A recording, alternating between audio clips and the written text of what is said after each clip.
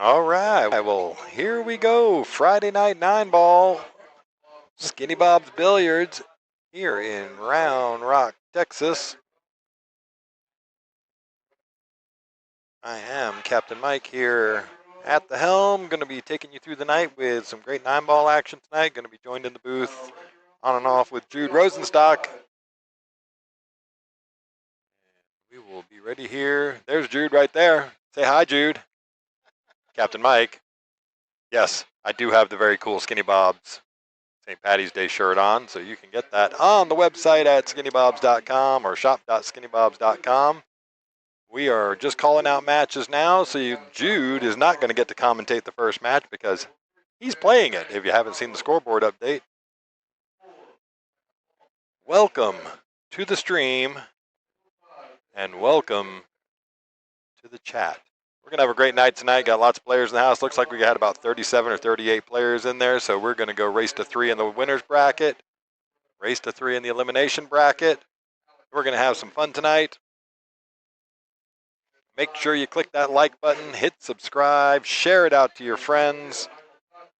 Let's go. Friday night 9-ball here at Skinny Bob's. We do races to 3 and races to 3 with this many players, so we can make sure we get done before 2 a.m.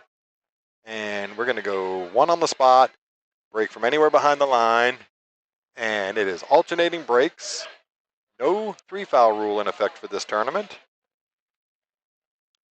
Let me just get some camera testing going on here. We can cut to that overhead. How's that looking? Looks pretty good. Cut back over. Okay, we are good to go. Let's have some fun tonight. Had a little video of Skinny Bob explaining the tournament as well earlier. I will get the bracket pinned up here in the chat. Give me 1 second. I think I got it. Copy. Talk my way through this as we all right, Jude and Franz Diaz. Now, Franz has been playing out of his head here lately. So I'm actually looking forward to a really good match with these two guys tonight. Those Fargo scores there, I don't think they're truly reflective of how well Franz is playing for sure. All right, so you now have the bracket pinned at the top of the chat. If you want to click on that, you can see the bracket, see all the players. Franz wins the first break. So here we go. Franz Diaz and Jude Rosenstock starting in rack number 1.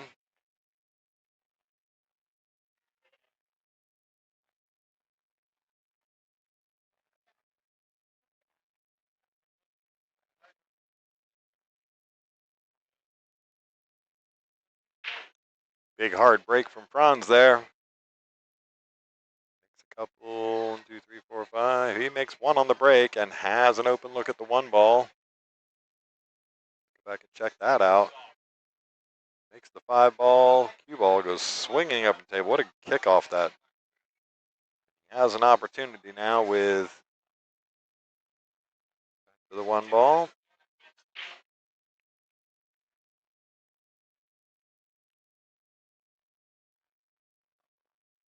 He might have been hoping to run into the 2 ball there, but got an open look at it, so he can play safe if he wants to play safe off of this. Don't think it goes past the 4 ball.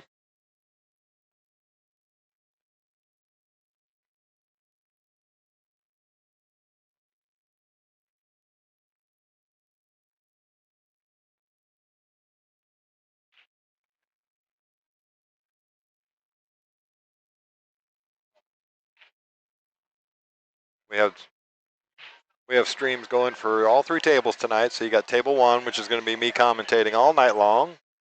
If you can put up with me, we'll have a good time. And table number 2 has its own stream going, no commentary. You can check that out on the Skinny Bob's YouTube page as well. And table number 5. Here's Jude on the 2 ball. It does not go past the 7, so just going to be looking to contain this and get it somewhere up on the rail. He's not going to be happy with leaving that over the pocket. Gets a little flick, but I think Franz might be able to still see. Looks like he might be able to see enough to spin this ball in. Let's see what he does with it.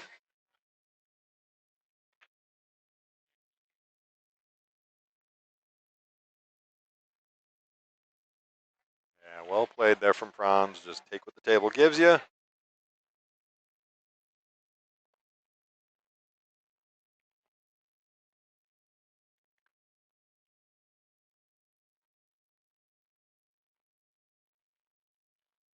Oh, little wild swing on that 3 ball there, trying to get back to the 4. He's going to leave Jude a great opportunity here.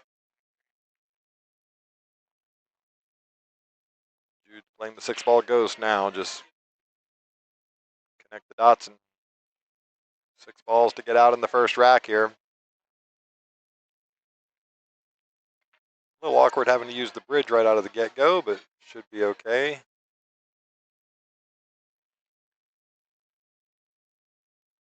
Everybody just sort of getting settled in, so if mistakes were going to be made, it would be about now. I don't know if he's left himself quite enough to drift straight up the table for the 6, or does he have to draw it back? Yeah, it looks like he might be able to do a little force. Just go straight up the middle of the table there.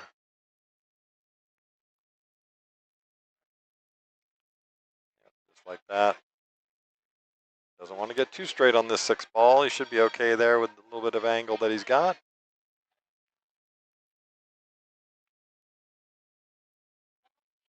So welcome to the stream and welcome to the chat. Shout out, let me know where you're coming in from. If you're in the chat, that'd be fantastic. Again, we're going to have a good time tonight here in Round Rock, Texas at Skinny Bob's Billiards, home of the Texas Open. Texas Open 10-ball championship week just gone back in February. We are anxiously looking forward to Texas Open 9-ball championship week come September. We'll talk about that a little bit more after this. Jude, nice shot back and forth for perfect on the 8-ball. If you like perfect, that is.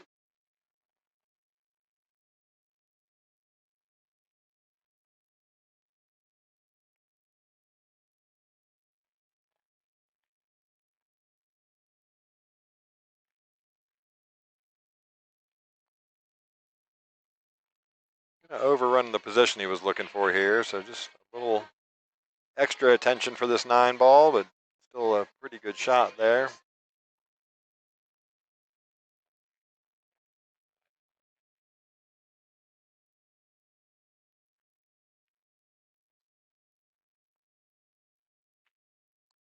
Yeah, well done from Jude. So Jude's going to take the first match 1-0. And again, alternating breaks. So Fron's got the first break.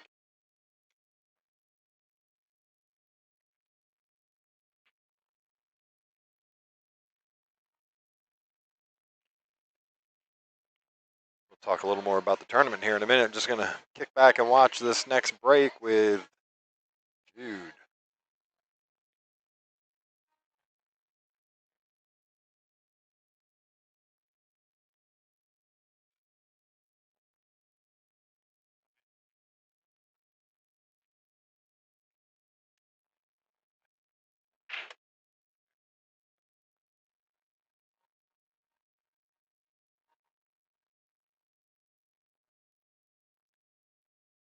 Right, so Jude makes a ball on the break there. Let's take a look at this. That 8-ball goes straight down. 1-ball is going to go right to the center of the top rail. Jude could see an edge of that, so he should be all right to play something containing off of this. Might actually just come in and kick behind it. It's the shot I play. He decided to go split the rail. He's not quite hit it hard enough yet. Still trying to get comfortable with the speed.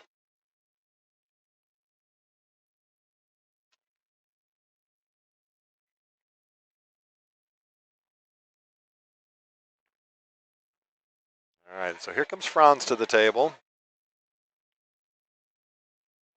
Looking at possibly banking this 1-ball with an element of a 2-way shot here.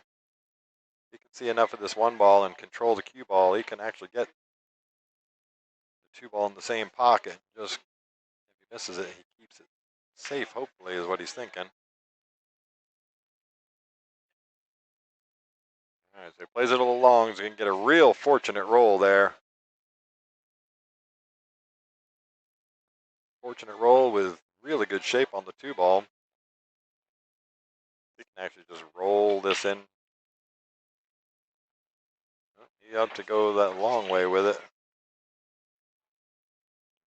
Nudges the six ball in front of the pocket. Doesn't give himself enough speed to get up on the three ball.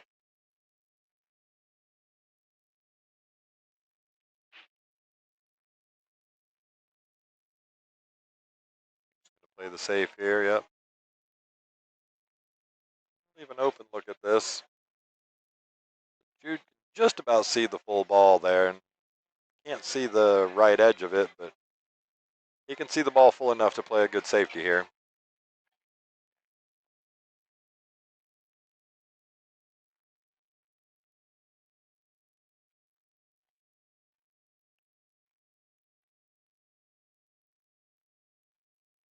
All right, didn't quite get where he wanted to either, so he's left Fron's an opportunity here on the three ball.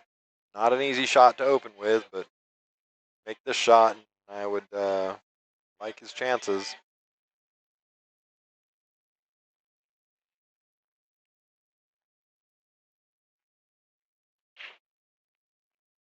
Let's make sure that you're watching. If you're watching on the YouTube, unfortunate kick off that middle point. Throws that thing all the way down to the bottom rail, away from the four ball. Ron's going to look at this from both angles and see what he's got.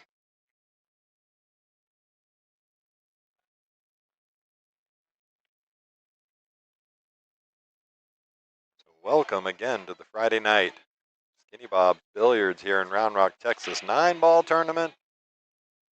Ron's on the four ball now. He back cuts that four ball, doesn't even think twice about it. He's going to get, I think he just got a little punished there by the 9-ball. He did. See by his reaction, he's not a happy camper with that one. Let's take a look. Yep, he's got completely eclipsed. No shot to get to this 5-ball except for a kick shot. He can go one rail the way he's looking now. He can go one rail off the top.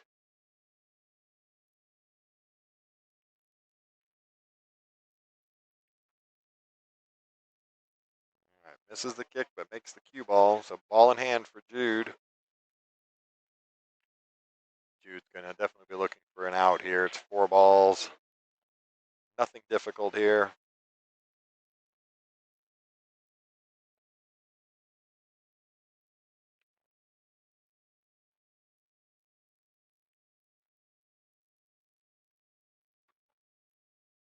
Yep, pretty perfect there. So he can just draw straight back up.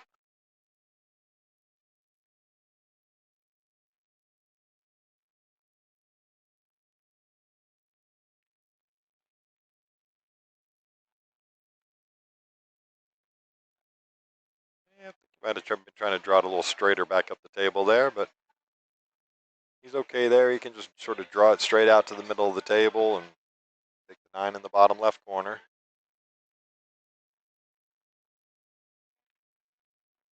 Yep, so he went the professional way, go up and around 2 rails.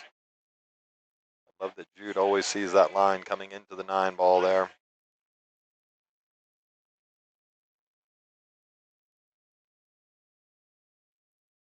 All right, so Jude's going to take a 2-0 lead, puts him on the hill in these very short races to 3. We have to do that when we get over 32 players just because it does take forever to get through matches when you have more than 32 players and you're racing to 4 on the winner's side.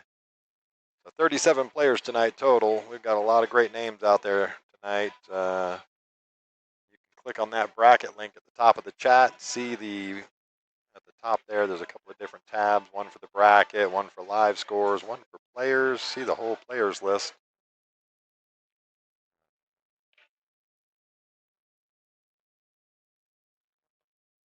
Bobby Stubbs, Bubba in the house tonight with his 601 Fargo. Also, we got David Newman, house regular here. He's a killer on these tables. Bronze to break, rack number 3. 6 ball down, cue ball down. Not going to be happy with that one. That cue ball got away from him. Got to control that cue ball just a little bit better. Last week when Franz was playing, he had that break dialed in. You can go back and check out that stream. Look back through the history here on the Skinny Bob's YouTube page. Of course, you got Jude Rosenstock here with his 655 Fargo, bringing it. Kim Sanders in the house. I'm just kind of randomly going through the players list looking. Our owner, we love her. She's playing over on table 5 right now, I think. All right, 1 ball coming into the line on the 3. Might have overran it just a little bit, but he's going to be fine.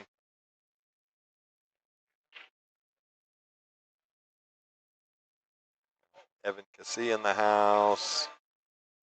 Hopi Lawrence, shout out to Hopi. Good to see her out here playing. I wonder if she's playing in the ladies tour event tomorrow, the Infinity Tour. They're playing here at Skinny Bob's tomorrow, Saturday and Sunday. Any of you ladies want to come out and play? I'm sure they'll make room for you. We'll talk about that one here in just a little bit. Or you can check it out on the Skinny Bob's page. 3 ball down. Like to have gotten a little further out on this 4 ball. You might use the 9 ball here to hold. Just doesn't want to disturb where the 5 ball is. Let's see what he does with this. Try and just run past it and run around the 5. Let's see. Yeah,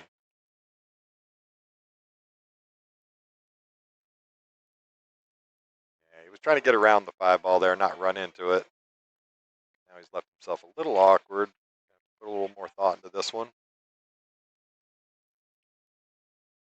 Marshall McCloskey in the house. Matt Wong in the house. Michael Koch, my friend. They're all my friends. I know all these players. Shout out to Pete Conklin in the house. Seth Maloney. Working it out, coming on up and getting into these tournaments, getting in the mix, playing with better players. That's what it's all about here. Trying to be like the tide and raise all boats, you know. Great to see some of the young up-and-coming players.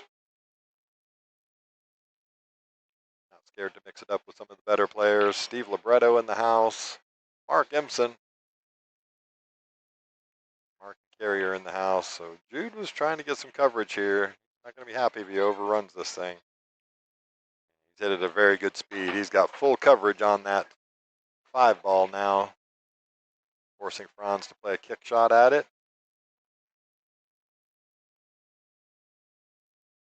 So a few of you that are out there watching now, make sure you hang out for a little while. Click on that like button, hit subscribe, share it amongst your socials, get it out to your friends and family, get them on here watching. Kick shot. Hit it pretty good. He's hit it pretty good, folks. How do you hit it, sir?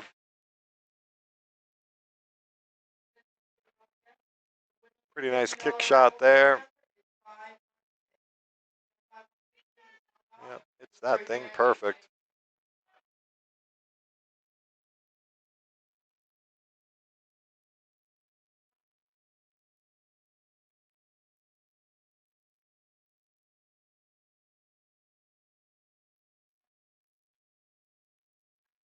All right. Is he going to take on this 7 ball? I mean, this is a whole lot of tough shot here if he's trying to cut it either way. The scratch is on. You have to manipulate it a little bit.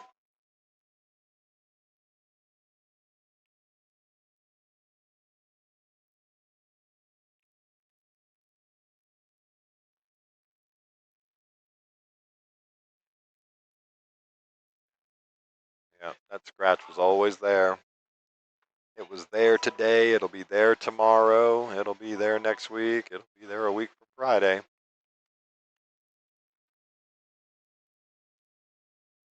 All right, so he's just going to go ahead and give those last 2 balls to Jude. Jude's going to take it down 3-0. They weren't scoring on the app like they're supposed to. We do use Digital Pool, so shout out to the guys at Digital Pool. Love their tournament running software. Give Jude a little crap when he comes back over here because he knows better. While we're waiting for the next match over here, they're going to come fast and furious. We'll just jump over and check in on table number 2. We got Mark Imson playing Anastasio Teorina.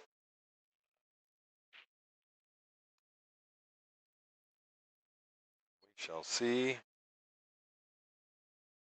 Well, welcome to the stream. Welcome to the chat, Mr. Jude Rosenstock. So did you win your match? I think I did. Did you win? This time. We couldn't tell. Nobody was scoring on the app, so I don't know what the... Oh, they didn't give us... Oh, it's on... Oh, it's on Digital Pool. Sorry. Shout out the boys from Digital Pool, doing a great job with that software. I'm just giving you crap. Sorry about that. I know. Wow, he does not miss, does he? Franz? Yeah. He doesn't miss a whole lot. He actually played a whole lot better last week. He played really well there. He played really well there, no doubt. He just he lost the cue ball a couple of times. Once on the break, he lost the cue ball one other time, but he played really, really well. I don't think I missed a shot that whole game. You played great. And I'm sitting there like, if I miss a ball, he's gonna get out. Absolutely. So no, very entertaining match. So congratulations on winning your first one. Thanks. Thank you. All right, so Anastasio's up 2-1 over here on table number 2. Okay. You guys can check out these other tables on the second and third streams right there on the YouTube channel with Skinny Bob. Who we got over here? We got David Newman and Kim Sanders. What a battle going on over there. We are going to jump back to the main table because that's the one we are committed to here on the stream. So do we have anybody in the chat right now? Nobody has answered me in the chat yet. Oh. But we have a few people out there watching, enjoying the Skinny Bob's Billiards YouTube page. Hopefully we'll get some people in the chat talking it up, and we'll let us know where you're watching from. Love to give you a shout out and invite you on down to Skinny Bob's Billiards if you're ever in the area, Round Rock, Austin area. So Marshall McCloskey and Kerry Empson.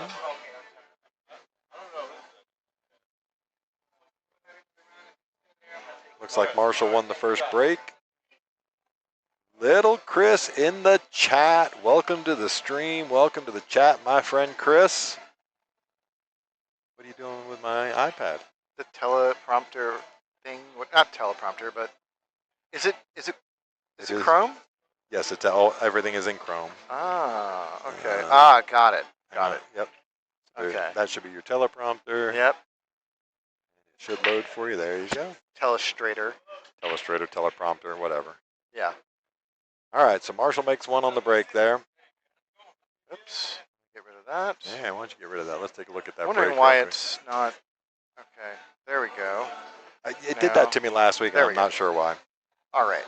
Okay. Marshall makes a ball on the break. He's got to look at the one ball there.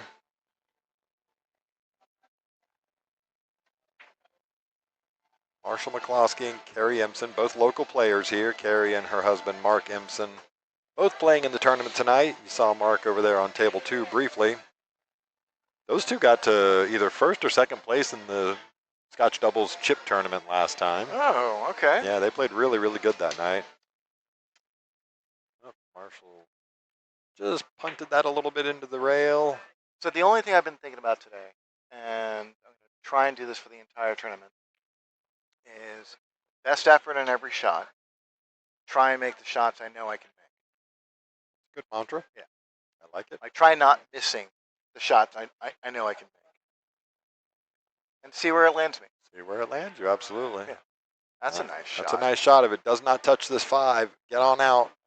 Like James Brown says, get on up. Can she see the 3? She can see the 3. She is just fine. I'm looking physically at the table, not even through the camera. She can see the 3 ball. So the 4 looks like it's a little bit of a problem. She might want to swing underneath the 9 ball. Yeah, she's going to try and stay below this. She's going to just put a little draw stroke on this. Depending on how much of the 3 she can see. Oh, that thing just took off on her. Wow. She overcooked it. Oh, yeah, she overcooked it. Yeah, she overcooked it. I was like, maybe she cooked it what just do we say? right. There's a ball there. Yeah, there's a ball there. Sorry, Kerry. So kick shot coming. So, have you been following the European Open? Um, Loosely following it. I have Loosely, not been yeah. watching it very Me close this too. week. I've Me been too. a little extra slammed at work this week, which is precluded me from having pool up on my third monitor at work. It's always fun stuff, though. I always Yeah, like sure. watching their productions. Yeah, no, I do too, absolutely. Oh, yeah, Oh, just came back off that rail a little quicker than she thought. Just so here's Marshall coming to the table. I like playing the 4 in the side pocket here.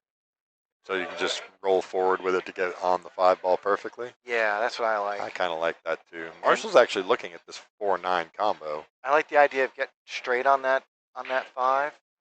Yeah, I don't think he's going to take that on. That looks like a tough shot. It's a tough shot.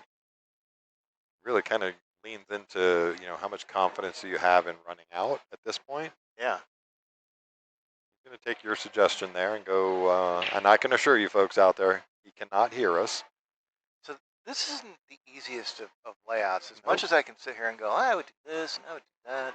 The tricky part is going to be going from the 6 to the 7. That's not going to be a lot of fun. The 6 sits below the 7, and I think he can shoot past the 8. He's got enough room. So if he wants to shoot the 7 up table, it's there. Yep. But it's so easy to. It's not easy. I should say it's not easy to get the cue ball below the 6, which is the easier way to get shaped with the 7. Sure. So let's see how he handles this. He's given himself a little bit of an angle, so I don't know if his options change all that much. He can go forward, use some inside spin, but that's increasing the difficulty of the shot. I think he's going to try and just pull this back. I think I actually like the going forward and just try to get out center table somewhere. So Marshall misses the 5. And here comes Carey. Carey at the table with a really good chance here. I still think it's tough. Yeah. Because now she's got to try to avoid making contact with this 6 ball or make full contact with it, right? One or the other, I think. Yeah, if you guys want a really good layout to practice at home, try setting up that 6-7, scenario. 6-7. Yeah, that 6-7, and put the 5 ball back up on the rail, and just try and run these balls out. Like this is I'm not saying you can't. Obviously you can. Oh, how well did she hit that? It gives you an appreciation for managing your angles well. Yep. She hit that really well. She might be able to pinch this. She can pinch it. Yeah. She could actually pinch it in the side and drift above the 7. That's exactly what I was thinking. Yeah. That's what she's looking at. Just make sure you don't scratch in the other side pocket, right? It is possible to do. I can assure you I've done it. It's a tricky little layout here still, Yep. So it goes in the corner pocket, you're saying? It does go in the corner as well. She's off angle for it, so she'd have to run through the ball, but she's going to go to the side pocket with this. Oh. So she's going to get 2 favorable rebounds off both points. 6 ball catching the left side pocket point, the cue ball catching the right side pocket point. Yep. The pool god was favorable because I think if she makes it in the side, the way she stroked it, she scratches at the same time. Yeah. Yeah, I think you're right. So this is a tricky spot. I think Marshall may have to, just punt this to the side rail. I actually don't mind. I mean, he's doing exactly what you talked about. Go to the side rail with it. And try not to leave too much for Carey. Just when you have that cue ball on the rail like that, it's just... Yeah, you can't get any additional... Everything feels intimidating. Yeah. So what I like here... Safety. Yes. I like moving that 6 ball up by the trademark, top rail, middle. Yep. Try and leave that cue ball behind a 7. I like it. That's a classic 3 cushion position. Or the 9. Or the 9. Or just don't scratch. She's done really, really well with this shot. That's a really nicely controlled speed. Now, he can see the 6 ball, but really well controlled speed there from Carey. Yeah. Yeah, I don't like calling it second prize. This is the goal, and getting behind the 7 or the 9 would have been extra credit. You know what we call that in Louisiana, sir? Lanyap. Lanyap, yes. I gotta remember that You're word. going to remember that one day. I gotta look that word up and find out what it actually means. Lanyap, look it up. Okay. So here's Marshall, and he's doing it again. I think He's overcooked going to this. overcook it and leave her straight into the side pocket, unless he got coverage with the 8-ball. I don't think so. Nope, Doesn't look she like can it. see the 6-ball. She can see the full 6-ball and just stun it dead. So this is another interesting little layout. In my opinion, Just get straight on the 7, right? you can get straight on the 7. That's fine. Keep it simple. Perfect. And don't worry yourself over getting too perfect on the 8. On the 8, yep. It's okay to underdraw this because you can always go to the top rail and back. In fact, I'd rather go to the top rail than the bottom rail. Into the line on Yeah. the 9-ball, yep. Kind of like that as well. She's done just fine with it, though, except for getting on the rail. She doesn't even have to go up the table now. She can just slow roll this in. Yep. Don't let your cue ball get to the other rail is really the key here. She's hit that really good. I just always think that it's important to point out, you don't always have to take the shortest route to a ball. Sure. Sometimes the longer route, can offer better angles. Well, I did make that comment in your first match on the stream. I love how you come into that shot line a lot. Oh, okay. You went, there was 2 different shots where you went around the table and you came perfectly into the shot line. You could have slow rolled one and took a slightly more awkward angle on the next ball, but you chose to go the extra 2 rail and come into the shot line. I think that was like an 8-9 scenario. 8-9, yeah. I was thinking it the whole way through because I was like, it's just gonna. It laid perfectly for it. Yeah, it laid perfectly, and it required less cueing issues. Sure. I'm using a brand new tip today. Uh-oh. Yeah. Danger. It actually has been responding really well. Good. Yeah, I'm really pleased with it. So, I got a little bit more draw out of that shot than I expected. That 7-ball that led to the 8, and it was Ray Tull that put it on. Yep. I'm really happy about. Shout out our illustrious tournament director, Ray Tull. If you guys need cue work done, he's here. 4 nights a week? 3 nights a week. Friday, Saturday, Monday, and Tuesday. 4 nights a week, sir. Look at that break. All right. How'd she hit it? She hit that really, really well. She can pinch hit for me. Watch this. She hits that really, really well. Nice and square. Controlled the cue ball. Look at the cue ball. Just stops dead until it gets kicked. Break. Yeah, Perfect break. I mean, she didn't get anything. She didn't get a shot on the 2, but that's just everything was good about that break. Yeah. The unfortunate roll of not getting a shot on the deuce. Yeah. But she did the job. I'll put it that way. Tell you. I would play Scotch doubles and let her break every rack. So shout out little Chris Pool player there. You guys check out little Chris's YouTube page. He hasn't posted a whole lot lately, but there's a whole lot of good material on there. A lot of great content. I know you've been doing a little warm-up work on Saturdays with Chris. Look forward to seeing more of that. Because I think those guys are getting ready for something called the U.S. Open. Yeah. Followed directly by the Texas Open. Yeah. Well, yeah. I mean, we used to have the Texas Open tune-up, and we just decided to rebrand it the U.S. Open. The tune-up is now the Texas Open tune-up is now the U.S. Open. Shout out to Matchroom for bringing it to Texas. Emily Frazier doing great things with that company and that series of events. I'm really excited. One of the things I've been thinking about is just this caravan of pool players heading up I-35. Yep. And heading more down I-35. Well, heading up there to go to the U.S. Open. Oh yeah. And then bringing all these professionals down I-35. Down I-35. Because a lot of the pros are going to be playing in both. Yeah, for sure. They'll be hitching rides and stuff, I'm sure. All right, Marshall coming to the table here with a shot on this 2-ball. He was looking real close to see how thin it was. He wasn't convinced that he could get past that 7 cleanly.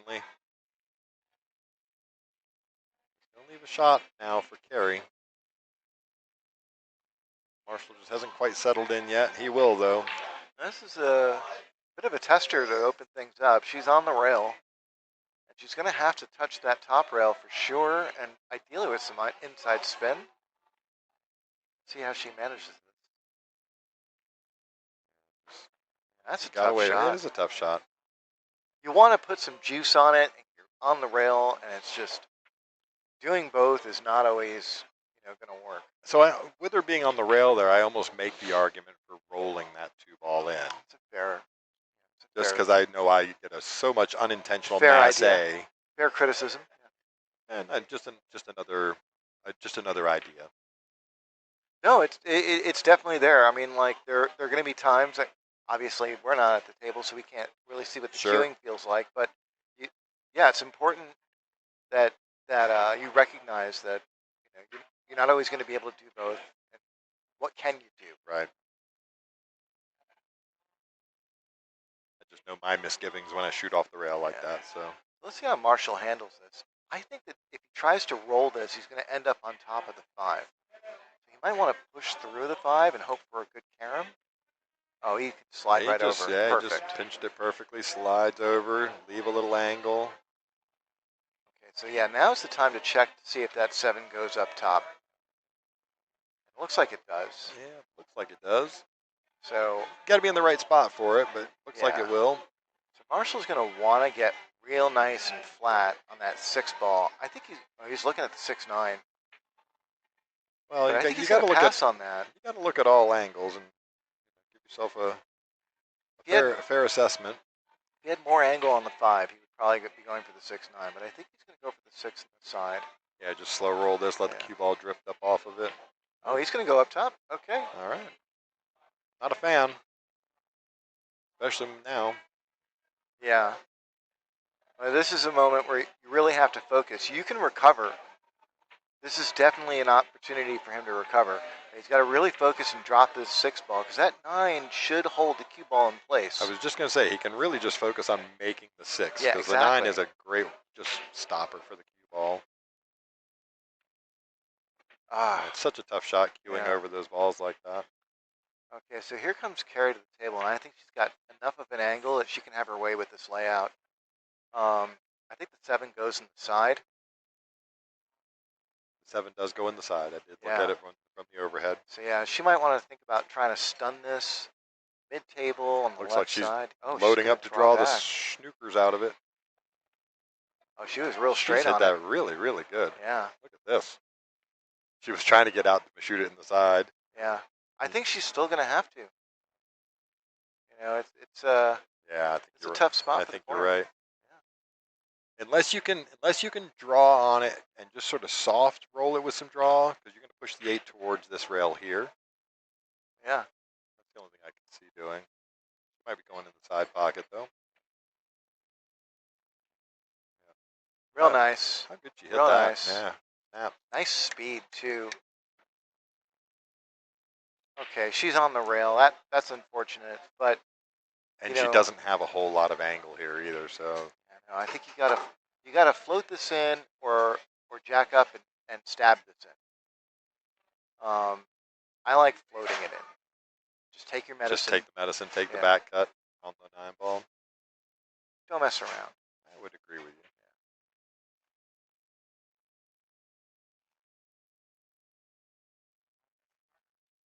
Yeah, just like that. Yeah. Played it nice and thick so it holds the cue ball really, really well. Nice shot from Carrie. This is a really good shot to practice, by the way. If ever you get some time alone at the table and you want to work on 9-ball shots. Yep, this is the one. Yeah.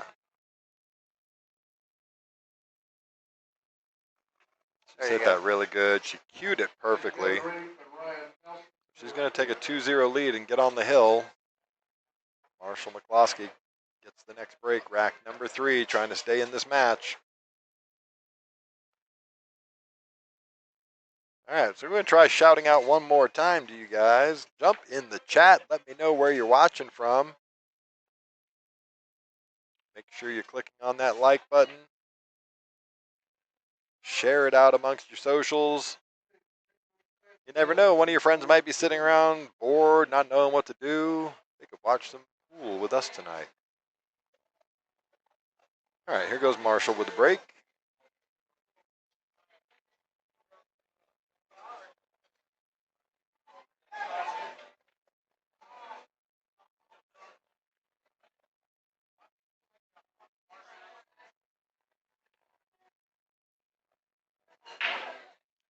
Real nice break from Marshall there.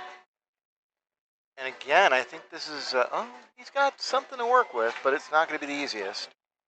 Now, the one ball's down. He's got really nothing on this two ball. I mean, I think all he's got is the cut. does he have the cut on it? Yeah. Yeah, I happen to be sitting right in line with it. Okay. And if he doesn't have the cut, he can definitely see a piece of it. Let's see what he does with it. Yeah, I mean, obviously, yeah. I mean, he's only seeing that edge anyway. Yeah. So at this point, you have to just take the cut on, right? Yeah, I mean, it's basically hit what you can see. If it drops, great. If it doesn't, you've overcut it. Oh, he's undercut He's undercut that. He's going to be okay, though. The three ball's going to give him the coverage. So he could see more of it than we thought. Look at us. Yeah. Oh, I ordered a set of binoculars just for this. Just for this? I'm going to be one of those guys. I'm going to be like, and on table 4. You know? Well, I actually have a new implement that I was going to try tonight, but I didn't get a chance to set it up. Okay. But I think I have a solution for a mobile camera. Ooh. Is it a phone? So I think I can do it from both either the phone or my GoPro and send it directly to the stream. Very cool. With a lavalier microphone. I like that kick. She just needs to really get a rail. Like that just kick. get the rail. No rail. Wow. It was a really nice kick, though. Everything about that kick. Yeah. Speed. That's unfortunate. All right, so Marshall's perfectly capable of getting out of this rack. Just he's got to settle into it. Yeah, I mean, the key thing here, I think, is try and get that cue ball out towards center table. Get a nice, like, flat angle on that 3. Just keep things just nice and simple for now. You want to try and get close to that 3 ball. So, yeah, I think center table is the place to be. Center table, absolutely. I like this. I like this. Might have overran it just a little bit, so he's going to end up. He's all right there. He can just get a little angle on this 4 ball. He's fine. Hey, we got some people in the chat. Bully Films coming in from Southwest Florida. Shout out Southwest Florida. Southwest, let me think. Orlando? Yeah, sounds right. Yeah. Hail No coming at us. He's been in the chat before. North Richland Hills right here in the great state of Texas. Marshall McCloskey, 3 ball down. Nice angle. Does the 5 go past the 9? Oh. It doesn't look like it does. Man, it is awfully tight if it does. Yeah, he might have to come around to the other side. Well, he's got the angle to do it, so. He's come underneath it. He wasn't trying to come underneath that, I can assure you, folks. He was trying to get above it. So, this is a moment where Marshall definitely wants to take a moment to think about his options here. Definitely looking at the 5-7 combo. I think that's the best way to go. My fear is the scratch. You want to try and position for the 5 in the upper left. Yep. That's the idea. You should be able to avoid the scratch.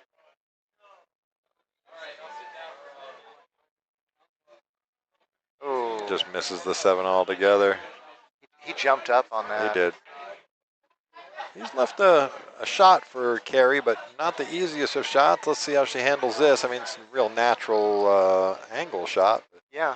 And she might even think about back cutting the 5 into the 7. She's looking at it. I was thinking the same thing. Yeah, exactly. I would do that. Yeah. Try and keep things nice and simple. Get the cue ball. Naturally floats down off the short rail. And yeah, you want the cue ball about a diamond away from where the side pocket is. So like hit the bottom rail and go up 3 diamonds. So a good little bit of pace on that then for what you're asking. Just a little bit. Just a little more than a float. Oh, she makes it too. She made and both. she hit it firm enough where she is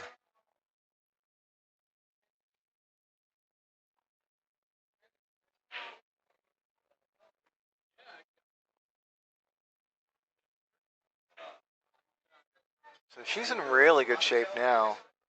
But it's definitely important. I like how she's taken a moment to map this out because you know it does naturally go to the short side of the 9-ball. So you want to try and take advantage of the correct side. See how you can get there. Well, she can play with some inside just like that. Yep. She's done very well with it. She's begging to get straight, but she didn't need to. This is a pretty stock shot here.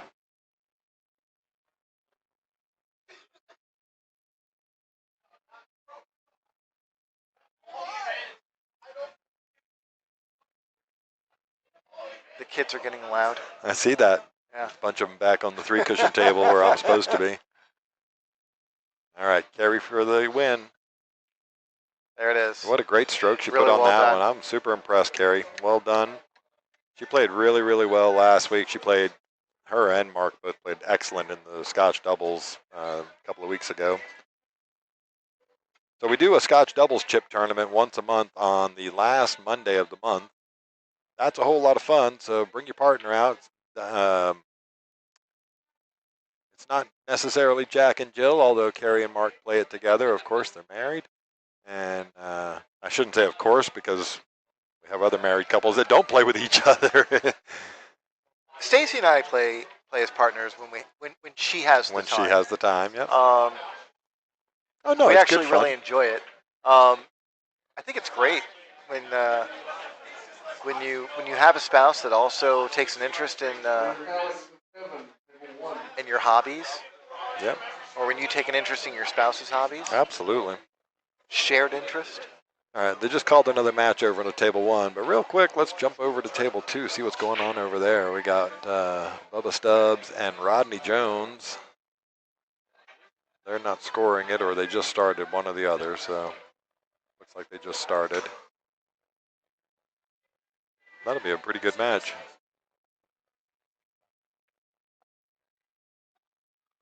We can be bribed.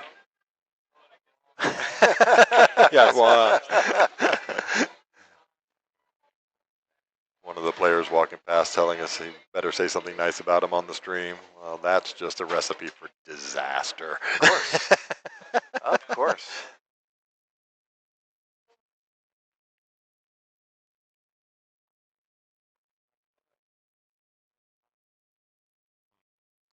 All right. But, going back to what we were talking about before, like what a year we have in store for Texas pool. Fantastic. Well, starting tomorrow, dude. Well, tonight we have great Friday night 9-ball tournaments here all the time. But starting tomorrow, we've got the Infinity Ladies Tour in town.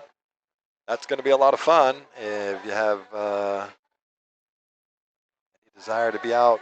Have you made your plans yet for the U.S. Open? What I've got? Oh, that was done. That was done the day of the announcement. What are you talking about?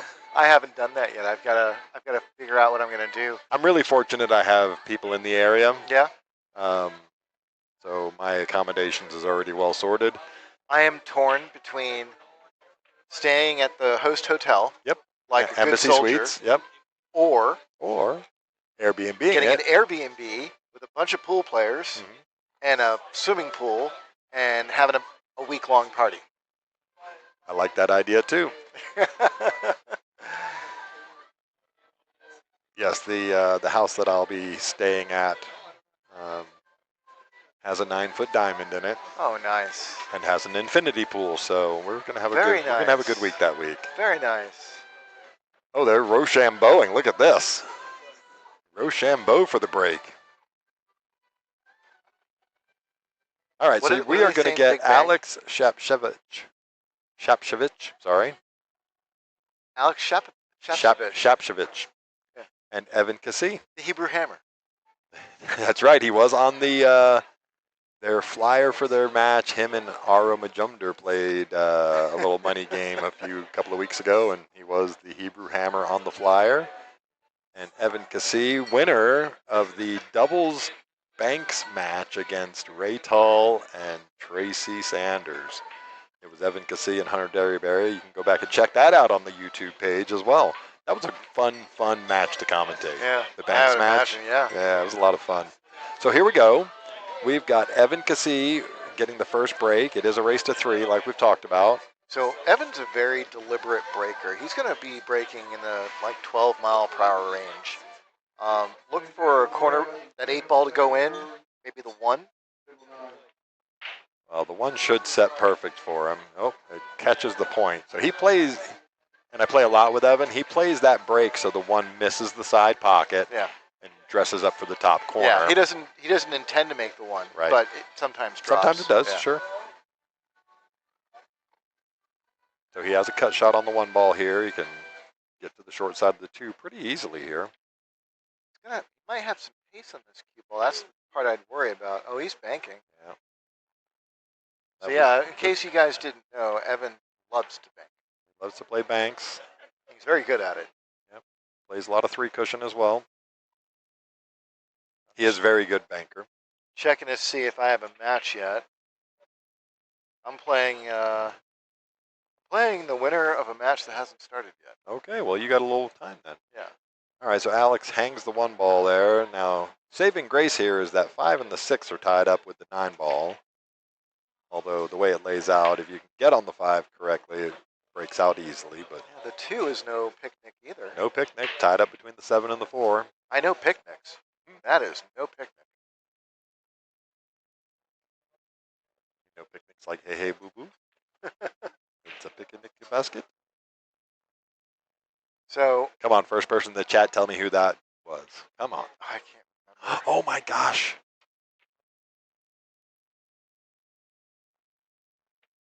Hey, boo boo. Hey, hey, boo boo. Get us a picnic basket. Watch out for the ranger. Oh, we tried to take the 2-4 combo on.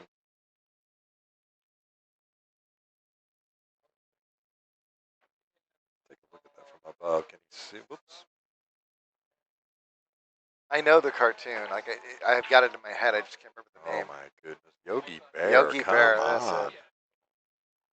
That's it. God. Ugh. Watch out now. There's a ball there. There's actually a couple of balls there. There's a few balls there. Well, he just got stuck behind a blockade. He did. Now, if you're going to play the kick shot that way, play it with some pace.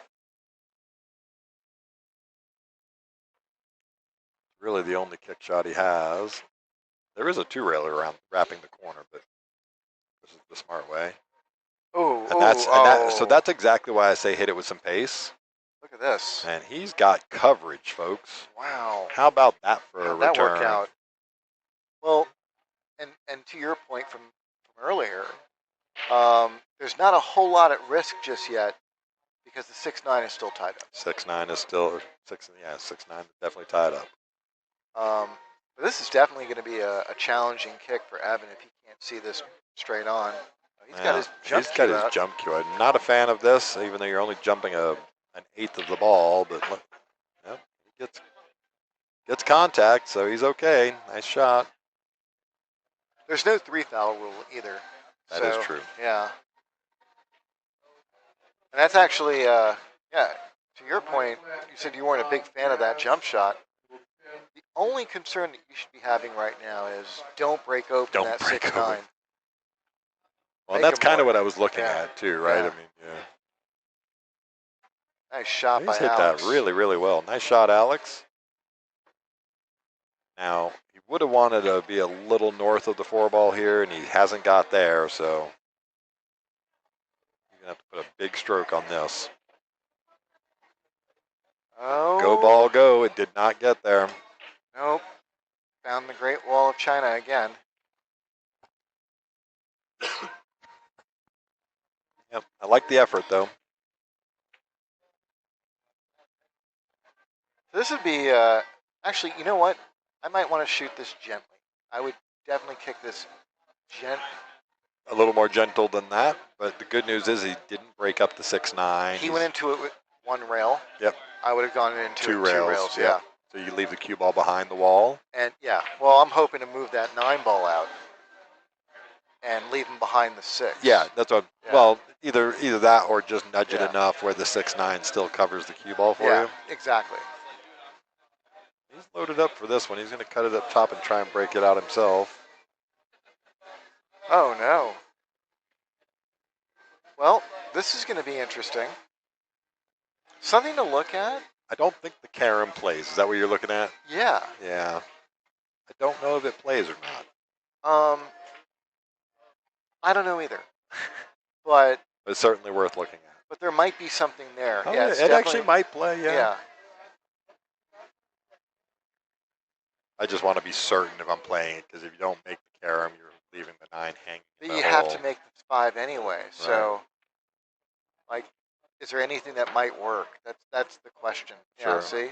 Well, we're going to see if it plays or not, because he's going to take it on for sure. I think he's got the right angle for it. He does have the angle for it. He might. No, he's playing safe. Okay, well, he doesn't get safe, and he leaves a very easy safe for Evan. You're going to find yourself stitched up behind this 9 ball pretty tight, I would think. Gonna hit him with the snuggle bunny. There it is, the snuggle bunny. See, I'm disappointed. I thought he would got him a little tighter on the 9 ball there, but still a very good shot from Evan. I'm kidding, of course.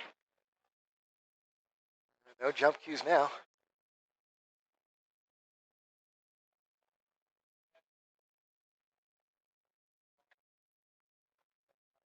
So I think he's looking at the 1 railer. I might even think about going into this with 2 rails. Oh, he might get it the other way. No, Oh it's no, rolling away from it. You put a little bit of extra stink on it. Here comes Evan with ball in hand, trying to win the opening game.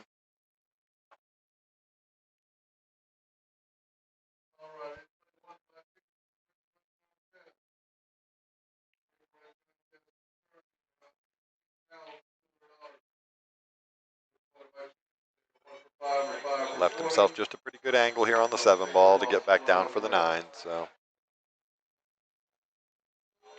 Yeah, it's kind of perfect.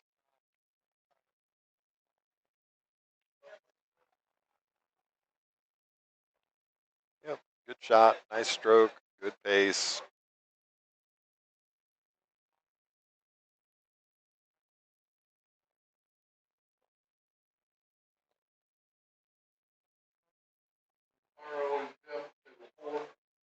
Oh, I think I'm playing. Are you playing? I thought you said you were. Oh no, that's right. That's right. That's right. Now, Aro and Jeff are playing. Yep. And now you I get play the winner of that one. Yes. Gotcha. Yeah. I got confused for a second. Yep. I thought they were calling Aro for a B-side match. No. Jeff Constant had the bye in the first round. Aro had beaten Jay Tang. No, Jeff got a haircut. Who? Jeff Constant. Oh, yeah. Doesn't look like Sean Black anymore. He'll be happy to hear that. All right. Him or Sean? Alex. Yeah, both. Alex with the break. Makes a ball on the break. 1 ball tragically goes to the center of the top rail. 7 ball is down. 6 ball covering. I see a push shot in his future. Pretty easy choice of where to put this ball, right by this first diamond on the bottom. It's not a crazy idea to just take a whack at this and try and kick it into the top left corner. Yeah, I don't mind the thought, but I don't take it on. I just take the push down here to the bottom rail as we look at it. I don't. The reason why I say it is I don't hate the idea of kicking in spots where I know I can hit the ball. Now, I don't understand kicking to there or pushing to there, but he's bridging over the 4, which is what Alex was trying to do. So instead of the distance, he's just going to make it awkward queuing. He's going to get it right back, which is certainly the right choice. But yeah, like you're already going to be in a bit of a spot by pushing. You can just open it up by kicking at it, take it out of the equation. If you make it, you keep going. If you leave him safe, then great. Oh my goodness, he makes it in the side pocket. Or something like that could happen. Or something like that can happen. What do I know? You know, This is a real sweet spot Gonna here. have to talk to Alex and have him teach me that shot later on. So Alex is going to have to worry a little bit about this 5-9. I'm assuming he's going to try and take the 2-rail route to the 4-ball. So he's going to want to try and get that cue ball as close to the bottom left corner as possible, or he's going to run into something. Cardinal sin. Or he can miss the ball, and then he'll make that window. So here comes Evan. It looks like he's going to have a rail first shot. And again, We're gonna have somebody just wave and say hi real quick. It's Hopi hanging out in the booth. Hi, Hopi. Nice to see you. Yes. Oh, nice kick shot. he's gonna get position on the 4-ball. It's going to be lengthy, but And shape on the 4-ball, yep. he's got something. Hail Knows asking how many tables are being used for the tournament. So we are using, I believe, 10 tables, maybe 12. So it's usually 10 or 12, depending on how many players we have for the first few rounds. Oh, he misses that 4-ball. A little unusual miss there, but he's going to get okay. And total tables, Hail No, we have 18 9-foot diamonds, 2 7-foot diamonds, and 2 10-foot Gabriel carom tables. And a partridge and a pear tree. It's not that time of year, dude. Come on. All right, so Evan gets a pretty good spot after missing that 4-ball. See what Alex does with this one. Just trying to separate him. He's not going to get it. He's going to leave it open for him. So these guys are not using the app to score. I'm going to have to give them a little bit of grief as well. So this is still a bit of a challenging shot. He's going to want to get that cue ball up table a little bit. He underhit it. He's good. Really well played by Evan. He's got a little bit more work to do here. Probably going to have to use that side rail to get position. So he's going to want to punch this. Try and play shape at the top right. Okay, so he's fallen a little bit short here. He's going to have to play a little bit of a recovery shot here. Just some inside spin, I think. Try and kill that. Just trying to kill it, yeah. Yeah. Kill it and also straighten out that angle. Are you trying to kill it and stay above the 8, or are you trying to get below the 8? I want to get above it. If I'm using the inside, I want to get good. Real good. Oh. Oh, he took a big swing at that. Not only did he take a swing at it, he unfortunately kicks the 8 out into the open of the table. Well, he might have gotten away with it. Alex steps to the table with a challenging shot in the 6. Not a whole lot you can do here. So, yeah, he's measuring up for the top left corner. I think that's the only way. Just draw it straight across the table, right? Definitely. You can go forward, too. It's sort of dealer's choice. But, yeah, try and dedicate as much resources to making it. Yeah, I don't think you need to hit it that firm to come around the table. Just drift it across the table. The 8's wide open, goes to all 6 pockets. So Evan's already down on it. Evan's gotten back up. Yeah, he's just going to figure out the safety here. I think you have to punt this, but he might try and take on the bank. He is a banker. Yeah. I would punt this. I would definitely punt this. He was taking on the bank. He was loaded for... So you know what? I'll be honest with you. I like that he's taking those shots. Sure. And I'll tell you why. He's one of the best bankers in the room. And, like, in terms of his skill level. Yep. And he sees it as a strength. He wants to nurture it. It's definitely going to help his banks game. But also, I think he needs to test those limits. Yep.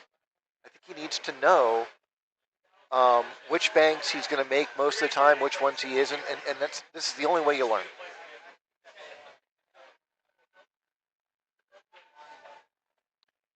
Oh, he's overstroked this ball immensely. It was a good shot on the 6, just overstroked it. Yeah, but he can get out of this. Sure. Two rails off the 8 ball. Yeah, just knock this down. Oh, he punted it for safety. So you don't want to leave Evan too many. You don't bank say you don't want to shots. leave a banker, arguably one of the best bankers in the house, certainly in the tournament. It's going to start to click for him. Not going to take it on. He's just going to take the. Going to leave you the bank and test your mettle. This is a tough one. This is the patty cake. You bank it. No, you bank it. No, I think you have to send this 8-ball down to the other end of the table. 2 rails? I like the 2-rail route, yeah. I kind of like the 2-rail route because I can control the key. Into it, yeah. I just don't like putting it down by the 9-ball is the only part of that I don't like. Oh my gosh. I'm speechless. I might have to go back and watch that again. Let's see what he does here. He just gets it with a whole lot of top. He makes the bank. It just got shown again. I know. You hit it with straight top. He's over here regretting his life choices. All right, so Evan Cassie goes up 2-0 on the hill and breaking for the match.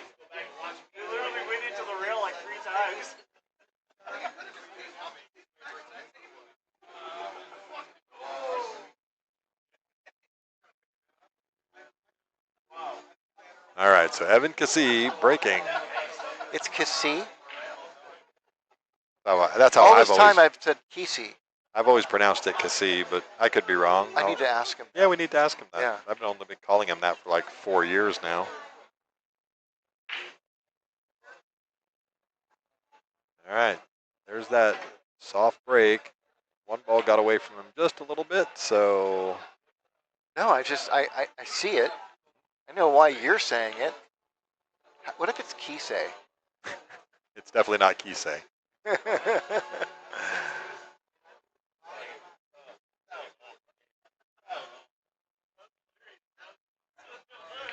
All right, let's see what Evan does with this one.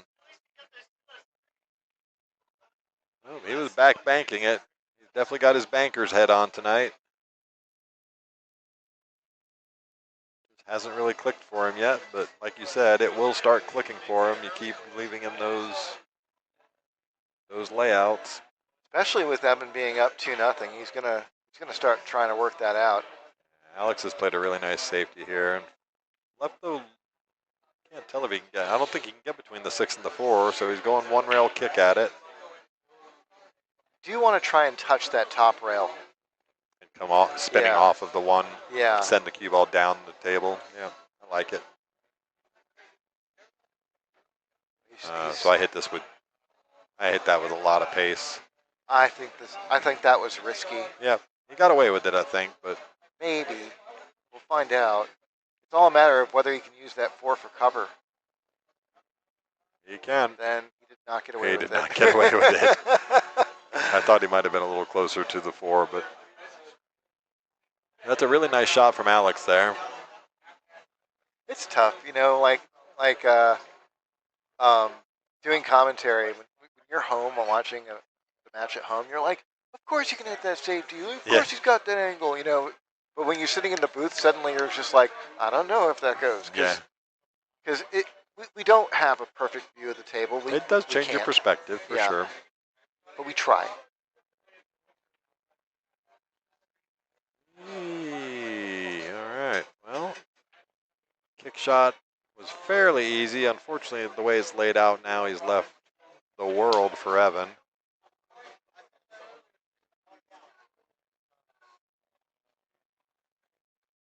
Evan's got to worry about is not getting behind the 9-ball. Or maybe overcutting the 1 ball and leaving it. I don't know if he's left it. No, I don't know. He might have gotten away with this one. That's really deep in the. That's really deep on the shelf there. So. Yeah, he's going to have to go up and down. No. Yeah, he's already looking. Go the 1 rail kick off of this. Oh, yeah, the side rail. Yeah. 1 rail kick it. Not that one. Not going to work out for him. He's missed it by an inch and a half. Too deep in the pocket there. Too deep in the pocket. Evan Kesey gets back to the table with ball in hand.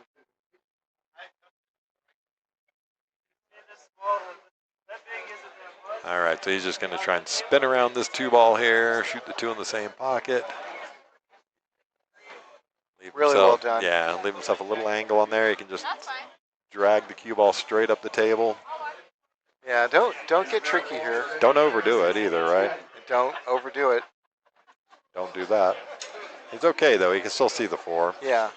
That's not too far off from where you wanted to be anyway. Sure. Now the trick is, can you hold the cue ball to get to just right of center? If the answer is yes, then you float this in. I don't think you float it because he's going to have to put a little spin on this to get past the 6-ball, right? Oh, I'm positioning for the 6-ball. Sorry. I forgot the 5 was on the table. There's a big orange one there. He's done really well with this. Okay, he's done okay. Done Like perfect. I like really well, yeah. That was really well played. I'm not going to go with perfect because he's having to stretch a little bit over the 7-ball. He's tall. You know, I get it. I'm tall too, but I'm still, look at the stretch he's having to put on this. He's young too. Well, hey, what are you trying to say there? Limber. What are you trying to say, dude? I'm right here. Okay. Oh, he's spinning around. No, Uh-oh. Look out. There's a big gaping hole in the table. Yep. There's a hole there. There's a hole in my pocket, dear Liza, dear Liza. Sorry, that's a really old song. I'm waiting for table 4. 4, yeah, they're over there. It's only 1-0 over there. That's a really impressive haircut. I think it's a mohawk. It's a faux hawk. No, that's a mohawk. All right, so 4 balls on the table. This is to stay in the match. Just think about where you want to get for the 7-ball. That's probably not where you wanted to get for the 7-ball, but you can still shoot it in the corner. Yeah, sometimes I think it's important to remind yourself that this game is not hard. You know, we make it hard on ourselves, and we overanalyze things. And Alex really should have gotten straight on that 7 side pocket. Yeah, Evan's going to get another chance here. Yeah. So yeah, this is one of those spots where you got to look at that 7-ball like it's the 9. Yep. If you make the 7, you're going to win.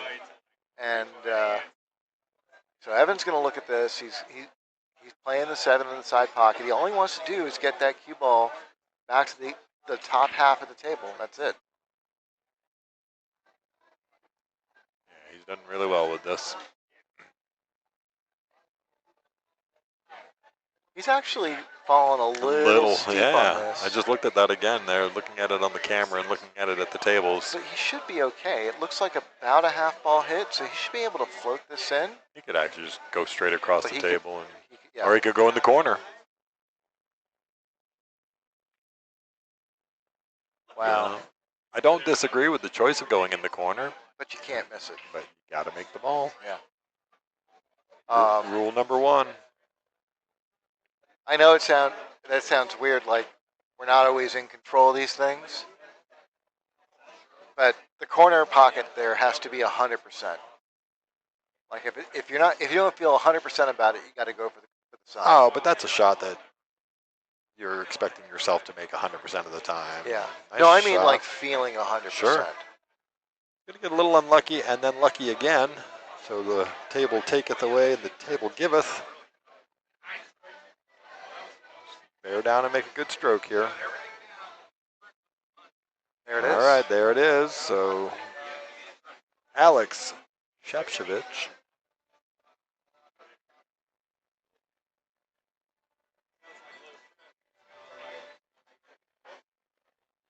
So it is 2-1 in favor of Evan.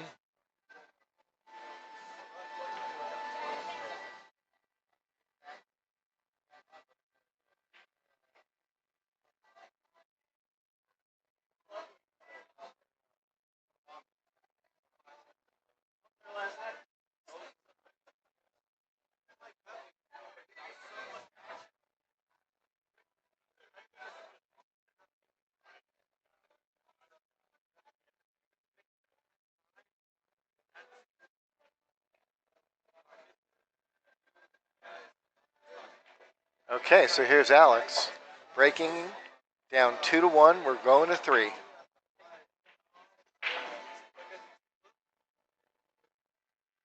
Okay, so this is going to be a dry break. Here comes Evan, and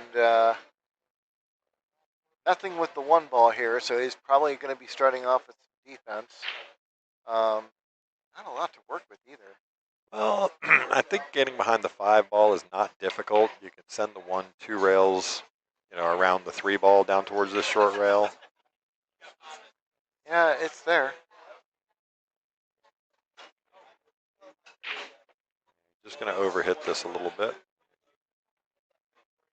Yeah, the big fear about those types of safeties is you're letting go of that 1 ball, and that's what Alex is going to take advantage.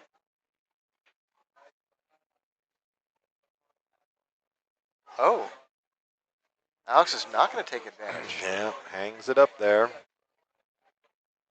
This got weird fast. So I think Evan's going to carom the. Yep, he's caroming it in.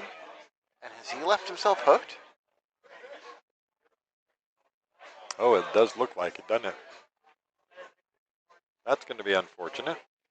Maybe he can see an edge of it, so he's just looking at whether he can draw it into this 9 ball.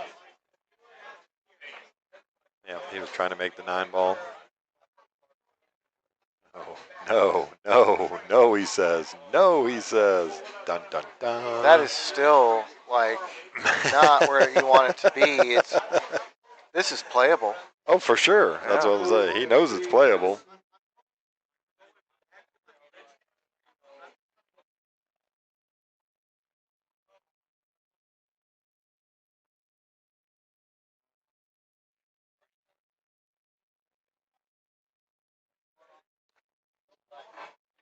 Okay, so it doesn't work out for Alex, but he's not going to be leaving a whole lot. Not a whole lot there.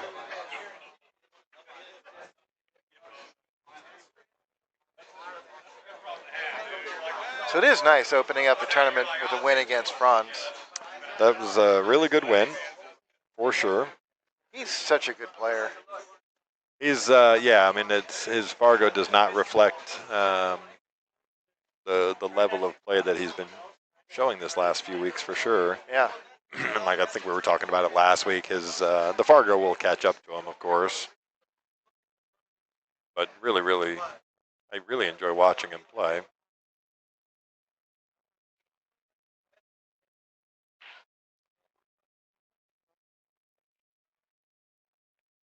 Yeah, he was taking it on. I don't know if I take that on or not, but he's going to get okay on it.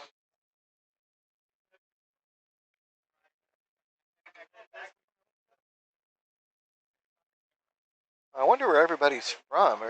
We've got a few Floridians in the chat? We got one from Southwest Florida, Bully Films. And then Hail No coming from North Richland Hills. Southwest Florida. Are we allowed to have Floridians in the chat? Of course. We're not going to get shut down for it, right? No. Oh, he tried to play the 2-9.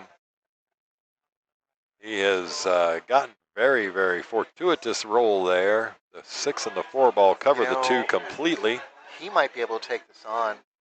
You can kick at this 2 ball, kick underneath it, and that cue ball might slide right toward the 9. Yeah, it might. You just have to hit this a little early, like a little bit toward the right on the rail, and spin into it. You want to use a ton of spin. Oh, he's just going to... Yeah, just take it out of the pocket completely. He's going to tell Alex, you know what? Go ahead, run out on it. Let's see what you can do. See what you got, big boy. So Alex spends a lot of time in Florida. Does he? Yeah, he does. Every time I talk to him, he's like, I just got back from Florida. We'll see. Learn something new every day. Sure. I did not know this.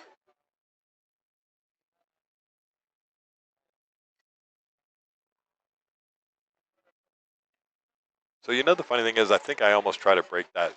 If I was going to go for the run out, I would have tried to break the 4 and the 9 up off of the 2 ball.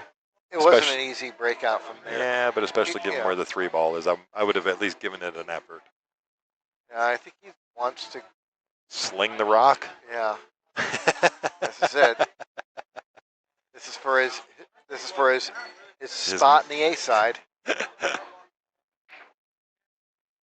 Oh, look at where the 4-ball dresses up. Wait for it, wait for it, wait for it. Oh my gosh, just a little bit harder, Alex. This has complicated things, though. It does. The 6 is not an easy one to get to. The 6, 7, 9 are just going to be a little bit funky. If you can just get to the right side of the, as we look at it, the 6 ball, then the 7, 9 is easy. Ish. Yeah. Still going to take some work here, that's for sure. See how Evan plays this. He's going to have to punch this, I think, to come over. Oh, he's going to overcook this a little bit. See it? Yes, he can. Okay. So he's in shape. This is really interesting. He might actually be able to like make this in the side and come over to the other side of the 7.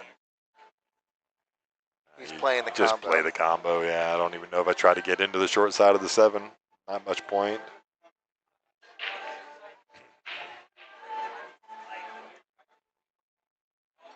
Racing the 3, you really want to make sure you make this. Oh, yeah. There it is. Very confident stroke. So Evan Cassee wins that one, 3-1. I'm going to go find out how he's moving on. Right now. Moving on in the A side, Alex moving over to the B side.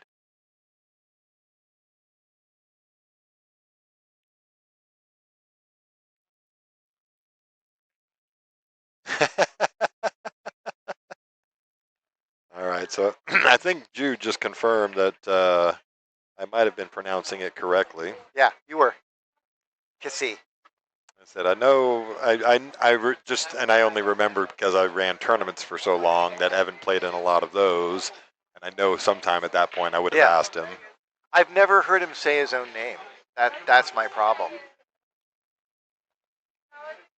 But yeah, no, it's always been a, I don't know if interest is the right word. I've always believed it was important to pronounce someone's name correctly. I am a big believer in that, sir.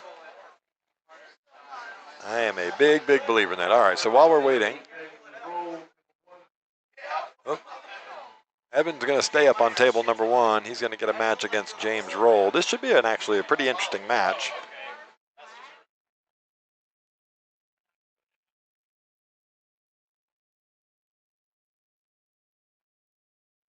There are a lot of 550s, 600s in this tournament.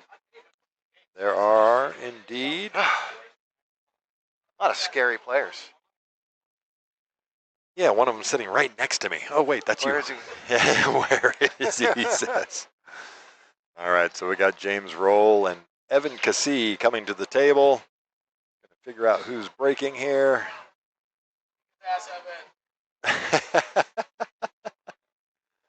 Lots of playful banter from the peanut gallery. He said, "Kick us, took us." Something like that, yeah.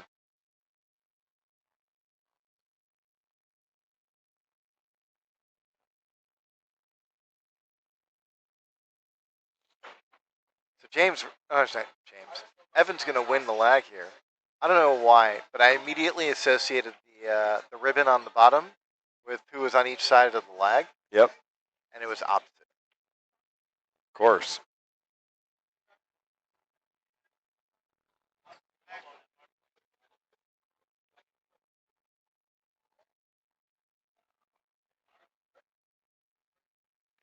So where's North Richland Hills? You know? I don't know off the top of my head. Well, Evan Cassee. Evan Cassee with the break. Makes the 1 ball there. That's a little unusual. He's going to have a weird shot on the 2. I feel like I should know where it's at. It's just outside of Fort Worth there. Oh, okay. Oh, so they're going to be in U.S. Open territory. Yeah, well, halfway between Fort Worth and the Dallas-Fort Worth airport there's North Richland Hills. God, that's got to be so exciting. What's the room up there? There's I don't know. I'm so sorry. Hell no. What's the big pool room up there with you guys. Sticks and Stones. That's it. Sticks and Stones. I don't remember. There's also Rusty's. Yeah, a couple of Rusty's. A couple of great rooms up there. But I was thinking Sticks and Stones is the one close to the area. Do you know what's one of my favorite rooms up there? The billiard den. Interesting. Have you ever been there? I have not. They've got a Brunswick Gold Crown Super 8s. Interesting. Yeah, 12 miles northwest of Fort Worth. And it's a nice big room.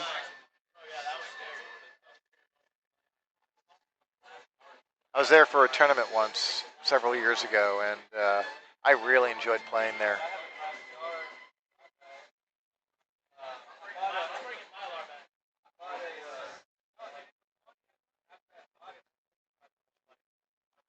Just a containing shot here from James Roll. I think he's left a very, very sliver thin edge of this. He's going to run into the 7-6 though when he plays this. Look at this shot. Work out real well. Works out real well for him. Got that carom off the 7 and found cover on the 6. Yeah. So here comes James Roll, and this is part of what makes it so challenging to play Evan. He doesn't break hard, and every now and then he gets layouts like this where you literally have 8 balls at or below the second diamond. You know, that's a lot of traffic. A lot of traffic there. You know, this is like an I-35 layout here. You know, really nice kick there. Really nice kick. Wow, he makes it oh my gosh. But he might be able to make it right now. So what a productive kick there from James Roll. So you're thinking about cutting the 3 into the 9? I think you have to, yeah. Take no prisoners, just get it off the table right now. Ideally, maybe try and use the 8 for cover, but priority's making that. Make the 9, just like that. Well done, James Roll. Gets that rack right out of the get-go. And gets the break. You could be getting a match called here soon. I think you're right. Hell No used to play at CJ's. Sorry, Hell No. I don't know too many of the rooms up there. No Rusty's, I know Sticks. I have not spent enough time up in that area. But we're going to change that because I'm actually going to start doing a little traveling with some cameras, and that's the game plan. Sometime over the next 6 months, I'm going to put a little content together with some of the better rooms around Texas. Awesome. Bring it back and share it. I think that will be fun. All right, here we go. Rack number 2. James Roll. I need to refresh this so I can.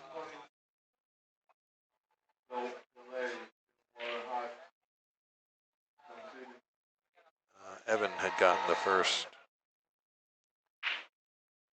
So James makes 2 balls in the break. The 1 and 6 are both down, and the 2 balls nearby, but he's not going to have much of a shot.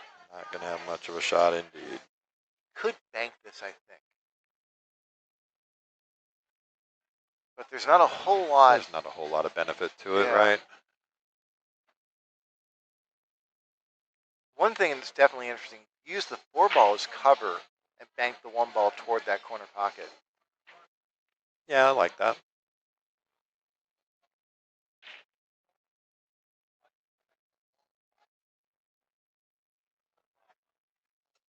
Which he sort of did. It's sort of a modified version of that idea I had. Sure. I think he didn't quite have a straight-on angle for it, so he rolled into it, essentially.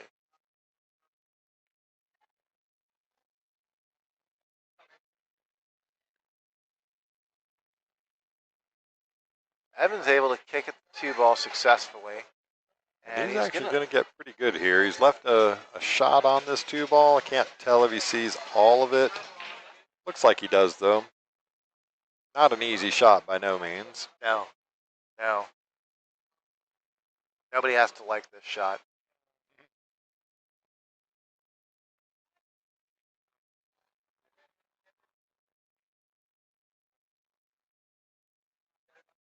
Sorry, I'm just doing a couple of admin things good. on the side here.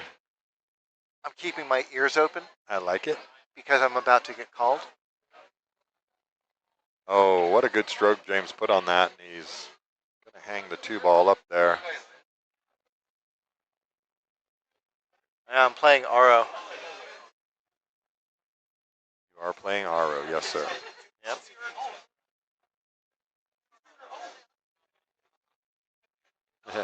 Hell No says, I'm old. I used to play at CJ's. I'm old. Well, welcome to the club there, Hell No. Yes.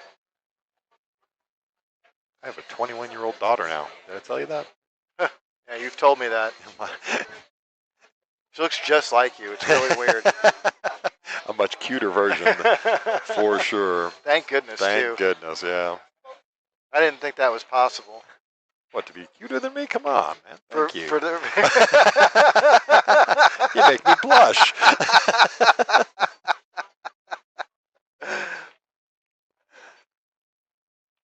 That was funny. I have moments. Okay, so I'm just checking out the brackets right now. If I win this, I already have a next round match. Oh, really? They're that far ahead on that other side? Yeah. Well, that's good. All right, so Evan at the table. Looks like he can see enough of this 3-ball. Just draw back on this. Yep, very well done. That's nicely controlled.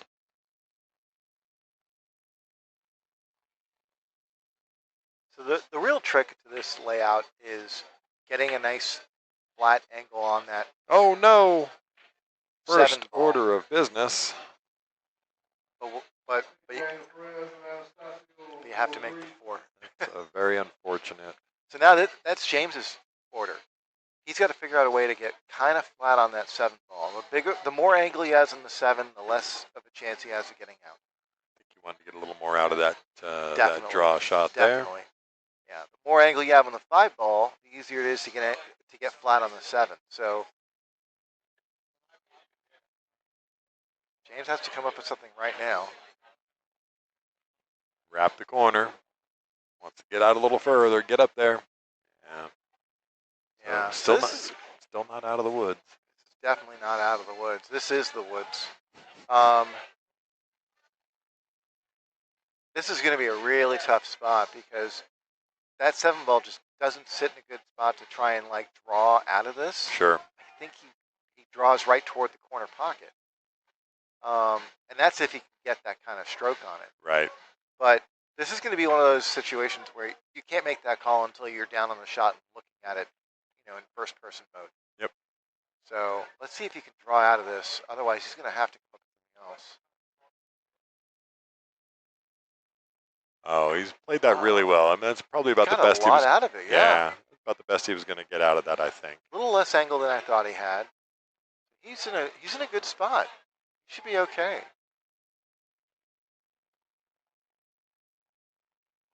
Just drop this 8 ball, let that cue ball fly up and down. Uh-oh, uh-oh. Oh, wow. Wipes its feet, takes a pause, drops the rock. That's a shot you want to hit clean. Yeah. Hey, he did get perfect. He did, no, yeah. All right, James Roll takes a commanding 2-0 lead. 2-0 lead. Gets to the hill. Gets to the hill first.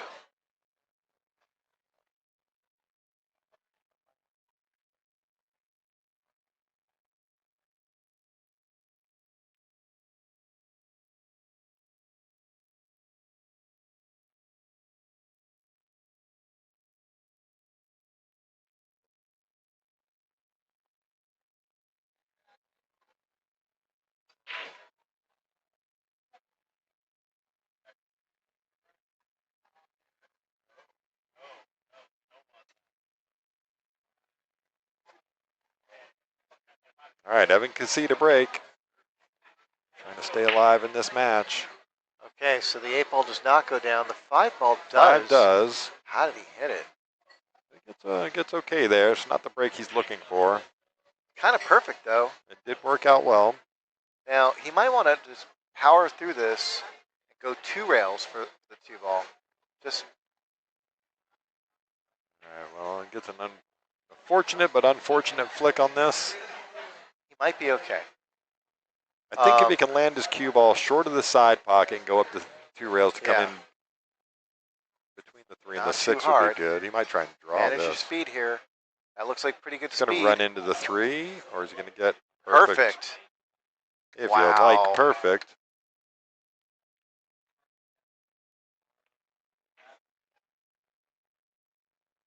So they're getting the magic rack off the table.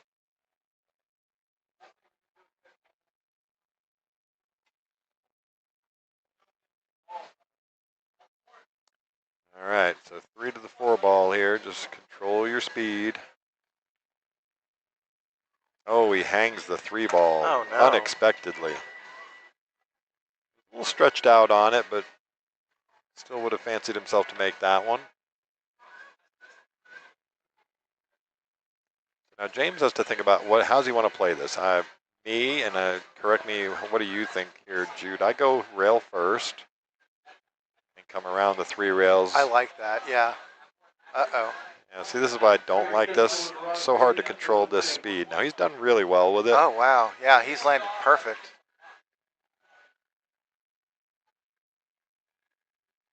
We're pretty close to perfect. Pretty close to perfect. Yeah.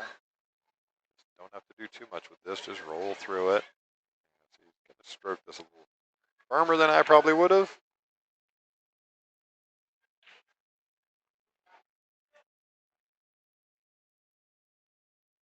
So this is a little bit tricky in the sense that he's slightly on the wrong side of the 6 ball. And the 9 ball sits in a funny spot, so he can't just go around. So, yeah, he's going to try and go Yeah, just across. pinch it with some inside. This actually works out well because you can go 2 rails, wrap the top right corner. I like that play. I like that play a lot. So if you can wrap the top right corner with a little bit of top and a little bit of left, you might actually be able to swing this around. Top and right? Go 1, 2, 3 rails. That's what I was thinking. Yeah. You got to make the ball, though. You got to make the ball. Yeah, so he was trying to come in and hold for the 8. I like what you were just saying. If you wrap this corner tight, come in off this 3rd rail, and drop in below the 9.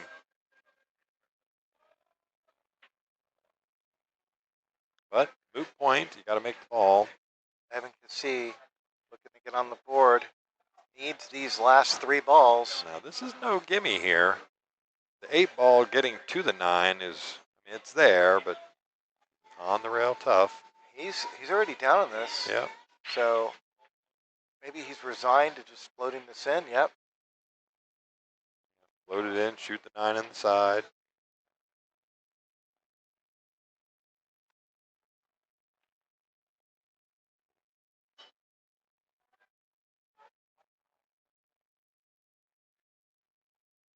Evan Cassie. Evan Cassie gets a rack there, 2-1 in favor of James. James roll breaking.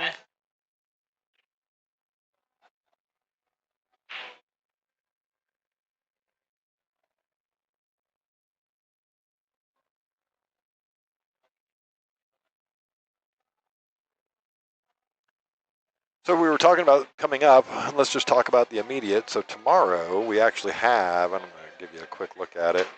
Infinity Tour. We have the Infinity Ladies Tour. $2,000 added guaranteed. That's tomorrow. Doors open at 10 a.m. Free admission. It is free admission. Come watch some great pool being played by the ladies. They're racing to 7, both sides. And if you're a lady out there fancying to come on down and play, get on out here. It's only a $35 entry fee with a $2,000 ad. Wow. How awesome is that? Wow. Let's jump back over here. James Roll breaking for the match.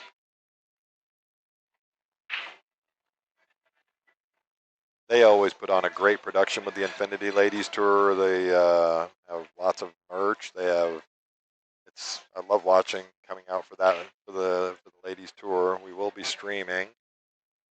Backwards Billiards, I think, is streaming it tomorrow. Yeah, that's exactly right. I know my good friends, our good friends down there, Lonnie coming out of San Antonio, streams all the Infinity Tour. So we look forward to seeing our good friends from Backwards Billiards. Make sure you are subscribed to their YouTube as well. They bring out a lot of great pool content. Kind of inspired this setup right here. Yeah, yeah.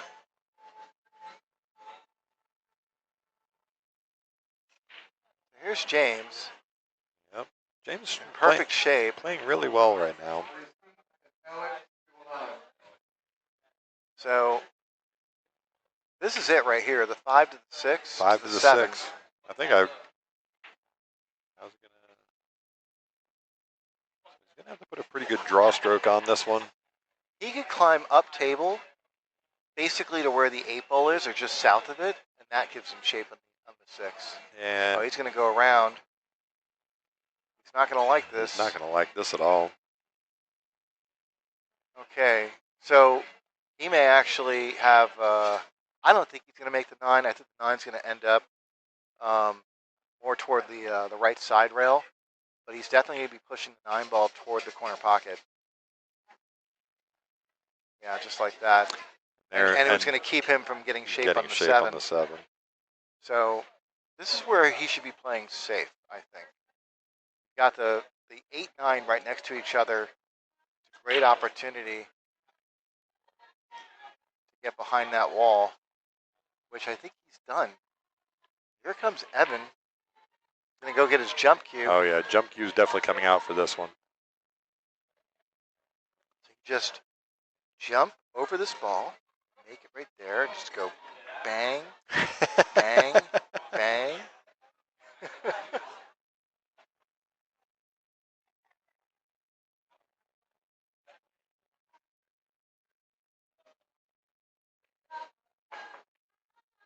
Hit it nice and solid, that's he had for followed sure. my line. Everything would have been fine if he had followed my line.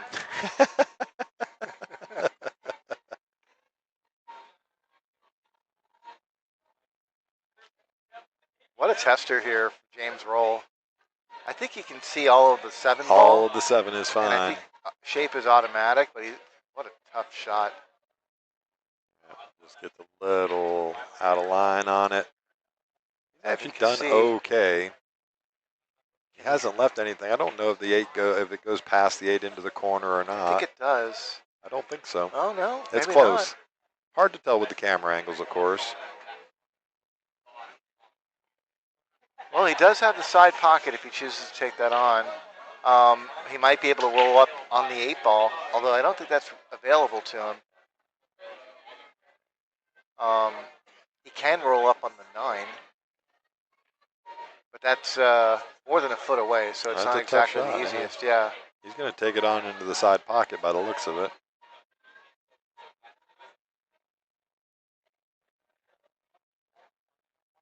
Look at this. Oh, my goodness. How'd he hit it? He might have been going for that. You think he played that? I mean, it's possible. I mean, he knows all those lines. I just. As you can see, shooting again on the hill. He needs the last 2. He's got one of the 2.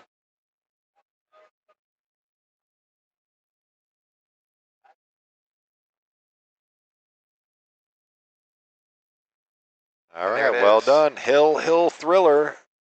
This is our first Hill match on the stream tonight. Stick around. If I get on this head table, you'll see some more. At least. No, yours won't go Hill. Oh, I can make You're just gonna win. You're just gonna win and just win and just win. Because all I do is win. I'm rooting for you. I appreciate that. At least somebody is.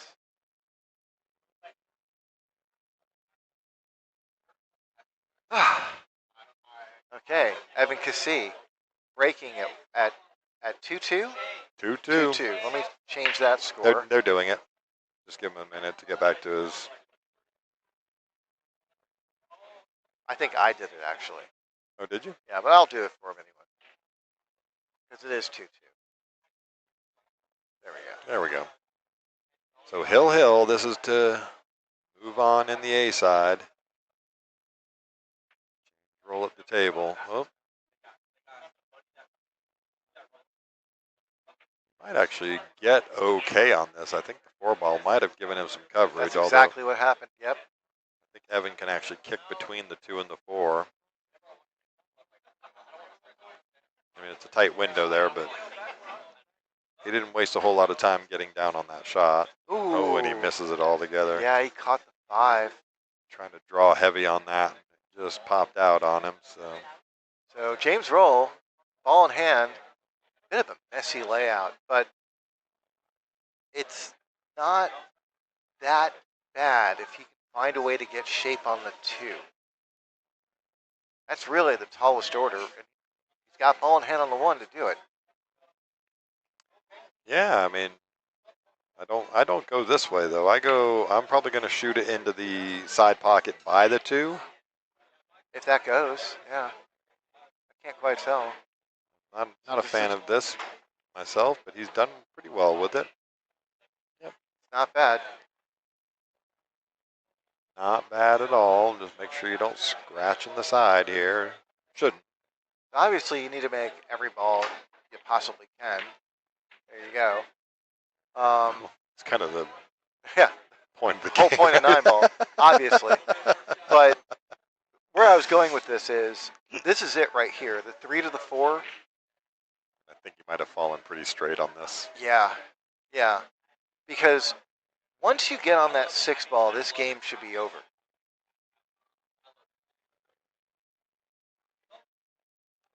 Yep, just take what the table gave you. He fell dead straight on that 3-ball. You might need to play safe here. I mean, it's certainly a makeable 4-ball. Just the shape is an issue, of course. Well, the way I'm looking at it, you can roll this up. Use that 5 as a blocker. Yep. That's pretty easy.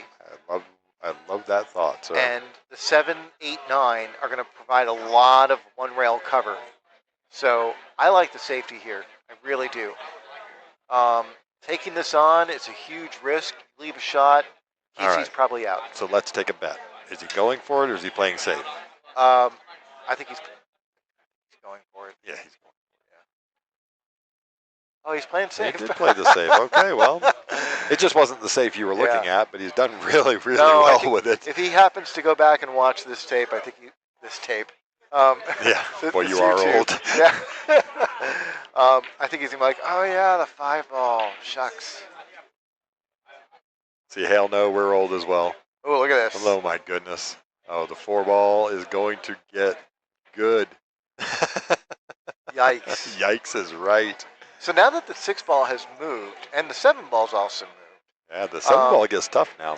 This is all changed a great deal. Now the idea of someone getting out in 1 inning is far less likely. How's he done with this? How's he done with this? Not bad. Not bad. This is a funny spot. You know what you might want to consider doing? If you can clip the 6-ball, try and punch into this and use the 5 for cover. Yep. Or you can go the other way. That's no good. Well, it's not bad, but it's not what he was looking for. Yeah. So you can just skim that 4-ball and send that cue ball up table toward the upper left corner. Sure. And that should provide enough problem to get you back to the table. Or you can do that. Look at this tracking. Oh, it might have just opened up on him. Yeah, it did. Yeah. Oh yeah. He can see this 4-ball. See, this is why I need to bring binoculars. Let me look. You're not that far from the table here, sir. It's also for bird watching. We get really, really fun birds in the backyard. Owls. That hawks. makes more sense, yes. Yeah. All right, so he was coming down here. Play the 5 in the same pocket. This ain't over. No, but he's going to get himself a pretty decent angle to get on this 7-ball. Absolutely, yeah. Stun it, right? Now, don't risk getting between the 8 and the 9. All I have to say about that. The key thing here is try and get flat on the 7, but not hooked. Yeah, he's done well. Really well. I like this a lot. He kept the cue ball up, table. Yep. Given the angle he's got on this, Jude, where do you go? I like the idea of playing the 7 and the 8 in the same corners. Both of them in the bottom left. Yep. But it's all a matter of whether or not he can get enough of, enough juice on that cue ball to do that.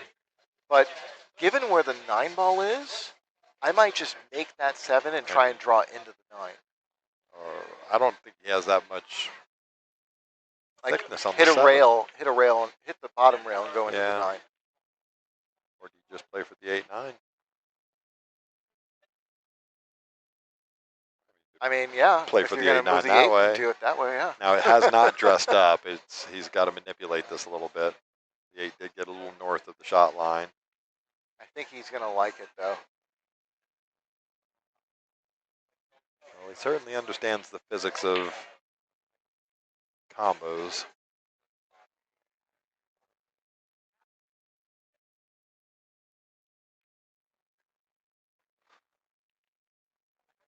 All right, Evan Cassie for the match. There it is. And there it is. 9 ball is down, and the 8 ball goes to just for good measure. Just had to make both of them. Evan Cassie wins 3-2. Moving on in the A side.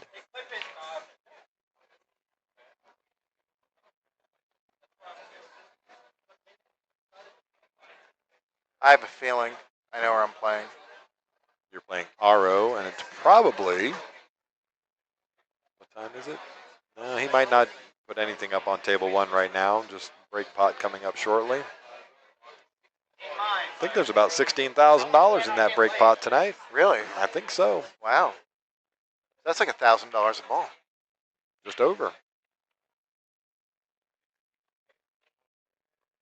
All right, so this is table 5, which you can catch on the other stream, but it's Kerry Empson and Ryan Nelson. Kerry is up 2-1 in that match. Table 1, there you go. We'll see you on camera, sir. I'll see you guys later. Good luck to you. Thank you. So yeah, we have Kerry Empson playing Ryan Nelson here over on table number 5. This match, excuse me, this match coming up on table 1 with our own Jude Rosenstock and Aro Majumder is going to be a really good match. I'm looking forward to that. These guys know each other well. They both play at a very high level. See how Kerry does to get from this 4 to the 5 ball. Draws it. Really good stroke, Kerry. Well done. She is definitely striking the ball well this last couple of weeks, especially.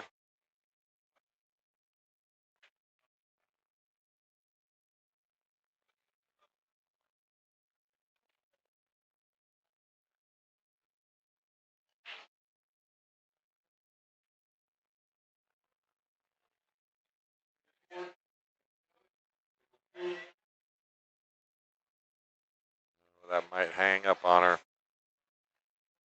All right, so we're going to jump back over to table number 1 with Aro Majumder and Jude Rosenstock. They're lagging it up. Jude hits a pretty good one there. Gets the first break. So Jude Rosenstock to break rack number 1 in this A-side match. Race to 3.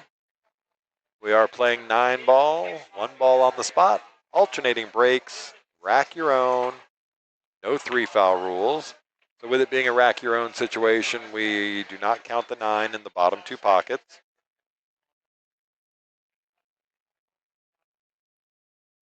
And if you want to continue watching the Kerry Empson and Ryan Nelson match, they're over on the other stream on Skinny Bob's YouTube page.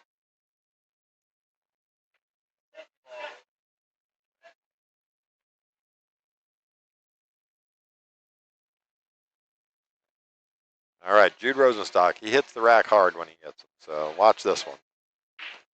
Watch it from above there. 1 ball down. Loses the cue ball to the bottom rail, but he's going to have a shot on.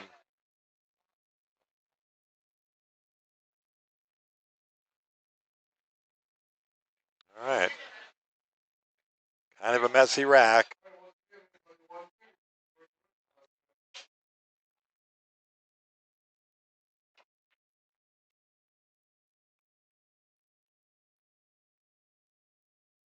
Wow, that was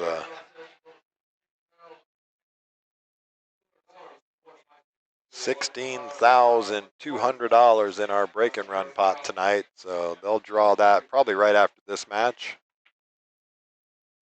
Because we do the break and run on table one.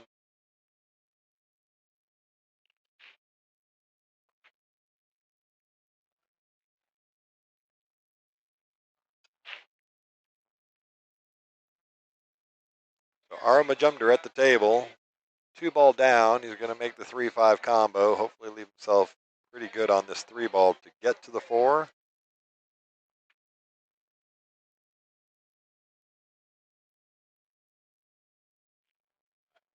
He was trying to break up the 8-9 at the same time. 6-8-9. He's done okay with it. The 6 goes past the 8. It's tight, but it does go past it. But he put maximum distance between himself and the 3-ball here. So let's see what he does here. Struck it well. Wants to get up the table a little more.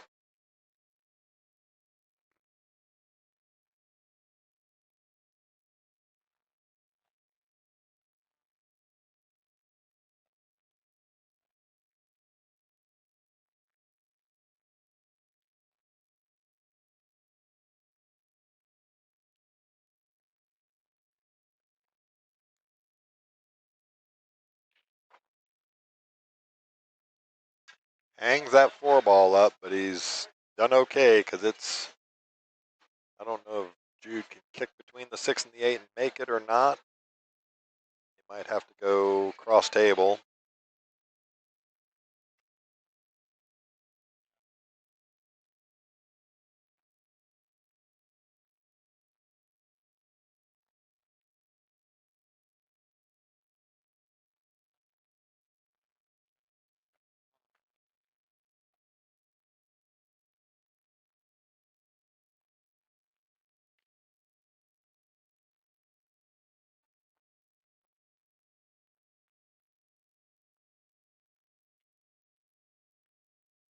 All right, so he's just going to look again to see if that 6 does go past. Now the 8-9 got tied up very strangely, so.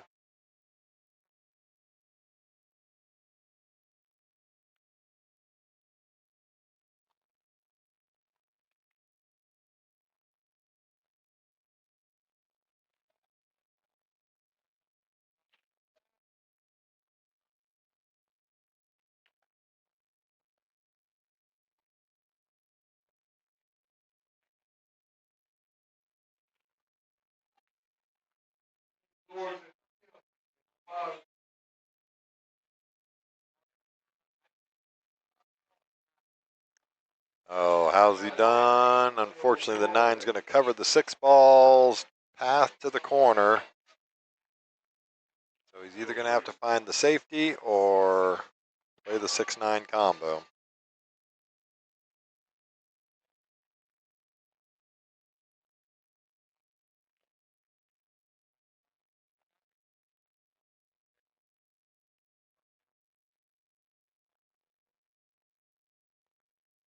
All right, so he's going to leave Jude a shot on this 6-ball. Now, no easy task to get from the 6 up to that 7-ball. He's going to have to put a big stroke on this, I think. Looks like he's pretty straight on the 6. Just draw it straight back off this rail. Yep, he's digging in for it. So let's put a stroke on this Jude.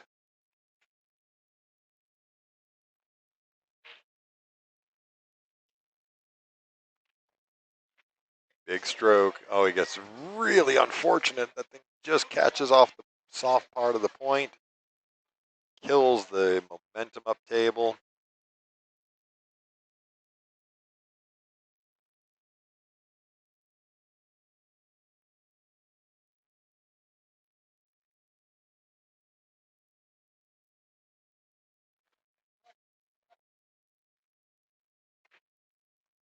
Containing safe. Wants to get behind this 8-ball. He's done okay with the containment. Not a whole lot that Aro's going to be able to do with this.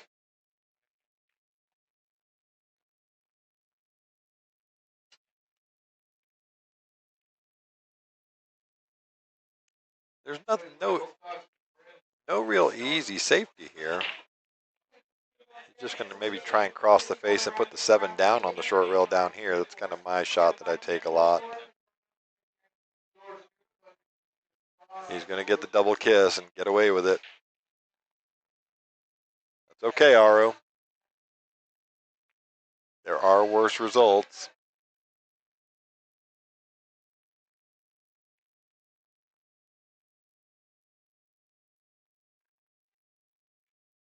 All right, well, everybody out there, jump on. Make sure you click on that like button. Hit the subscribe and share it with all your friends. Jump in the chat. Let me know where you're coming from.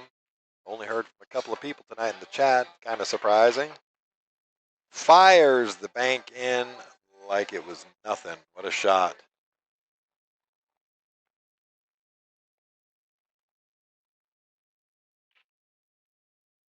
Yep, makes the 8. Aro's just going to go ahead and give him that 9 ball.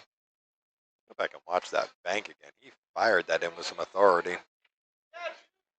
Held it really, really well. What a shot. Really well controlled on the cue ball.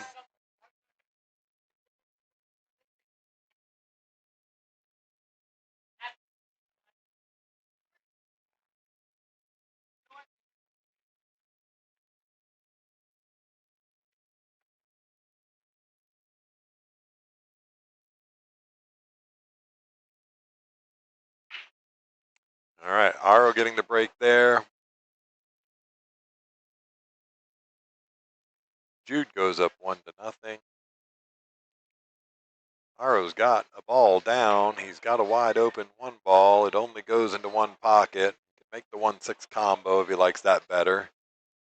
He's got a couple of choices here.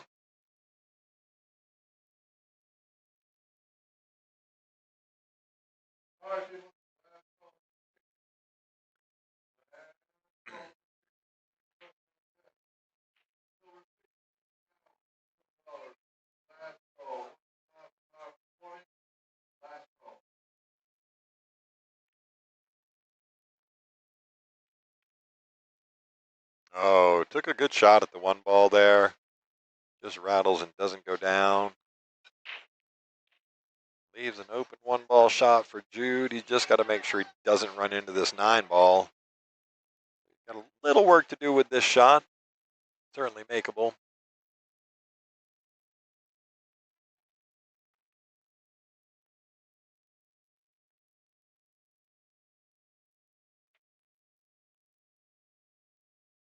Just looking at it, yeah, it naturally runs into the 9 ball, which would really, really hurt him to get as far as getting to the 2 ball.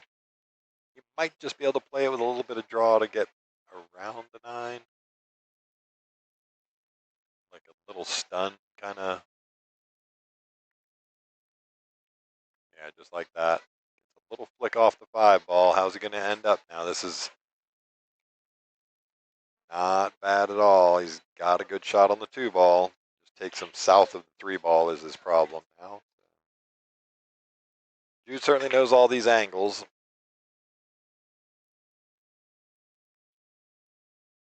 Well, good evening to you, my friend. Let go my Lego in the chat. Welcome to the stream. Welcome to the chat. Welcome to Skinny Bob's Billiards on a Friday night 9-ball tournament.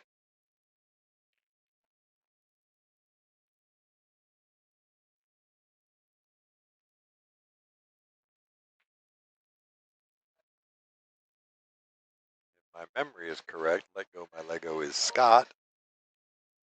Correct me if I'm wrong there. I don't remember YouTube handles all well. I recognize the ones that are in the chat all the time. But...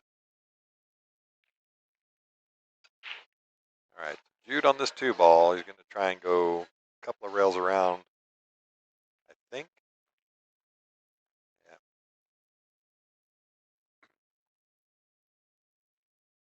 All right, so he's going to leave the 2-6 combo on for Aro.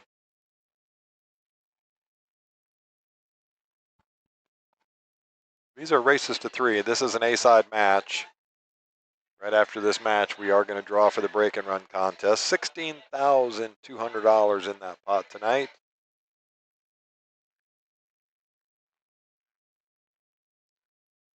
Oh, unfortunate there. RO not going to be happy with this at all.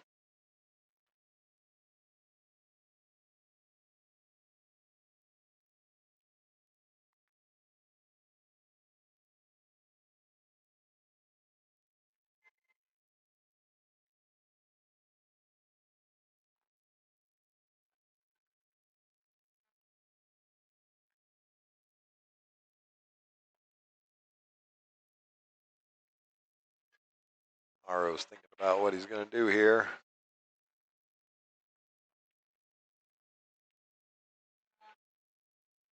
Take on the carom. Yep. Look at this. He's going to get coverage with the 8-ball, I think. Jude might want to think about taking a little jump cue out at this, maybe.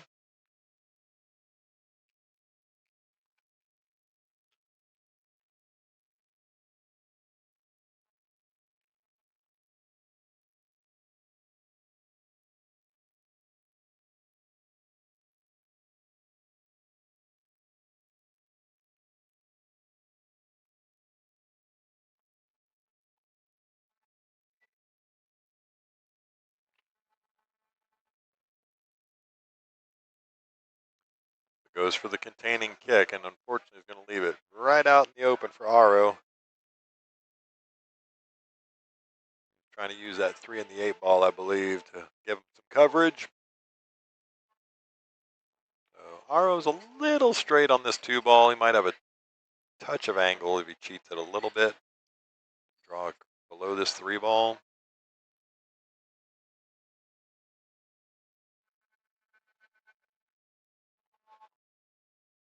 Again, these guys know each other well, and they both have a lot of firepower to them, so certainly a lot of respect for each other's game.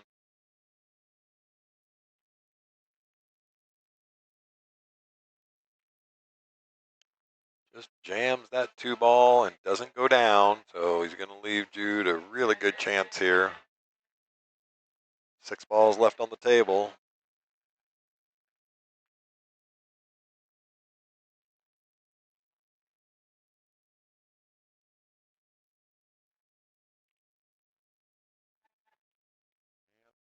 Draw back, shoot the 3-ball up to the top corner.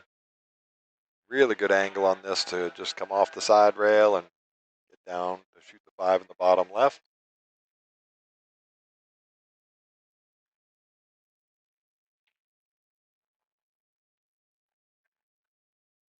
Very well controlled cue ball there.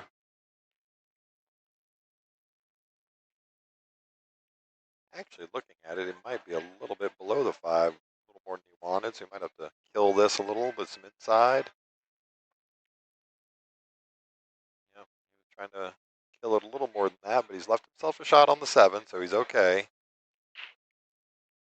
Just wants to make sure he gets south of that side pocket as he comes across the table.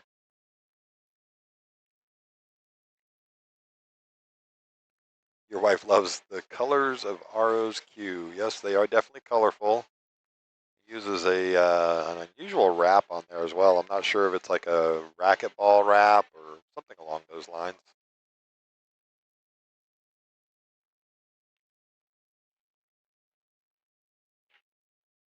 See a lot of 3-cushion players do that as well. Use a sport wrap of some kind on their cue. All right, well, still working hard for this rack is Jude. Excuse me.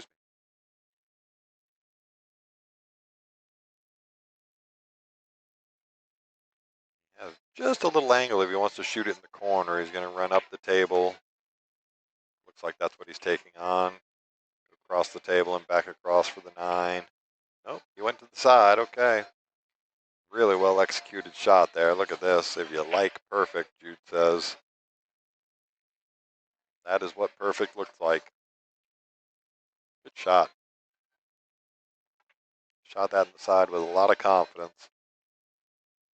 All right, so Jude is going to take a 2-0 lead. I'm going to jump off for a quick second. I will be back in just a minute.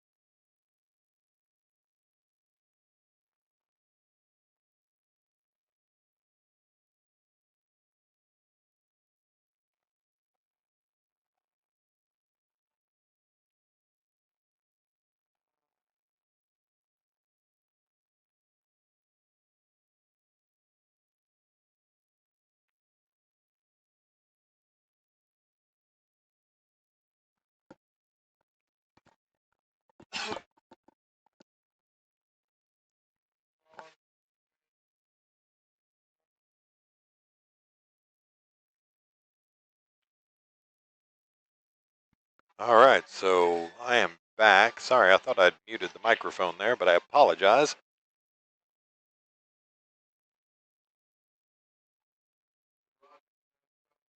All right, so Aro back up at the table now. Oh no, I'm sorry, I missed that. Did you make the 9 on the snap? I went to the restroom. I missed it. Sorry.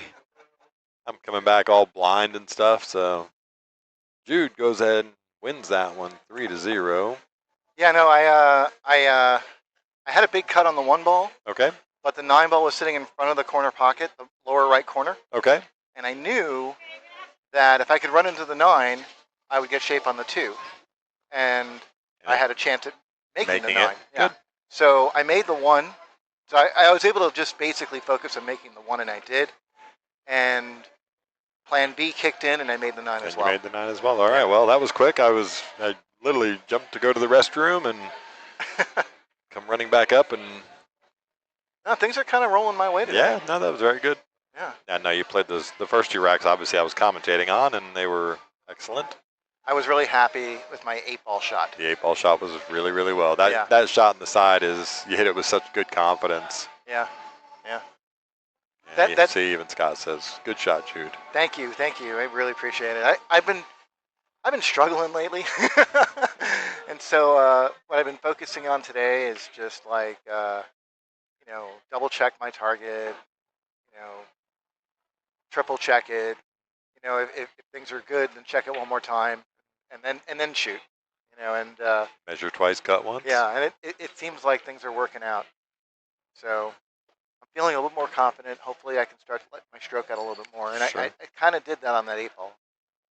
So while we're waiting for what I imagine is going to be the break and run pot on the main table, we'll jump over here to table 5. We'll watch our host and owner, Kimberly Sanders, our own Kim, playing George Gibbons. I love Kim. She's corner so much hooked. Fun. She is so much fun. She's having to go full table kick here. Is it going to just catch a thin edge of it? Nope, it's going to roll out past it. Good try, though. The whole family, they're good, sweet people. Good and people. Everybody who plays here, hangs out here. I mean, I've been playing in pool halls my whole life, and I've never been so fond of the owners of the pool room I played in, and it truly feels like a family business here. Yep. It is, but it feels that way. Hey, Floria 58, shout out to Shayla Naris. This is her Aunt Anna from Florida watching. Well, welcome to the stream. Welcome to the chat, Aunt Anna. I will definitely pass that on to Shayla that you were here watching. She's over in the tournament booth right now. Shayla's the whole reason behind everything. She's a rock star. We love Shayla. She's doing great things. Really is.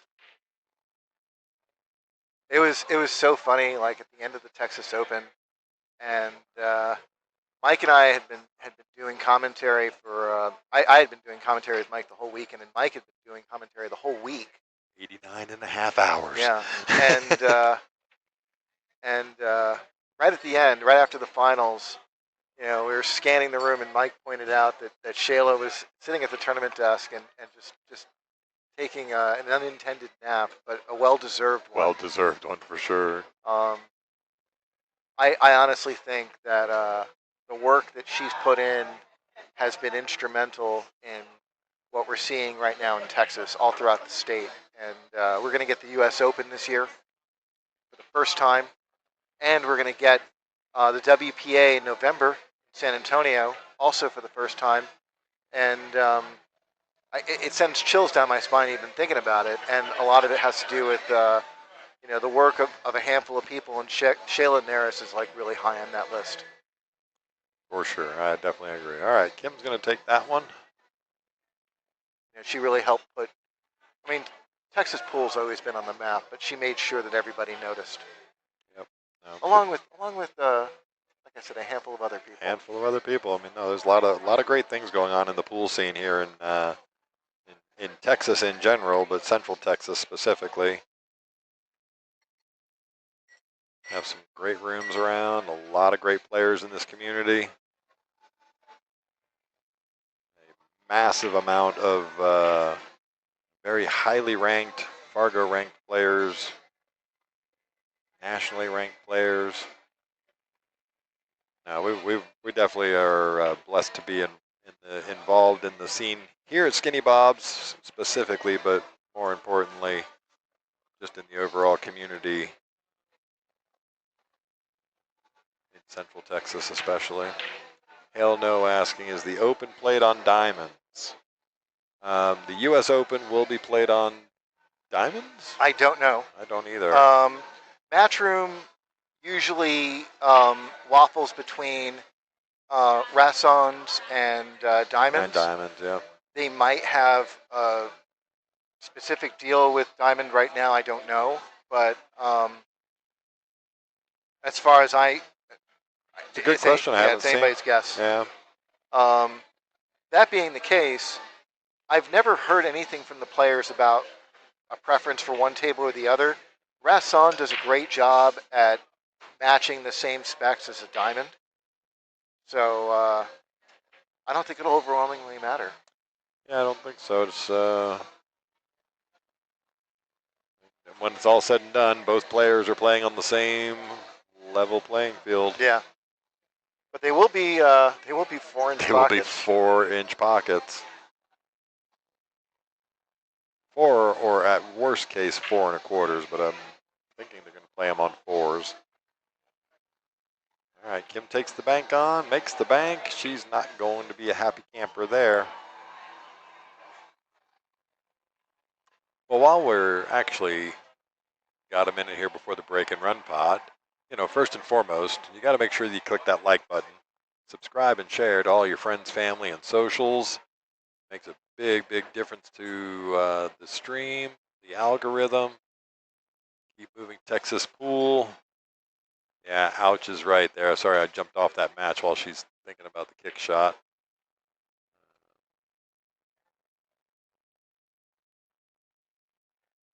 Yeah, she's going to give up ball in hand there. Sorry, I jumped over to clear up some necessaries. But speaking of the U.S. Open, Jude, right after the U.S. Open, we have the Texas Open 9-ball going on. We've got $45,000 added to a couple of different events this year, man. Talk about our tune-up. The U.S. Open is going to be our tune-up this year. We like it. No, it's going to be a great couple of weeks of pool between the U.S. Open, Texas Open, and then San Antonio. Is it 2 weeks later or the week later? San Antonio is going to be in November. Oh, they moved it to November. Yeah. Okay. It'll be the week of Thanksgiving. Okay. Yeah. Well, good. Look forward to that as well. So yes, we do have, starting on August 31st, going through September 7th, the Texas Open 9-ball championships week with 9-ball, 1 pocket, Banks ring game, 9-ball mini, ladies 9-ball, lots going on that week. Make sure you stay tuned for more information and check it out. You can check out the information on the Skinny Bob's webpage or the Skinny Bob's YouTube page. But we were talking about this earlier. Tomorrow morning, any ladies out there wanting to play in a really, really fun tournament, it's a 2-day event. The Infinities Ladies Tour is in town here at Skinny Bob's for stop number 2 on the 2026 tour.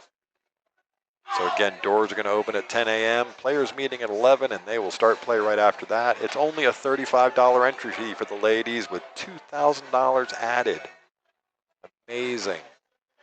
All right, so we're going to have a lot of fun with that over the weekend, being streamed by Backwards Billiards, sponsored by Brutal Game Gear, Garner Wallace, and Durbin Custom Cues. So make sure you support that Infinities Ladies Tour, man. There's a lot of great players and showing up for those events. I always enjoy the Infinity Tour. Next weekend, we are going to do, on Saturday, we're doing a 527 and under 9-ball tournament. That's going to be Saturday, March 21st. We're going to open the doors at 10 a.m. Play starts at 11. You can check out that information at skinnybobs.com as well.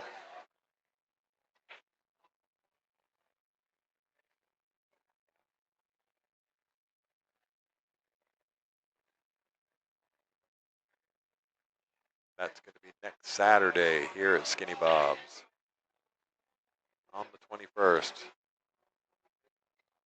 All right, well, at least you made the one ball as well. Jude was just replaying the shot that I missed when I went to the restroom. Look at my shape on the two, though. I know, you were perfect. Yeah. So, yep, so we've got that, and then we also have coming up, this is a sad one for us, Sunday, March 29th, we're going to be doing a celebration of life for Pat. If you've ever been at Skinny Bob's over the last few years, you knew Pat. We're going to have a whole lot of fun. Make sure you come out Sunday, March 29th from 1 to 4. Rest in peace, Pat. We love you. I miss her. Yep. All right. I was never 100% sure if she liked me much, but she tolerated me. Yeah. And special for sure. She was a fixture here, and we all really appreciated her. It's All right, who did they draw? Aro Majumder gets the draw for the break and run. I was just gonna say, like, you work in pool halls, you hire people and staff, or I was gonna say no. And it's hard finding good people, you know, people that get along with your regulars, that you can trust. Yep. And so again, all that information for those next three weekends is up on the SkinnyBobs.com webpage, Skinny Bob's Facebook page. You can get all that information. But so let's watch Aro here. He's gonna get a chance to break for a little over $16,000 in this pot tonight. So what are the rules? 15 ball rotation. Okay. The 1 ball on the spot. Yeah. The 5 and the 10 on the corners, 15 in the middle, or is it 2 and 3 on the corners? I think it's 2 and 3. It is 2 and 3. Excuse me. Yeah. But what's the breaker got to do? Break has to make a ball on the break, okay, and then has to make a ball after the break, okay, to qualify for any money. Now, once okay, you've made a ball after the break, you can stop at any point in time and what take. If you don't stop? If you don't stop, you keep making money till you miss, and if you miss, you make 0. Oh. Get the ever-famous words of Ray Tull. So it's going to be a little over $1,000 a ball. It is a little over $1,000 a ball. So it's going to be really exciting. It's going to be easy to keep track, too. $16,200, I believe, was the total in the pot tonight. So you can do that math. It should be about 1,010. I don't know. Brain's not working, sorry. 16,200, you said? 16,200 divided by 15. That equals $1,080. $1,080 a ball. So guess what? If you make a ball, 1 ball on the break, get a shot on the lowest number ball on the table, and you make that one, you just made $2,160. Okay, guys. So your job at home is to go cha-ching every time Oro makes a ball. It's funny that because I was actually looking at a sound effects patch for this thing, but we're not quite there yet. All right, so we're going to jump back over to the main. Aro Majumder going to get a chance at $1,080 a ball. See the rack there, it's 15 balls. I think they're actually just checking to see if Aro qualifies for the full pot, because you have to have played in 3 Friday or Saturday night tournaments in the last month. So 3 out of the last 8, basically. I don't think it's going to overwhelmingly change Oro's decision, although it will make it's a little less exciting for the fans at home. That would make it $540 a ball, but still a really, really good payday. But I think he might just qualify. We'll find out here in just a second. They're just checking the records of what tournaments he's played in. I know he's been in and out a little bit.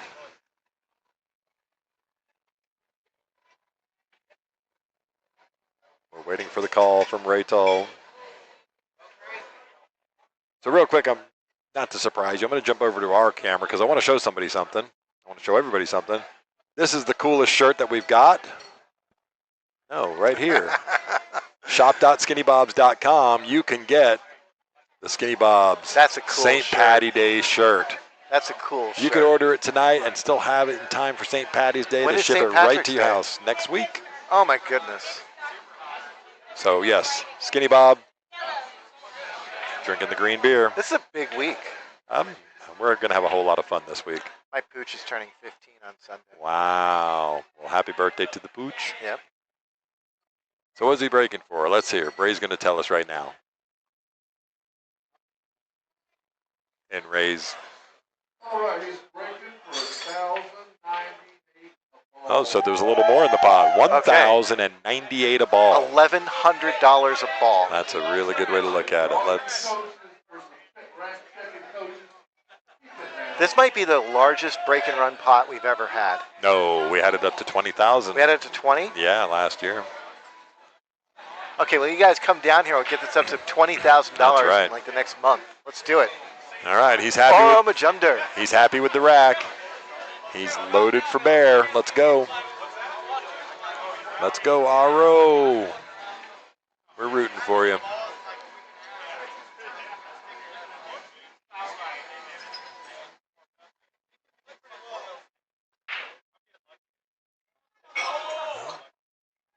Oh, wait. Three balls down. He has no shot on the one ball. Oh, my goodness. The 3-ball makes the unbelievable Chris Melling pass through the middle of the pack and gets nothing. How does he hit this? Oh, my goodness. This looks so difficult. Let's take a look at this. Is there any way to get to it? I mean, because he doesn't have to make the one ball. He just has to make contact with the one ball first, but I don't even know how the heck he's going to do that. I mean, there is a path here. Like, no, I don't even know if there is. No, there's not. He's going to go this. Okay, he's going to.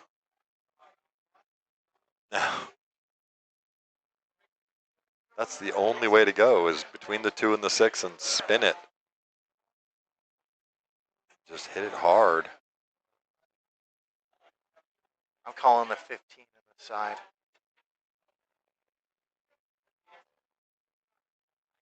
The top side. I want to watch it from the top here because I think this is an important shot. Hit it hard, Aro.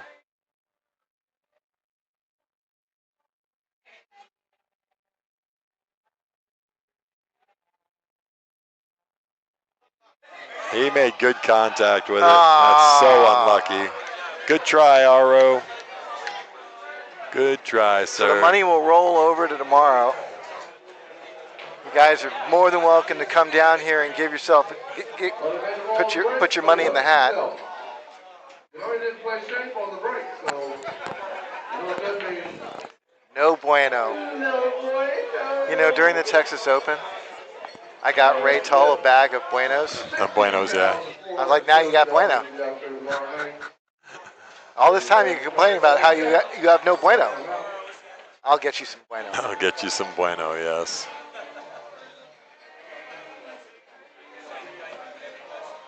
Well, that was a little unlucky there. He made a great attempt at it, made good contact on the one ball.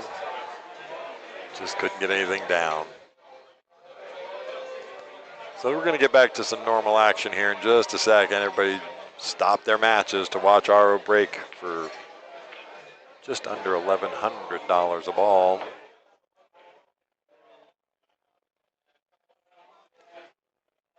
So while we're waiting, let's just...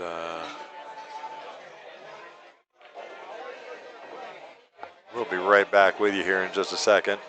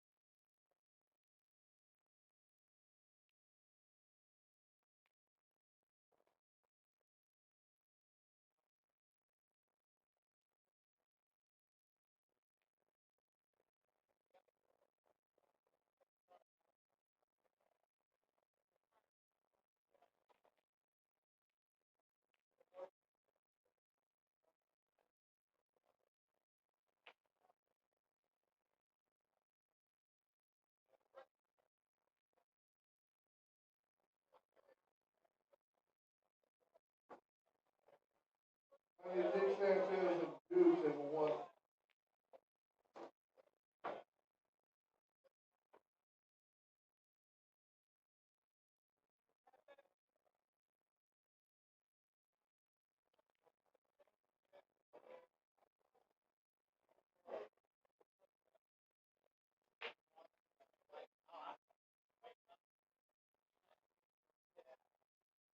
Joe Flores and Dave Newman, table 9.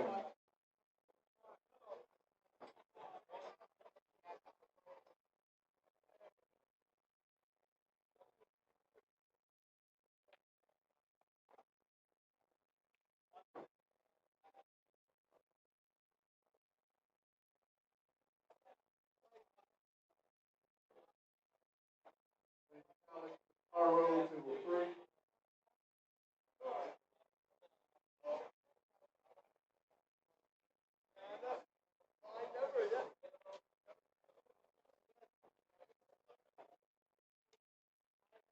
All right, so I guess it's confusion. Anyway, I'm going to go to the tables. Jude and Nick, table 1. Bubba and Michael Barton, table 2. Alex and Caro, table 3. Fron and James, table 4. James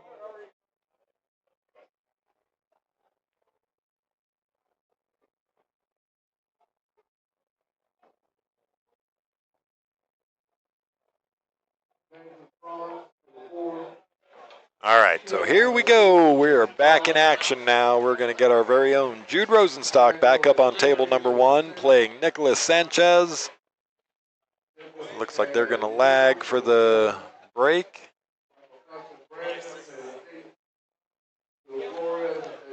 All right, here we go. Jude Rosenstock and Nicholas Sanchez lagging it up.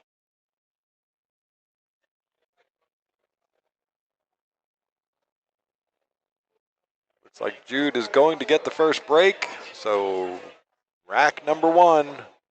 This is an A-side match.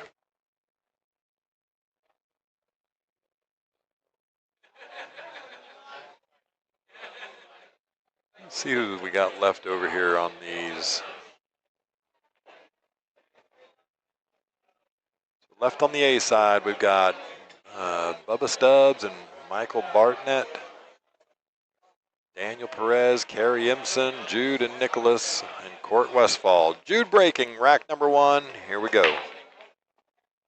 Got the 1 ball down, the 8 ball down, the cue ball down. Unfortunate little kiss there from that 2 ball. Jude hit a really good break there, and it just unfortunate.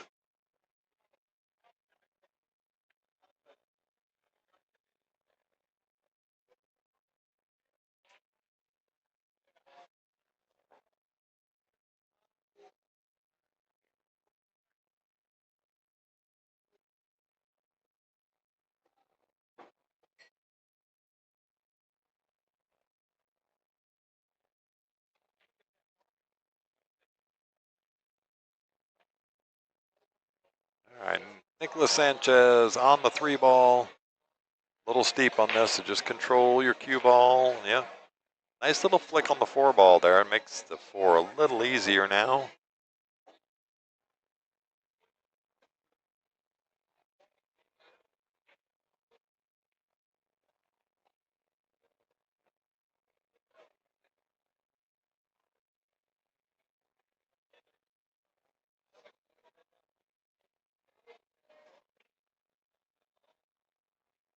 Hey, watch outside pocket. Okay. Nice little kiss off of the point there.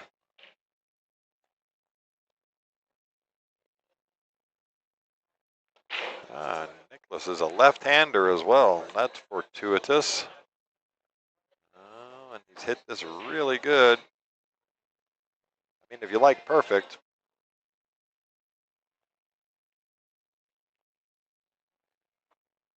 He's going to run straight up the table, or is he going to go 2 rails? Let's see. He's going to take the 2 rail option to get on this 7. He's done really well. Got north of the shot line. Just play a little stun shot and drop down below the 9. Shoot the 9 in the same pocket. Yeah, like that. Good stroke from Nicholas.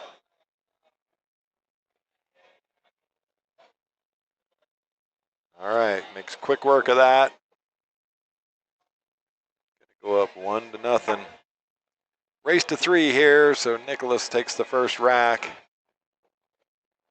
And he has the break.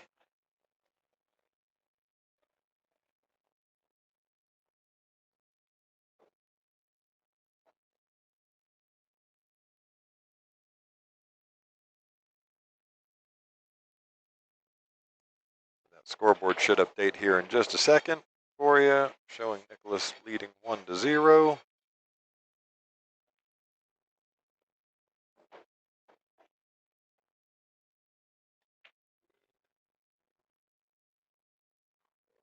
This race to 3 format, alternating breaks.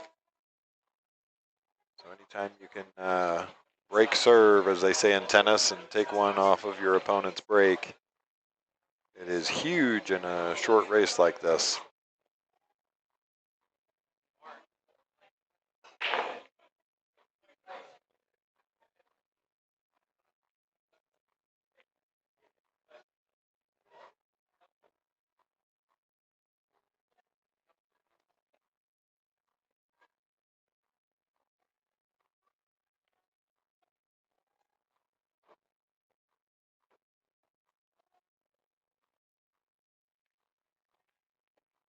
So dry break from Nicholas there.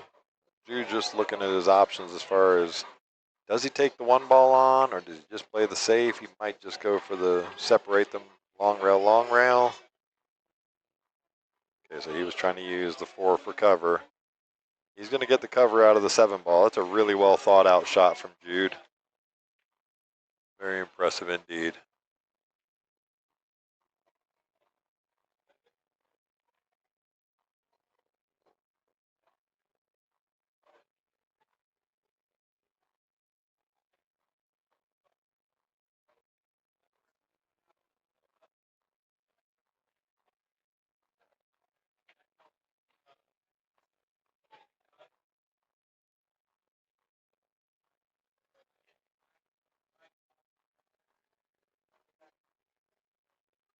Oh, just doesn't quite get it to go down. He's going to leave Nicholas a shot here. Hell no, if you don't have a Fargo rating, can you play in the tournament? No, you cannot. There is no exceptions. You must have a robustness of 200 or more. Wow, did he hit that thin? That ball traveled about 4 or 5 inches and doesn't drop. But yeah, no exceptions to that rule with our handicapped, whatever and unders, the 600 and under, the 580 and under, and now a 527 and under. You must have a minimum of 200 robustness in Fargo. So get out and play. That's the way you get the robustness going.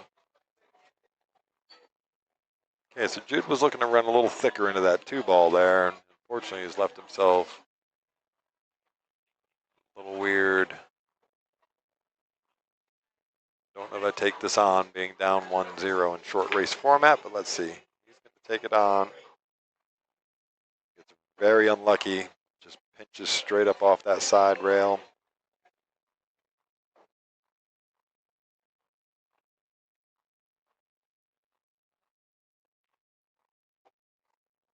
He's got himself in a little bit of a bind now. He's got to think about the lines here. Kick at this 3 ball, and he's going to be kicking to try and make, so trying to see the numbers he's at. It's going to be pretty close here. Oh, he just misses it.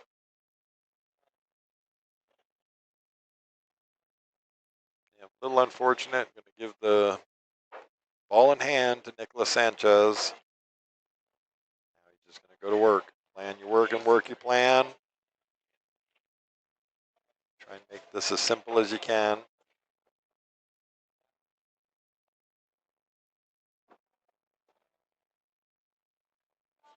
Left himself a really good angle on this. He can just draw straight back down the table to this bottom left corner. There you go. Good stroke.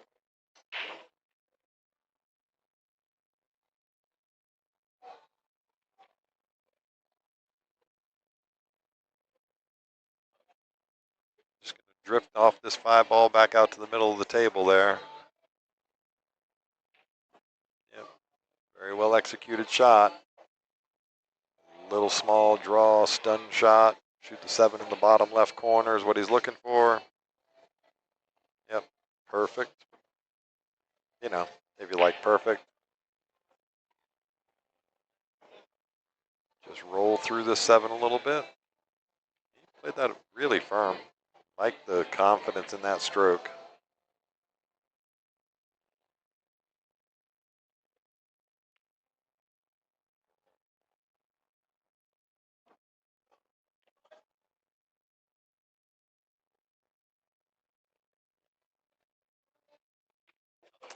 Nine ball down. Nicholas Sanchez gets on the hill.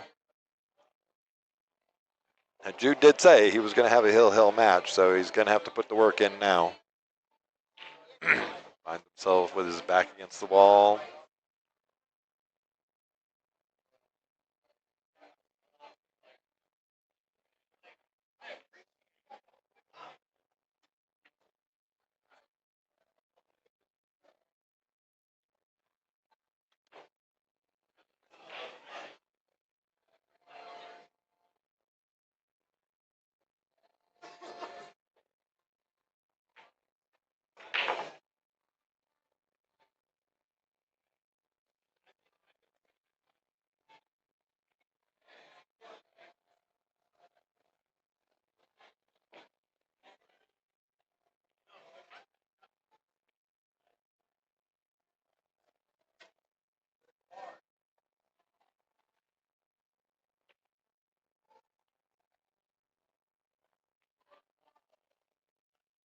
Yep. Just trying to contain him with that 5 ball, and he's going to leave Jude an opportunity here.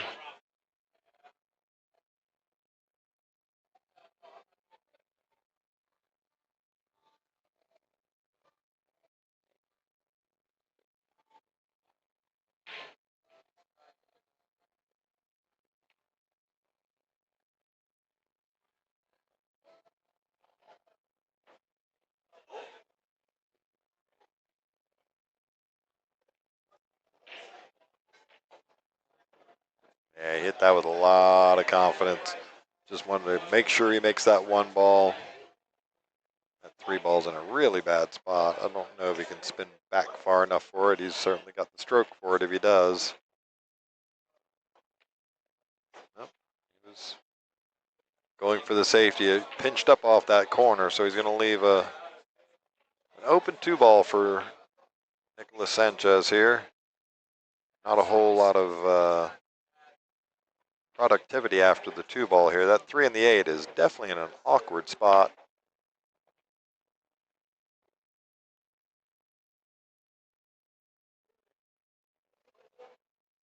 Oops. Yeah, he was trying to double the rail there. Just caught the 2 ball a little bit thicker than he wanted to.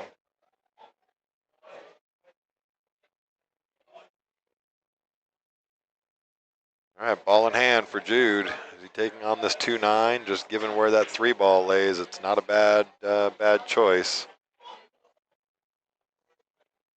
No real easy way to make the 2 and get a breakout on the 3, so might as well.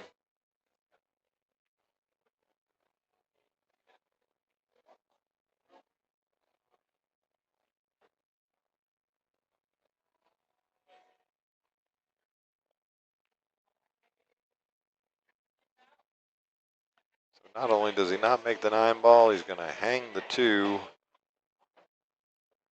And it's actually hung in such a way that Nicholas could go rail first, make this 2 ball, and run pretty smack dab into the 8-3. Yep, just looking at that line now. The rail first with some right spin on it. Kind of like top right off of this. Oh, and he misses the 3 ball. That's unlucky. Very unlucky there. Going to find himself kicking out of this one as well because there really is no shot on this thing. It doesn't go to any pocket.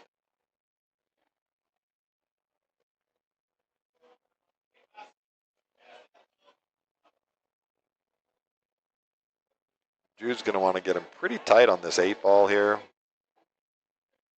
Wants to think really, really hard about where he leaves the 3 ball.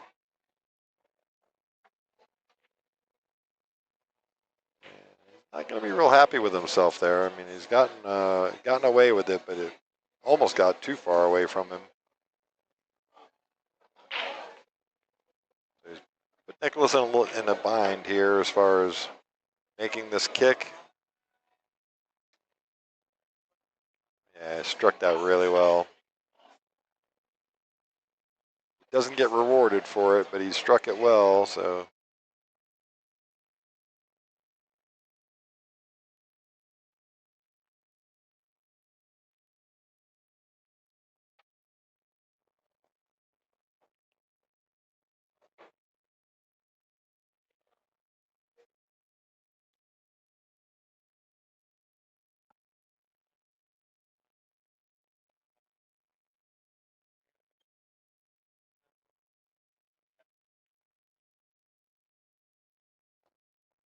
Yeah, he's trying to hold for that 4 ball, and he let it get away from him a little bit.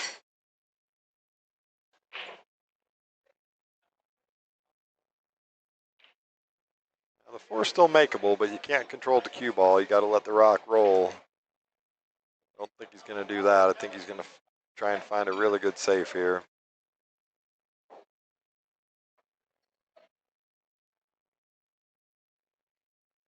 Try and play this 4 ball 2 rails around to get down in between the 6 and the 8. Maybe get down behind the 6 and the 7. See if he can drag the cue ball. Dino, what's going on, my brother? Dino in the chat. Welcome to the stream. Welcome to the chat, my friend. I see Roland is in the finals for the 1 pocket. Go, Roland. Let's go. Super excited for him over there.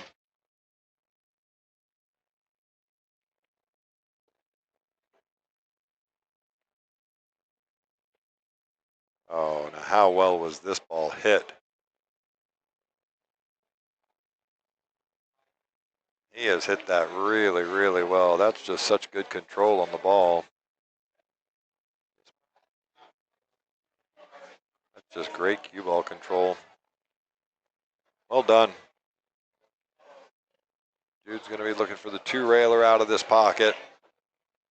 Just got to miss the 6 ball and you can get there. It's there, Jude.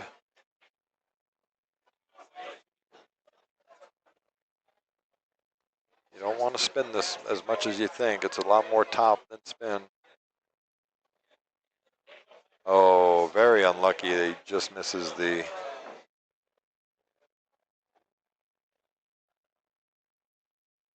Very unlucky there, but it was a tough. I mean, that was a great safety from Nicholas. He definitely earned that ball in hand. So tough to control the speed of that cue ball off of that into there, and he just played it with perfection.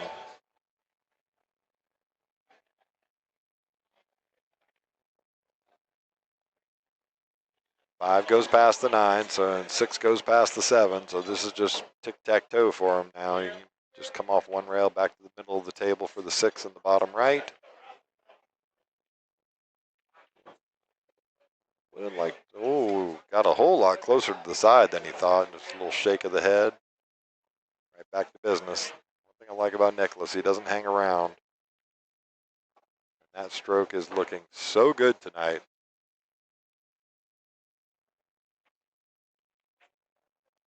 Yeah, Roland versus Carlo in the finals is pretty impressive. Can't wait to watch that one.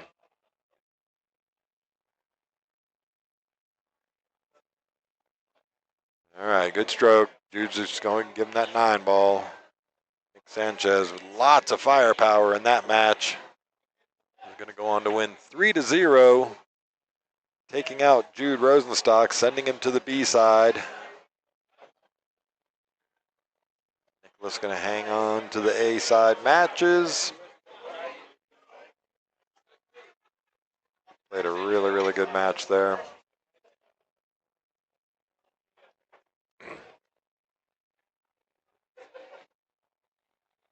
Back in the booth. I'm going to have to go back and watch that match. He shot lights out. He shot lights out. Didn't miss a ball. Yeah. and put you in a couple of really tough positions when he was shooting safeties. That last safety was next level. The cue ball control to get you into that. I know. And you were really unfortunate. You hit the right shot with the two railer out of the corner. Just carried a little further up the table. I think if I had hit it harder, it would have shortened up. I couldn't quite tell. Did you play it with some left spin? I did. So it's really more of a straight top to get to that middle diamond. You think so? Just try it. I know you were struggling to get past the 6-ball playing it that way. You hit a good shot and you hit it firm. Maybe you can shorten it up. If I hit it with some draw, I shorten it. Yeah, it's tough to miss the 6-ball, but it was a tough spot. No, it'll draw off the second rail. That's what I know, but I'm saying if you shorten it up too much, it runs into the 6-ball coming off the second rail. Yeah. Anyway. It doesn't matter. I didn't get very many opportunities. You did not. No, Nicholas played a great match against you there. He didn't give you very many opportunities. I didn't have anything that connected well. And Yep. kept giving up the table and couldn't figure out a way to stop it. Yeah. Yeah, so I'm going to have to go back and watch that match. Well, guess what? You can watch it anytime you want now. The good news is that I'm still not losing from misses. No, you're shooting well tonight, brother. And that's really all I'm caring about right now. Sure. Not just shooting yourself in the foot. I'm going to miss my occasional shot, and I did, I think, miss one or two shots there. But, if for the most part I feel pretty good on every shot, then, Then you have success. Yeah. I had a couple where I was shooting off the rail that I missed. All right, so next up on the main table here, we're going to get Bobby Bubba Stubbs playing Court Westfall.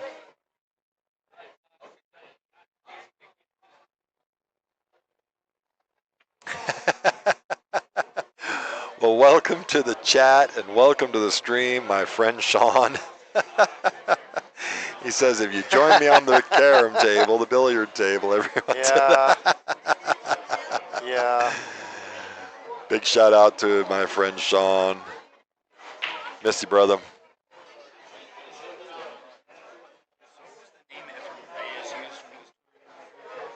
What was the name that Efren Reyes when he first came over? Brain It stop. wasn't Cesar Chavez. Cesar. That's the name of the. Cesar Romero. Cesar. No, it wasn't Cesar Chavez. No. Come on, Sean, you know what it is. What was the name that Efren used when he first came over to the U.S.? I could ask the interwebs and find out.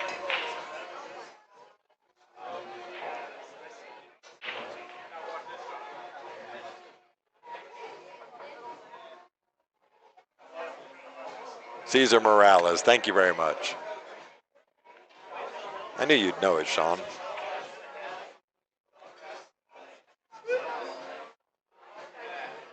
My brain stopped. Sorry, it's been a long day. No, Cesar. Who? What? Cesar Morales was the Cesar name. Morales. Yeah. So I got the Cesar part right. Yes, you got the Cesar part. Right. All right, here we go. Court Westfall and Bubba Stubbs. Rack number 1. Court Westfall to break.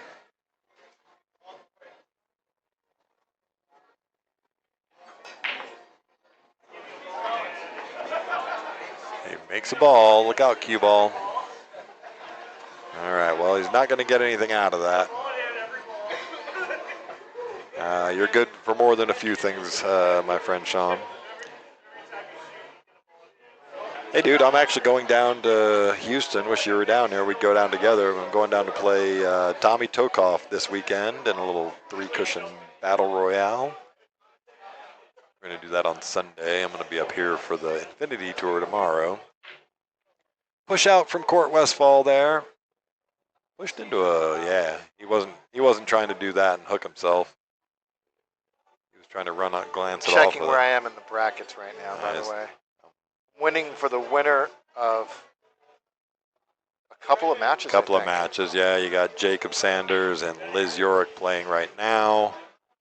Winner of that plays Kevin Reap. Winner of Jacob that, Sanders. I don't know who that is. I'm not a. Another Sanders. Oh, nice try, Court. How big is this family? Colonel Sanders. I kid. Okay, so I see where I am. It's right here. Oh, okay. Yeah, I wish Oh, you could yeah. too, brother. Yeah, I'm definitely going to lose my next match. Without a doubt. Kevin Reap has a Fargo rating of 388. It means he's a killer. Yeah, but he might lose to Liz Yorick, and then you're really in trouble because she's a 399. She is a killer. Yeah. She is a killer. All right, Bubba on the two ball. Sanders. I mean, I've never beaten a Sanders before. Little draw across the table here. Yep. Leave yourself a little angle on this. Perfect, Bubba. At least my wife at home is beautiful.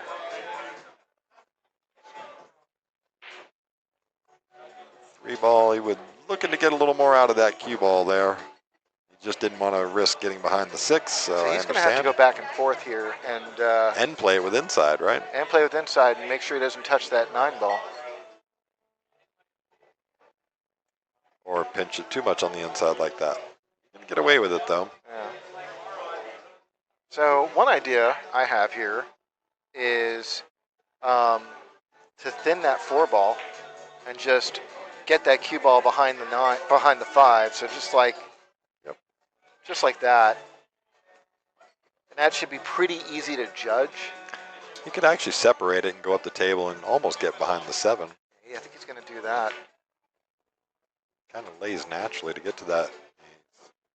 So he hit it with top right. He's going to get coverage with the 9 ball. So good shot from Court. So what's interesting about this layout is he can actually kick underneath this. And it's sort of like a kick and stick. You want to hit this with some top spin. And you know what? If the 4 ball happens to go in the top right, then you keep shooting. Yep. And if it happens to land behind the 9, that's good too. Well, you got 2 pockets you can kick it into, right? Oh, he's going. He could see the thin edge of it. You're going to get up the table far enough. Well, he can see the 4. Yeah, I don't think he quite got there. But holding for this 5 is going to be. There's no holding. No. He's going to. Yeah, there's no holding. But you get to take a free stroke at this, I think. Playing it with a lot of inside English. It's a good shot. Look at this. Look at this. If it gets past the 6, this is probably. Got it. That's what a great shot. He's got it. What a great shot. Really well played by Court.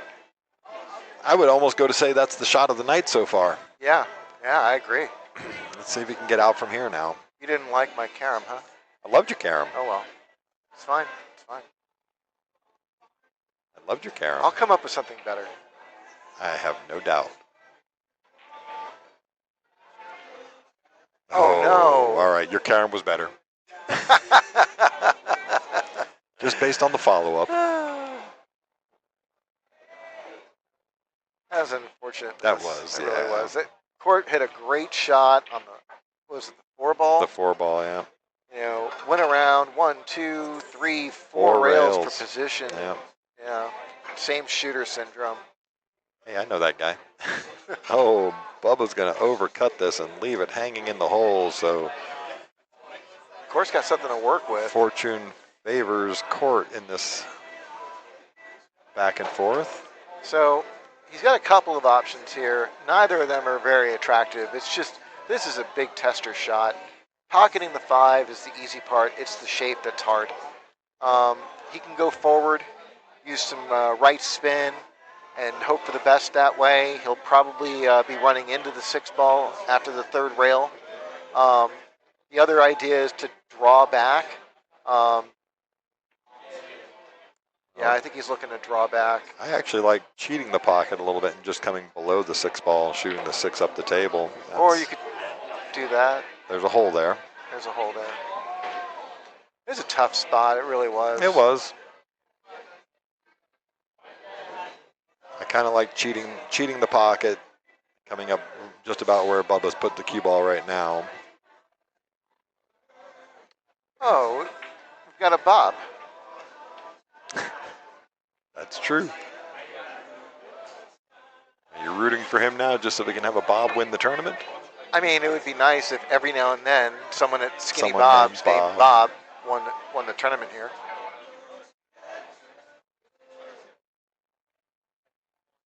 All right, it's going to be just about perfect. Yeah. You know. Yeah, if you like that sort of thing. That sort of thing, yeah.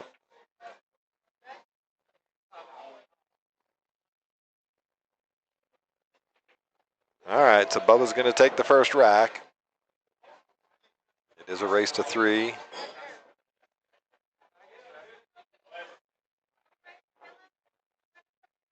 So this is an A-side match. This is to get to the hot seat match.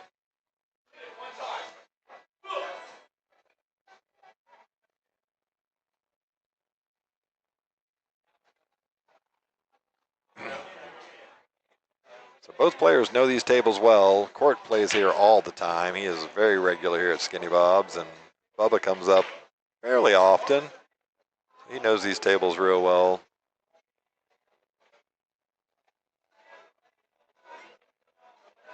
Bubba does a little more traveling around for some tournament action and cool frivolity. Big break from Bubba there.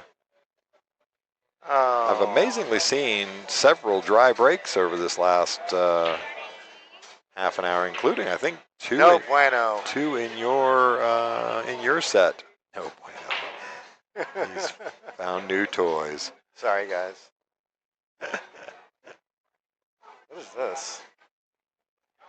I'm not going to touch that.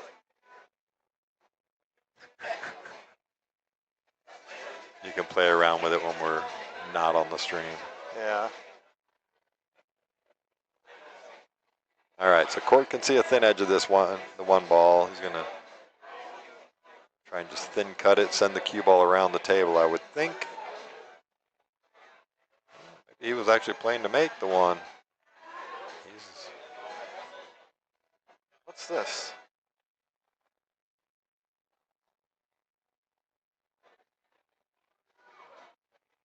Oh, that's interesting. Oh, it's like a laser pointer. Yes. Oh, that's really interesting. You know what the one thing that doesn't have that it needs? Tell me. A straight line. Yeah. Actually, does that do that? No, it does not. No. Okay. That's why I was like messing around with this just to see like. Play around with the toys on a Friday night. Why Yeah. not?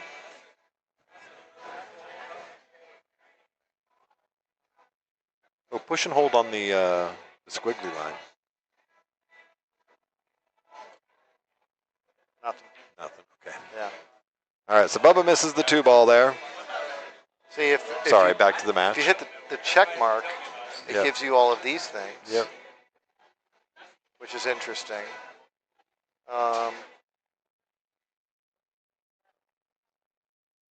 is this? Oops. I didn't mean to do that. Sorry, guys. All right. Does the menu? Why is the menu cut off there? What's I over there? don't know. You don't know? Okay. All right. So Court on the 2 ball here. Yeah, this is just kind of a disjointed rack. 4 ball's in a really awkward spot, tucked in behind the 5. Daniel Perez, table 2.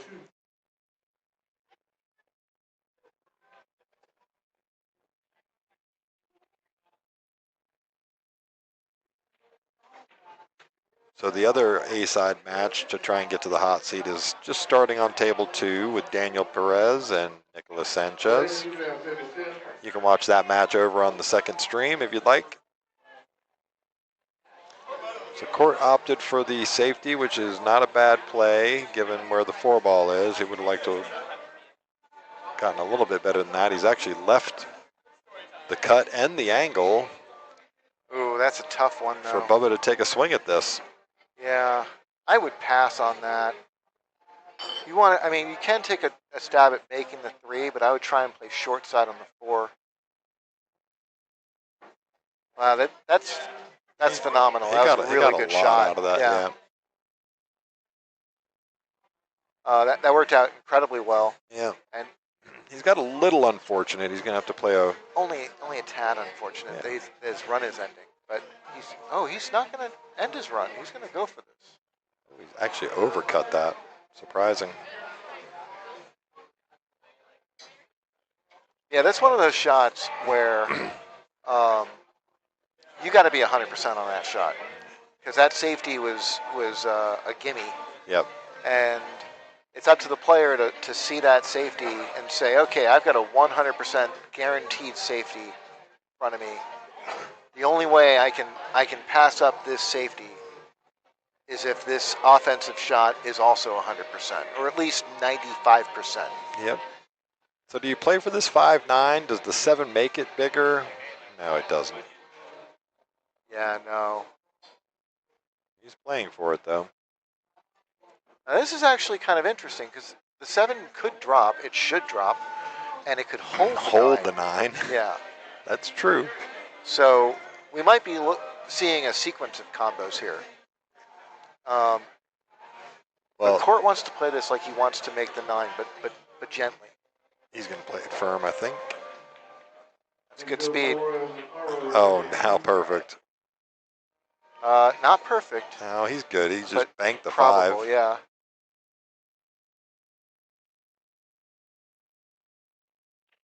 Yep.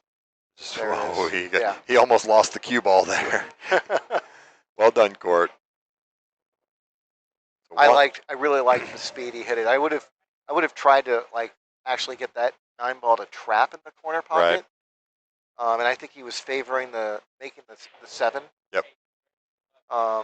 Which it's fair. Yep. I'm not at the table. It worked out well for him. It's not my game. It worked out well for him.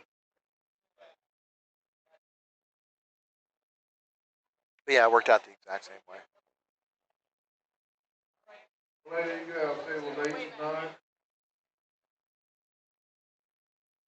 All right, so rack number 3. Court Westfall to break in this race to 3. Winner of this goes on to the hot seat match. And I think that's going to be against Daniel and what's that kid's name? Nicholas. That just beat me. Yeah. Yeah. I think I've played him before. He looks familiar. Yeah, he's been around a couple of times. I've played him. I've played him in one tournament here. Oh, Court loses the cue ball. Look at all the balls he makes. So he makes 4 balls on the break. The cue ball, yeah. That actually happened in my first game against Nicholas, where I had a really good break. Really good break, and the 2 just nudges it into the And then I didn't even lose the cue ball; it got kicked in. Yeah, no, you held the cue ball well. You just got kicked in. Those are the ones you have. Just got to scratch your head. You just shake your head and move on, right? Yeah, and he ran out from there. Yes, he did. Yep. And that's exactly what Bubba should do here. Although this is not the easiest of 5-ball layouts. No, it's not. The 9-7-5 line is not fun at all. Just got to get in the right spot on the 4-ball here. Yeah, a lot is going to be how he plays. This is all hinges on where this cue ball stops. Yep, went a little too far. Yeah. Yeah, I think he's going to have to climb up table. You want to get to, somewhere around here, like that's where you want your cue ball, and you can get there pretty easily, Just take the tougher shot on the 5. Just keep it simple. But then that makes the 5 to the 7 even more difficult.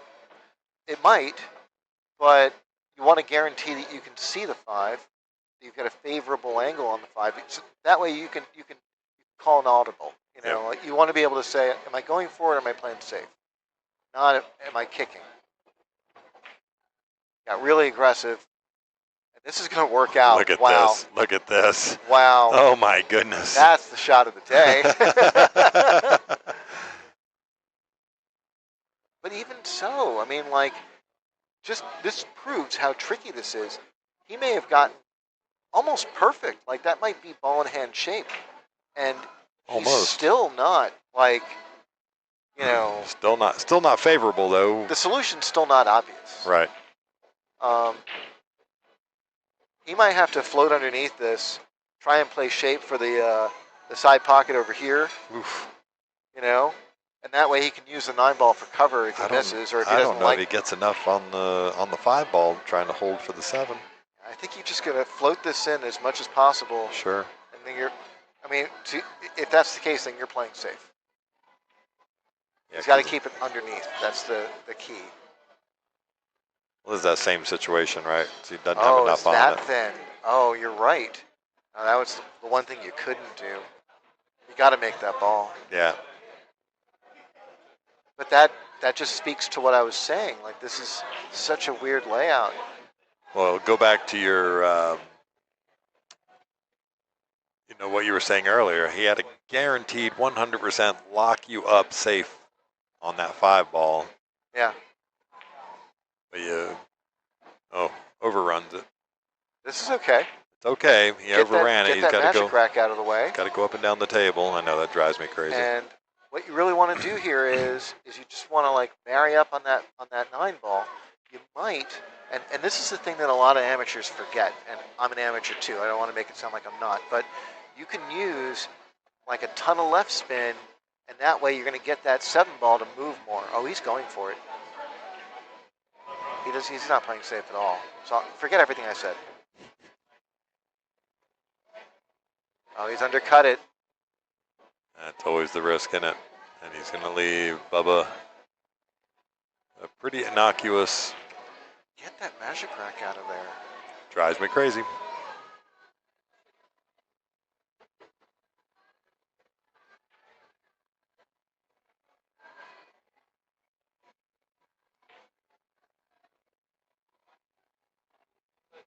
Okay, so Bubba's shooting these last 2 to get on the hill. Struck it well. Get the magic rack out of there. Nope, he's just going to shoot it. Get the...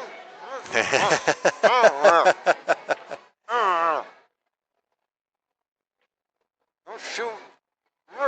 God. I'm so sick. Well, shooting it at that pace and not using a whole lot of English, it's just, to me, it's distracting, but Oh, yeah, no, I'm getting it out of there. I'm easily distracted. I get it out of there right after the break every time. So. And I'll give you the best reason why you get it out of there. And this is the reason that everybody at home should remember. Like, you get it out of there because you do not want to reinforce the idea that it's okay to leave that rack on the table. Because there will be that one time where it wraps around the ball, and I've seen it do that. It'll wrap around that ball, and there's no telling where that ball's going to go at that point. And it is on you. Yep. In some formats, you may actually be obligated to remove that rack if their ball's not on it. I actually lobbied our tournament directors about that exact thing. All right, so Bubba breaks. It's 2-1 now. Oh, yeah, let's take care of that. And makes a ball on the break. Has a shot on the 2-ball. Bubba won the last?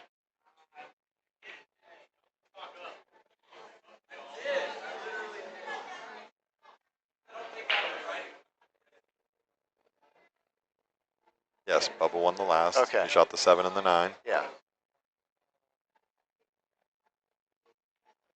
So he went for it. Oh, look at this. Oh, pretty good. I thought he was going to get sandwiched in I there. know, right behind the 8. I think he's got full coverage on the 9-ball, though. Yeah. And that 3-ball's cutting off a bit of the 2-rail kick. Cutting off a lot of it, yeah. So he may have to go 1 rail into this. I kind of like jumping at this. Ugh.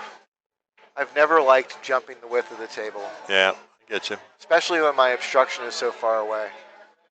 I think he's got a 1 rail into it. That's not an easy kick.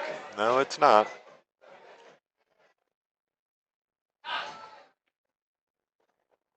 It's probably going to be like, I think it's going to be like right at the diamond right there. Like, It is right at the diamond for the single And- kick. and I think you hit it with pace. Yep. And center ball. And, oh, he's jumping. Yeah, I don't Okay. disagree with this.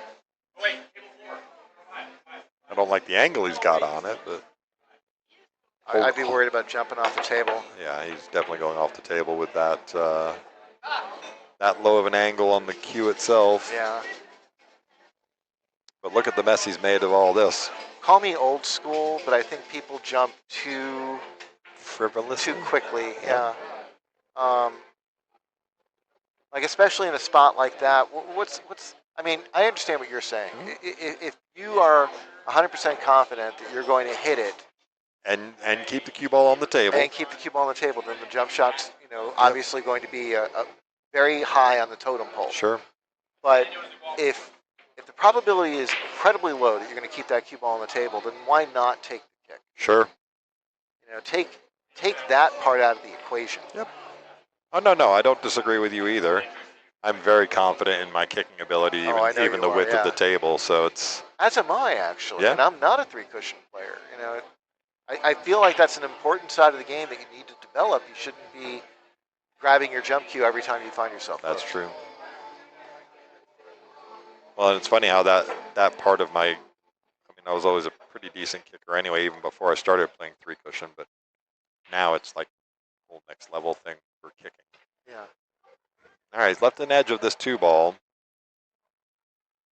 Just making sure you don't scratch is the tough part of this. Respectfully, when you're kicking a ball, you oftentimes can put a lot more pace on it than a jump shot. Absolutely. So, if you don't have an obvious pocket or an obvious safety, Yep. and you're just, whacking it anyway, Create some the separation. kick shot may actually give you more life on that ball. Sure.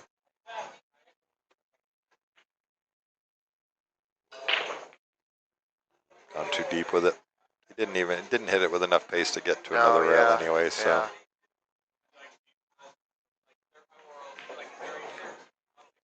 So does Bubba know that there's no 3-foul rule? I'm sure he does.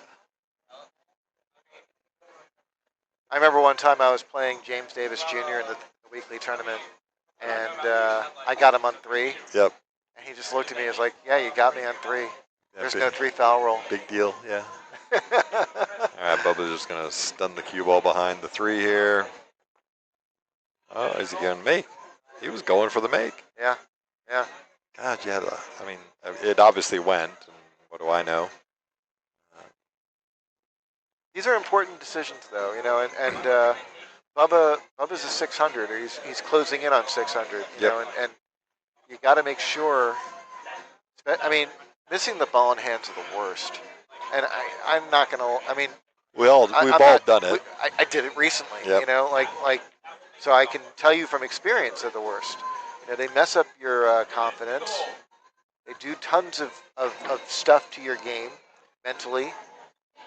Yeah, so Court gets a really, really fortunate roll there because he missed the 2 ball pretty badly and double kisses the cue, goes around a couple of rails and makes the 2 perfect shape on the 3. Or maybe not perfect, but shape on the 3. He's really winding up here.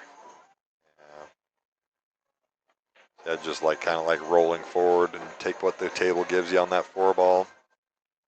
I'm really surprised by this. Yep. Was he trying to draw it back, you think? Yeah, yeah. Okay. Just decelerated into the stroke and got what he got. Misses that 4 ball. So here comes Bubba. Great chance to close this out, but he's got a lot of work here. All the balls are open, but Ish, yeah. But the 5, 6, 7 again, just weird layouts. They all go to specific pockets. That's the. Yeah. So you really got to plan your work and work your plan on this. And he's starting with an awkward ball. Like the 4 ball doesn't help you out here much. Going to try and just draw back down to the middle of the table. So hard to do. Yeah. With any accuracy, that is. Oh, and he misses the 4 ball. His second ball in hand miss. That's going to get in your head. Yeah. But that's and Court's taking a break. This is a great moment for just Bubba just to like reset. Reset, get out of your own head. Just think to yourself like, okay, let's just try and simplify this. That was a tough layout to force, and I hope when he comes back, if he watches this video, I hope he hears me say this. Like, this was not a gimme layout. No. Everybody thinks every time you get ball in hand, you're supposed to run out. You know, and sometimes that's just not the case. Sure. You know, and I'm not saying that he shouldn't. I'm not saying he can't run this out. That's not anywhere near what I'm saying. This has become easier because the starting shot is easier now. And I think. Actually, now that I think about it, with ball in hand on the 4, yep. He should have thought about. It was on the rail near the first diamond, right? Like it was over here. It was. Okay. He might have thought. He should have thought about going 3 rails, like touching this rail, this rail, and coming out this way. You know, and then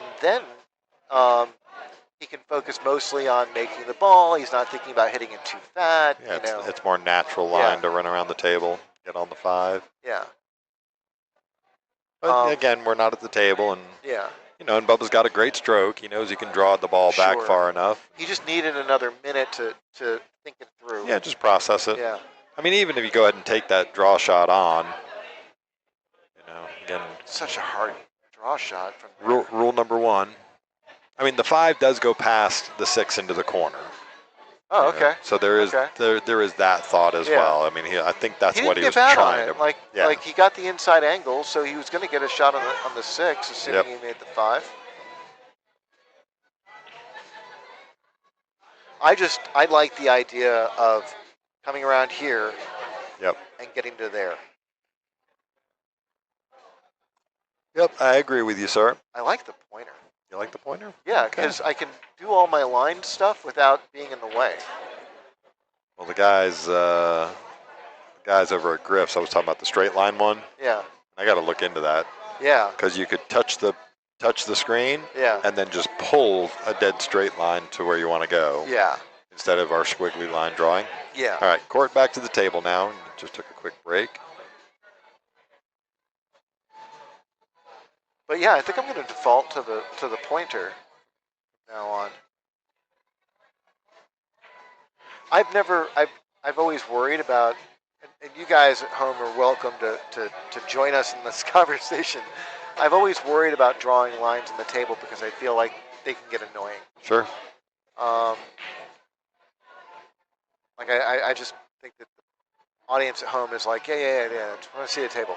So the pointer is nice because it disappears immediately. Yep. So this is going to be going away from the 6 ball. Has to pinch it.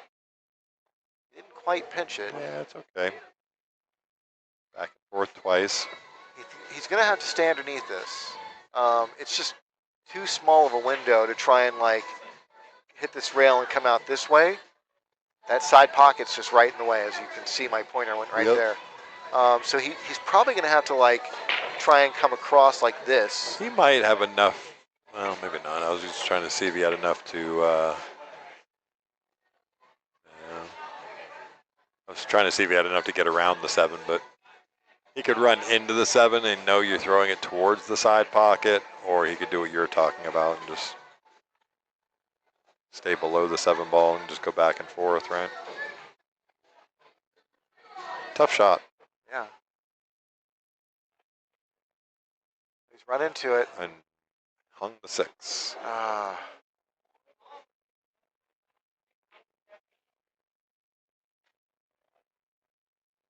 really good opportunity here for Bubba to go ahead and get out of this rack now. Still kind of funny, though. Still kind of funny, the 9 ball. That 9 ball, yeah, it's huge. Huge. Huge.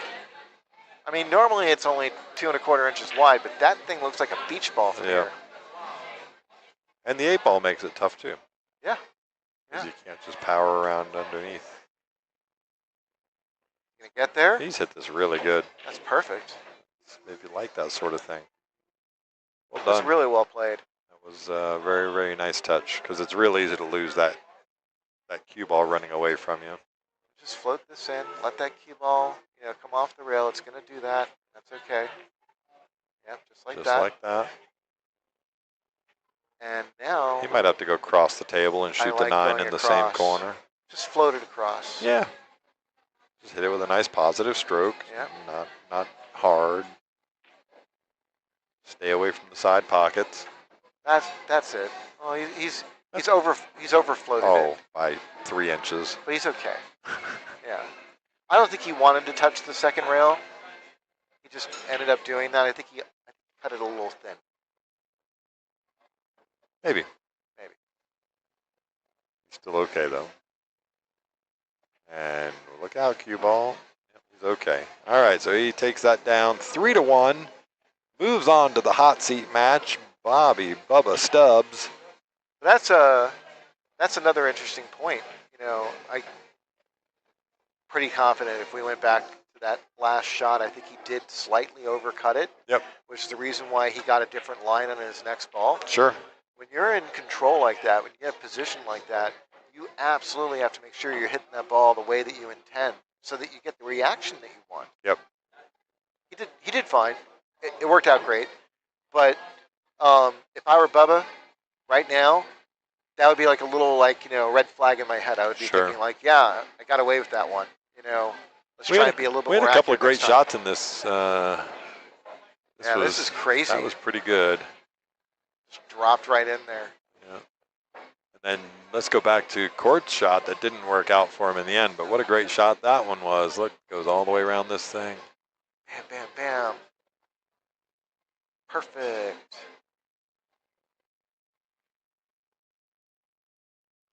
So who have we got coming?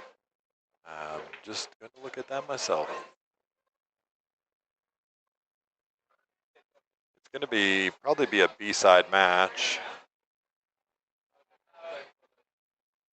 Submitted that score already, so... Well, right now we don't have a match to play on this table, so let's cut over to our table number 2 here, which is our other A-side match. Daniel Perez and Nicolas Sanchez. Daniel Perez leading 2-1. So Nicolas gets a little unlucky there. The one ball floats in behind the 5. This is on table number 2. This is for the other side of the hot seat match. Table number 5 has Michael Koch and Rodney playing in a B-side match.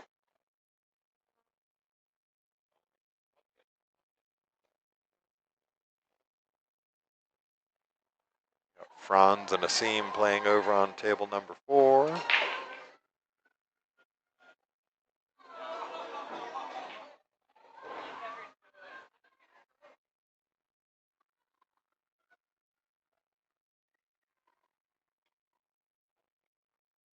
This isn't working, so just turn them down.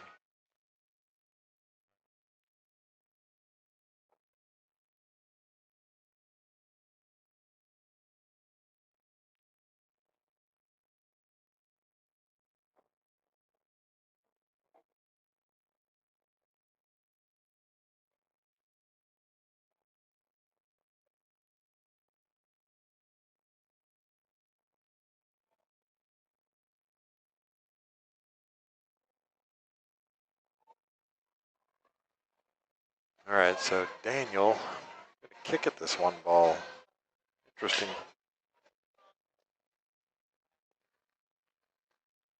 He was kicking in because he thought that 1-5 was wired. It wasn't quite wired. It is 2-2, hill. These guys trying to get to the hot seat.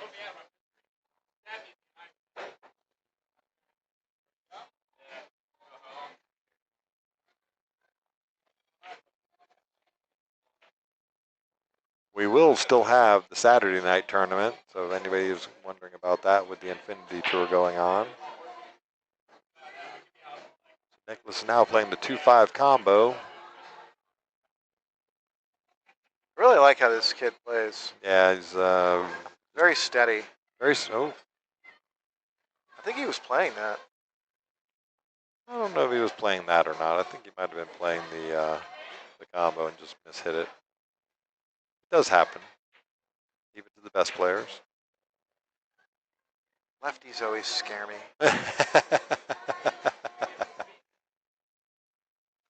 Skateboarding, we call them goofies. Goofies. Yes, I know it all too well. That's right. You're a skateboarder. You're a better skateboarder than I was. I was pretty renowned skateboarder. Yeah. Way back in the day. I can still get after it now. What are you talking about? I can do an ollie from a still. I can do a slow ollie. That's all. Like a slow moving ollie. That's the best I can do. I can do a power slide. That was good enough to where they made videos. So. Well, damn. But I also paid the price for it. Now with some aches and pains. And, Yeah. Having to have hip replacements and things like that done.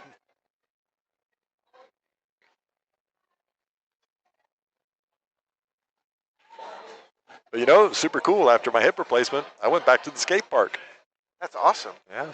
Did you skate at the skate park? Yes. When? 4 months ago, and I went next time 3 you go, weeks can ago. You, let me know. Sure. I want to see this. Yeah, I went 3 weeks. I don't do any big air tricks or anything like that anymore. I just do that some still sounds fun, awesome. Some fun lip tricks and just like fakey rock slides, and I pulled off an Dude. ollie blunt slide. It was pretty cool. Lots of Smith grinds. That's amazing. Yeah, it was fun. Everybody thought I was crazy.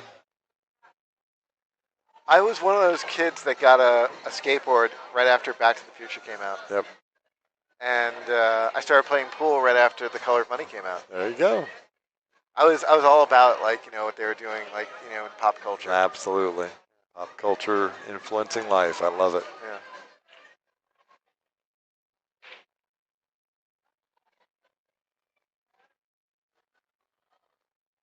I got a StarTAC telephone after Wrath of Khan. Not really, I'm kidding, but. All right, Daniel on the 6 ball. This is not an easy one for him. Makes it look really easy, though. He's not out of it yet. Not yet, but he's in really good shape. I like this. He's just drift the 7 ball in with, come off the rail and get on the 8 ball. Yeah, you have no real choice but to float this 7 in and go back to somewhere around the center axis. Yep. You want to get to somewhere around here.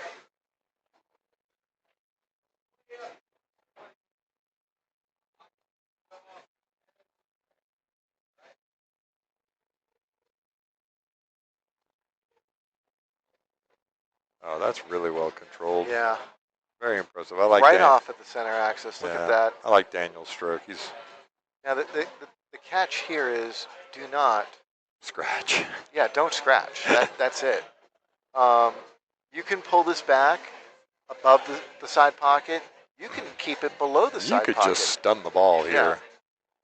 And be quite all right with that. And just recognize that fact before you shoot this. The 9 is in such a good spot that you don't have to do much with this cue ball. No, you don't. You really don't. You just don't leave yourself on the rail is all you really think is all you Even really. then, you can leave yourself on the rail. It's okay. Just don't scratch. I hate shooting off the rail. But you damn sure don't want to risk. Wow. Uh-oh. Why? Uh-oh. Why? Uh-oh. Why? That was hill. That was hill. Sorry, Daniel. Wow. I guess he just didn't like I don't know. Questionable choices, as we all make them from time to time. So what's going over on table number 5? Rodney and Michael Koch. Oh, hangs the 9. Give Michael Koch the 9 in the pocket here to go up 2-1. This is a B-side match.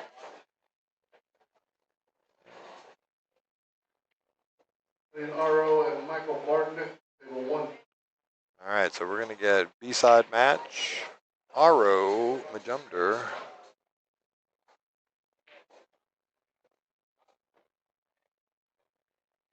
Michael Bartnett up on table number 1. So we'll cut back over to that here in just a second.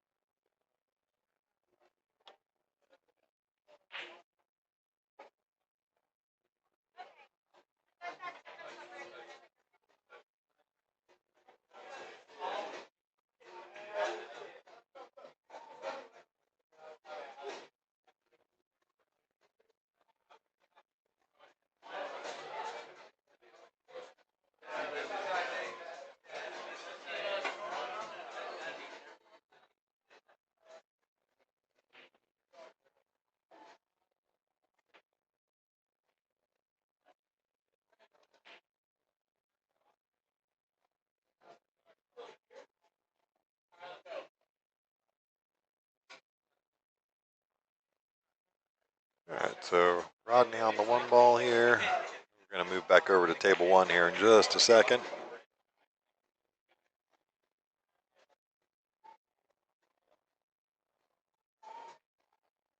Really well, excuse me, really well struck ball there from Rodney, cutting that 2 down the rail. He's gonna carom the 8 in. Nope. Just gonna Fire the combo in. Take what the table gives you. Just make this 4 ball. The 6 goes in the side. Don't lose it behind the 9 ball. Okay.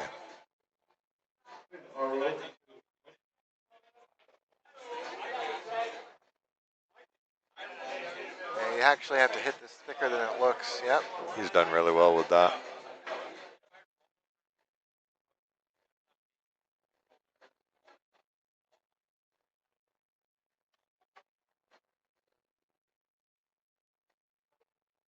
All right, so Rodney's going to make that one hill over there. I really did not expect him to run that out. It was really well done. He ran that out like they were all hangers. Rodney can do that from time to time.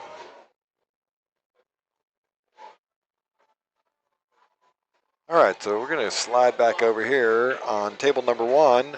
Here we go. Lagging it up, Ara Majumder and Michael Bartnett. Ara's going to win this lag. Ara's going to win the lag by about 2.5 diamonds.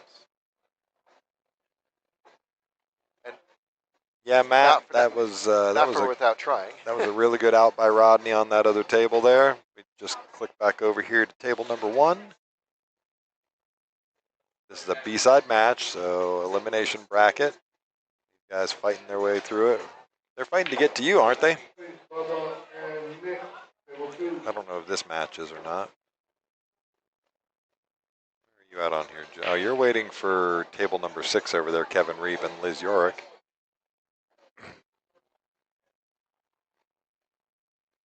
Hey, that might be my my work buddy Matt.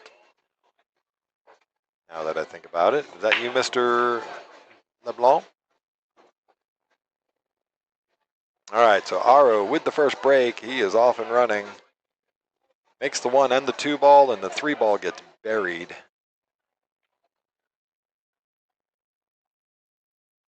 Just gonna make a little push shot here. Oh no, he's going for this. Okay. Look at this shot. Look at this shot. Remember when I said to you before? How you like me now? Sometimes kicking it pays to kick at it. Yeah. Good things happen. If you know you're going to hit it, sometimes, especially if you're playing against someone where you're confident you're going to get back to the table. Yep.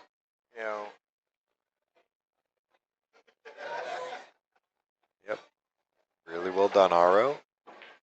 Because there's a strong likelihood if you end up pushing out that you're going to get the short end of that stick no matter what. Yep.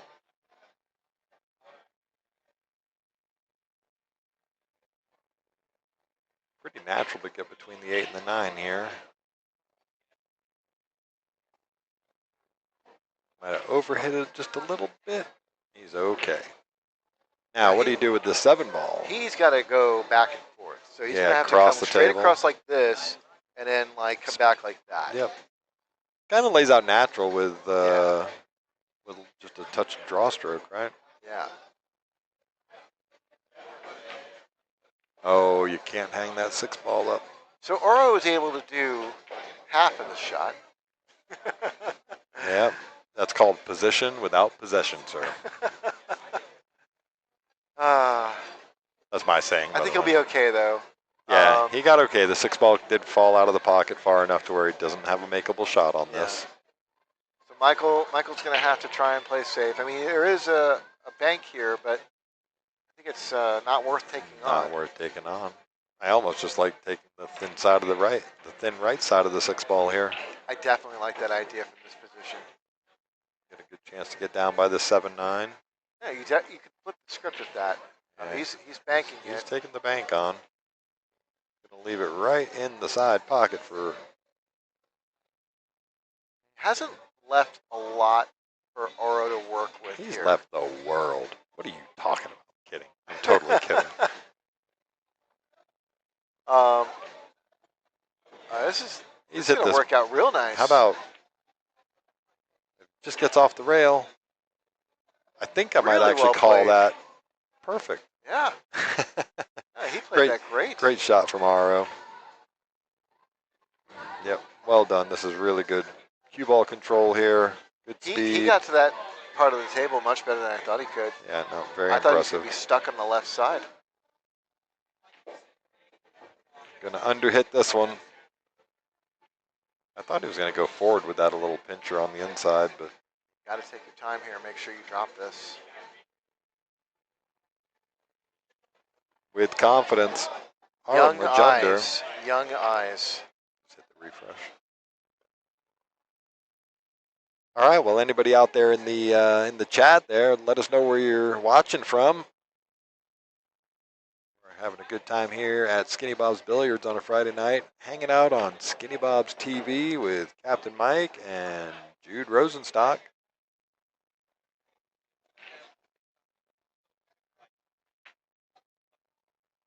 I think I'm going to need a nickname if you're going to call yourself Captain Mike.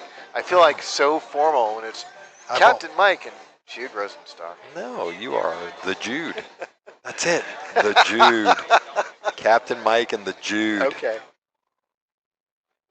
Let us know what you think out there. The Anybody dude. out there in Jude the chat the land? The Jude. Jude the dude. I'm not doing Jude the dude. The Jude. Hey, man. Why you gotta... Why you gotta harsh? Why you gotta get all technical, man? We're just trying to have a good time here. Evil. That's like your opinion, man. All right, here we go. Michael Bartnett to break. Bye, Hopi. One ball One down. ball down. 5 ball. Not down. So Michael's going to begin with an awkward shot on the 2 ball. He definitely can consider cutting this down the rail. I think he can avoid the side pocket scratch, and it's just a matter of holding position for the 3. Yeah, just take the safety on and be smart about it. Yeah. I don't like the idea of taking that on, but it's there. Just cross the 2 ball, put the cue ball down here behind the 8. He took the cross bank on, and he's got away with this. The 3 ball does go, and he can see it. Oh, it's a tough shot. Tough shot. 4 ball in a tough position because he's drawing straight back at the 4 ball. Yeah, he can see the whole ball, so if he wants, he can go for the corner pocket.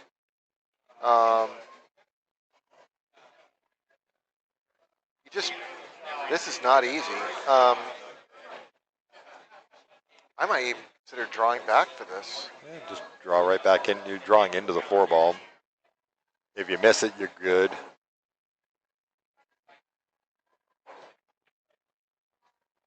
Didn't get any much draw on it, and missed the 3. Well, he had shape on the 4. He did. Here comes Oro. Shot on the 3.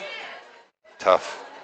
Tough to get back on this 4-ball. Big traveling rack here. You've got the 3 up table, the 4 down table, the 5 up table, the 6 down table, the 7 up table. It's a back and forth rack for sure. I think you almost have to go rail first here and go to the short side, but he's... I think you can cut this thin, spin it out, kind of like that. Yep.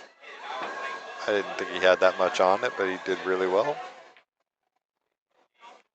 Now, straight up and down the table now. I like the idea of going straight up and down. Yeah, the nine's way too much in the way for spinning it. You might actually want to hold shape for this area, the more I think about it. Yeah, you've done all right. You've got on the correct side. This is okay, but the 7 ball, yeah. We both saw it at the same time. Yeah. He's got to avoid the 7. He might run into the 8. Running into the 8's not a problem unless you get behind it. Almost gave him the commentator kiss of death. Well, he hit it with pace to make sure that he didn't get stuck. Yep. He proved me wrong because he ran into the 8 and got worse on the 6 ball.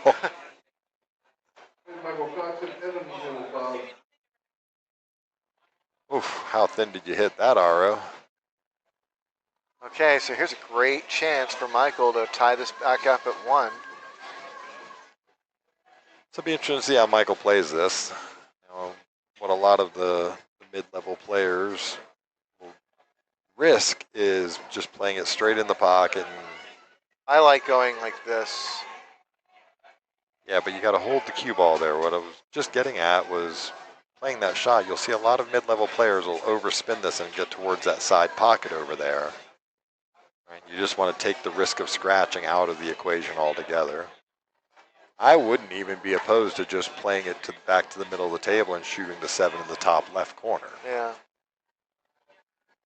I know somebody with your Oh cue. no! I mean, well, the reason why I like my idea is if I hit it a little bit too soft, the corner pocket's still there.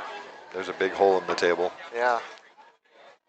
So Oro, gifted ball in hand. Gifted. Didn't even have to get the elves to help build that present. Any angle on the 8 will do. Straight in on the 8 would do.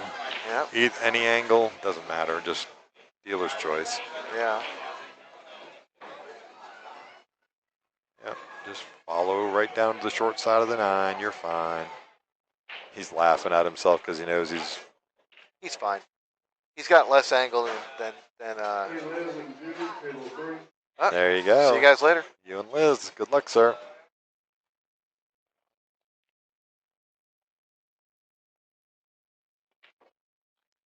There's no need to punch that in there. Just go to the short side.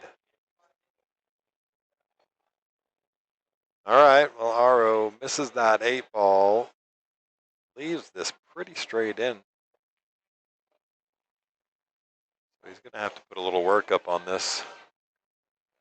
He's got a little angle on it, so he should be okay to just spin back out to the middle of the bottom half of the table, make the 9 in the bottom right corner as we look at it. What you can't do is you can't try and draw on this because you go into the short side of the 9. Really just a top right shot.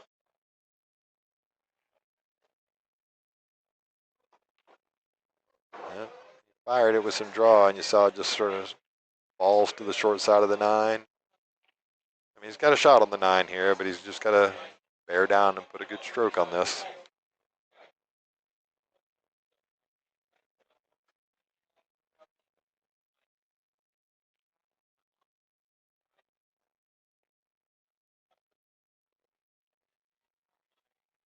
That's that hole, trying to do too much with the cue ball and paying the price for it.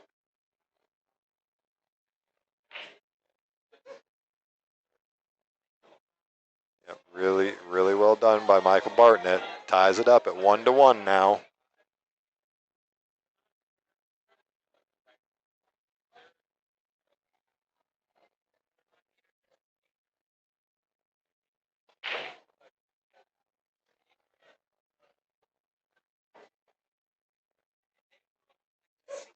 So Aro Majumder, rack number 3. This is a B-side match.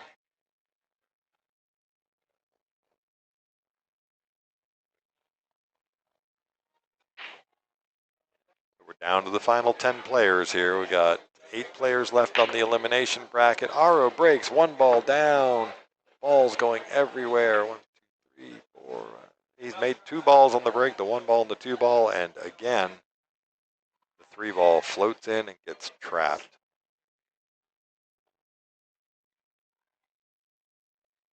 So he's got to think about where he wants to make this roll out to. I like where he's thinking. Just get it down here. About where he put that magic rack on the rail is where he wants the cue ball. Just going to take the 9 out of the equation. Smart play. Good thinking there, Aro.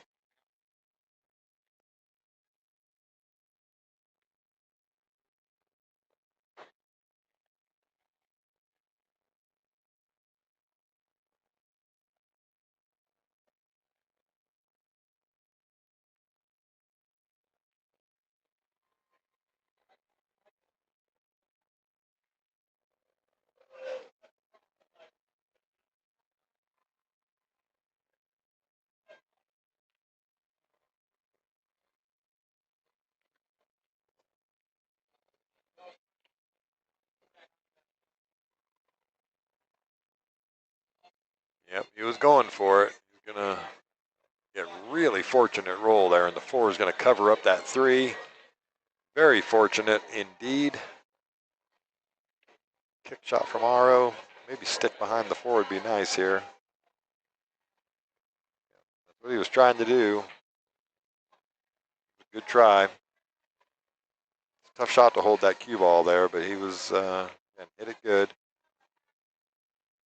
This is no cakewalk here. This shot on the 3 ball, just bear down and make it. And gonna have to almost overdraw this ball to come back between the 6 and the 7. Has just that little bit of an angle there, it looks like.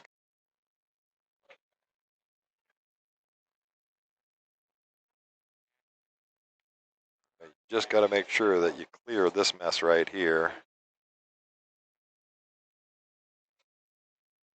That way you can shoot the 4 ball.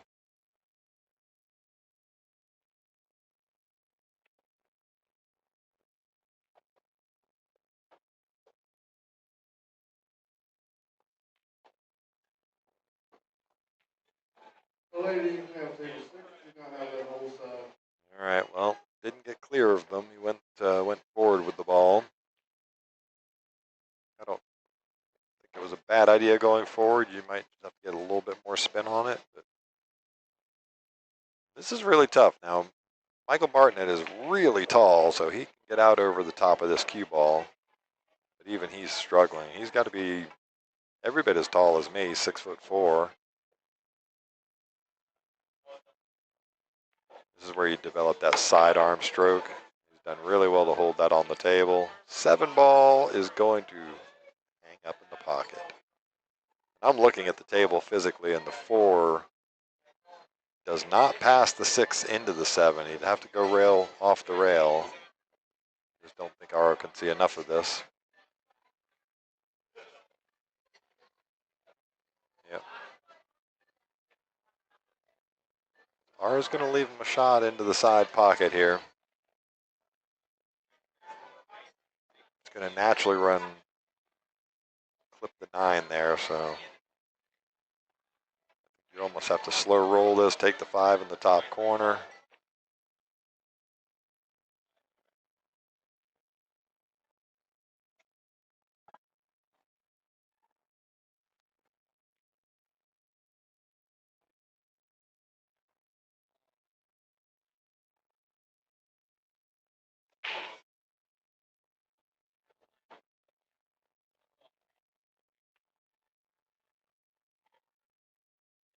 Yeah, didn't commit to one shot or the other, and got himself right on the 50-yard line. Leaves a wide open shot on the 4 ball for Aro.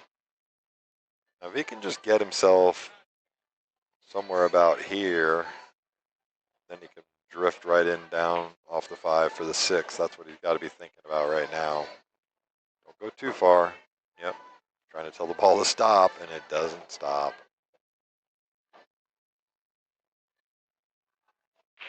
So really tough to get shape on this 6 ball now because he was looking to get, his cue ball down here, but that's really tough now.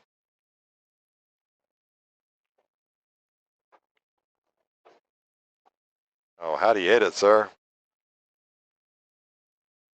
Pretty good shot from RO.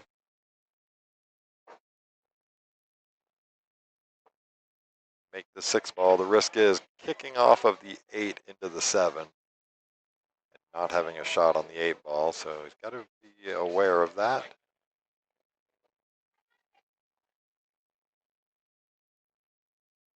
Big draw stroke. Yeah, like I say, he makes the 7. Doesn't make the 6, so that's actually fortunate because if he makes both of those, he's in trouble.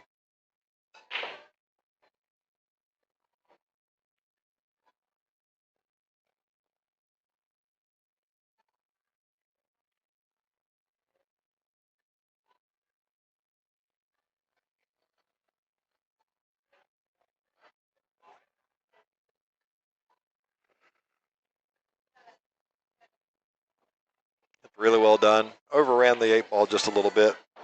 It's okay though. He can just come off of the 8 ball. He's gonna make the 8, come off here, and come around 2 rails, 3 rails.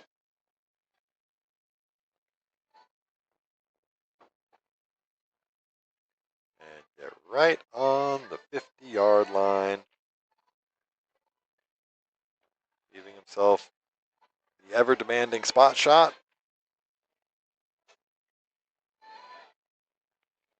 Make the ball without scratching is the big key here. He's got to get just enough draw on this or just enough top on it. One or the other. He went with the top. Good stroke. Well done, RO.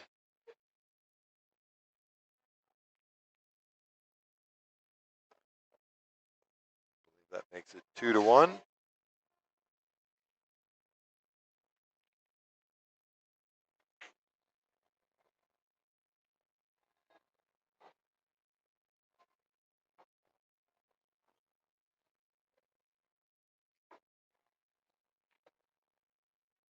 So Michael Bartnett to break.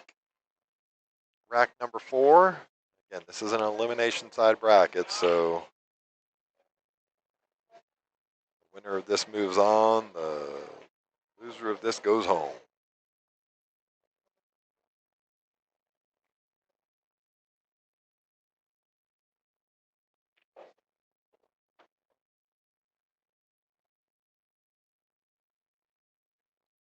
Break from the traditional spot here in a 9 ball.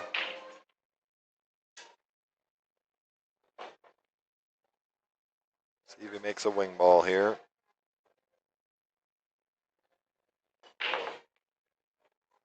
All right, so does not make the wing ball, but does force feed another ball in. And look at where this 1-9 just rolls up and gets nowhere on him.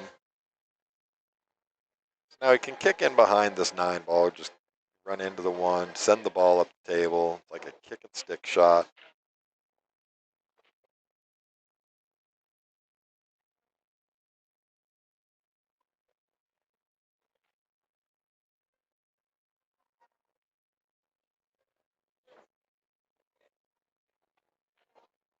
Oh, he could kick and make it. I didn't think he could actually make that. Good shot from Michael Bartnett. Fighting to stay in this match. It is a race to 3, so RO is on the hill. 3 ball is nowhere good. The 8 ball covers 1 pocket.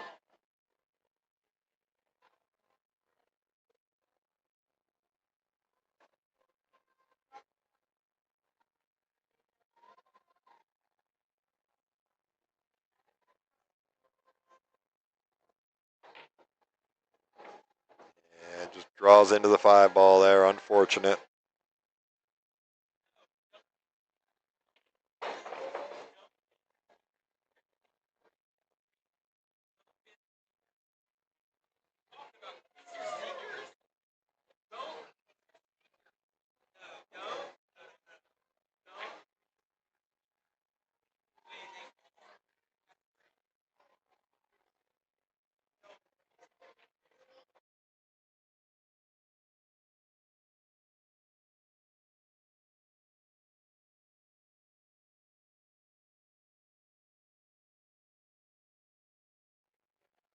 Trying to find the good line here.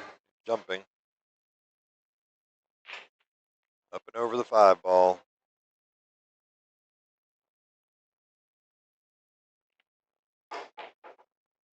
He's hit that really well.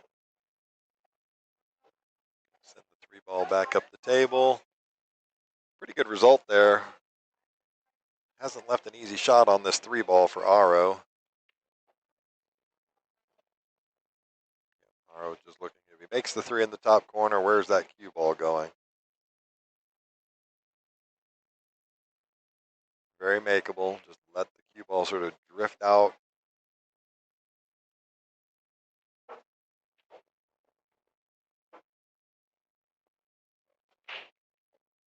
Center pocket. That is a really, really well done. Well controlled. Really good shape now. Just make sure you get yourself the correct side of the 6 ball for what you want to do. Dealer's choice.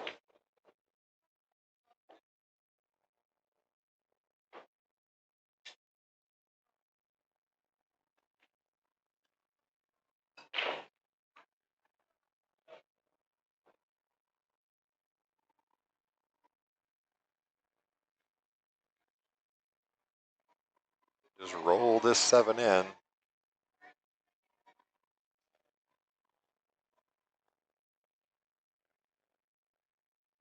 Yep, that's okay. He probably wanted a little more up on the 8 ball so he could spin 2 rails around. He's probably still going to do the same though. Just make this and go this way around the table. Kind of like that. Pretty good shot there from Aro. Just bear down to make the 9 ball now and move on in the elimination bracket.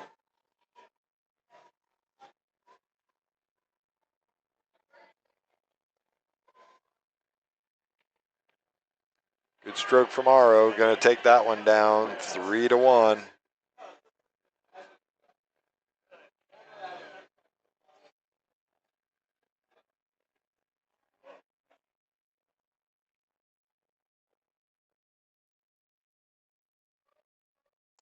All right, so Aro takes that one down, and we're going to bounce around a little bit here while we're waiting for another match.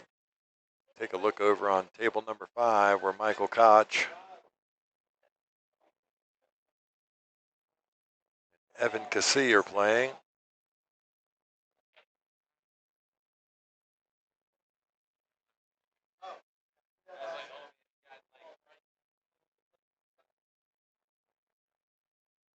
Sounds like Jude Rosenstock behind me again.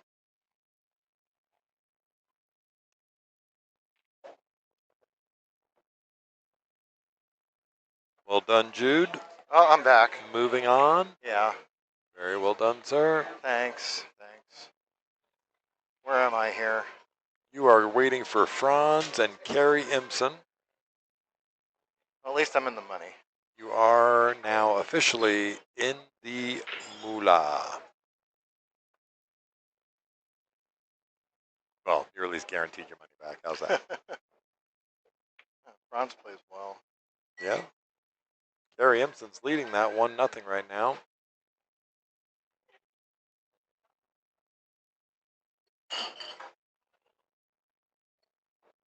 It's so weird. I'm actually more afraid of Franz than like almost anybody else under 600. I don't disagree with you there, sir. I think right now I am 50% with Franz. We've played twice in tournament. He's won 1, I have 1. I think he's beaten me once or twice. Yeah. I Good beat him shot the there last from time. Michael Koch. I beat him a lot. Wait, did I play him today? I did play him today. You So did play him earlier. I beat him today. Yes. Yeah. You lost to him last week, right? Yeah. I believe. I lose to so many people. It's hard to keep track. You lose to less. You beat more players than you lose to. How's that? That's how your Fargo gets to a Not lately. 655. hopping around lately. But I'm just trying to make balls, just trying to put a confident stroke in the ball. Very impressed with it. So far, so good. So far, so good indeed. So And that new tip that Ray Tull put on my cue, I feel really good about which it. tip did you put on there? I have no idea. I You just just told them to put one put on? your favorite tip on. Is it a medium? A medium Yeah, it's a soft? medium. Yeah? Yeah. I'm going to have to ask Ray what tip he put on there. Well, he's putting another one on my other shaft, so. Actually, a good point. I need to get him to do my 3-cushion cue.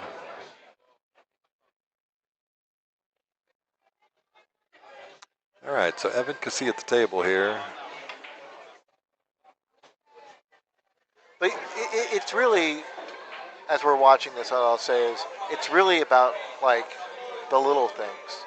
Like, when you have a shot that you know you can make it. Make it. Yep. You know, just make sure you make it. Whatever your idea may be for position, make sure that it includes pocketing the ball.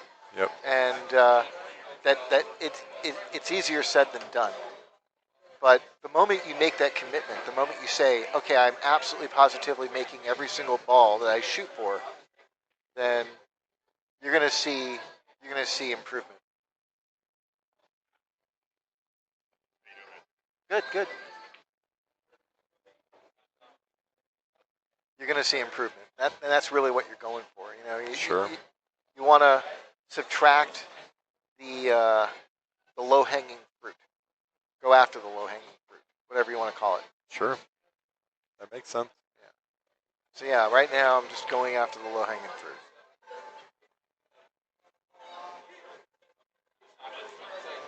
And what's funny is, it reminds me of a conversation I had with a rival friend 20 some odd years ago. I was playing him, and he was breaking like close to 30 miles per hour, and he was flying off the table about a third of the time. And I said to him, I was like, you know, if I needed weight from you, all I would have to do is make you break all the time. Yeah.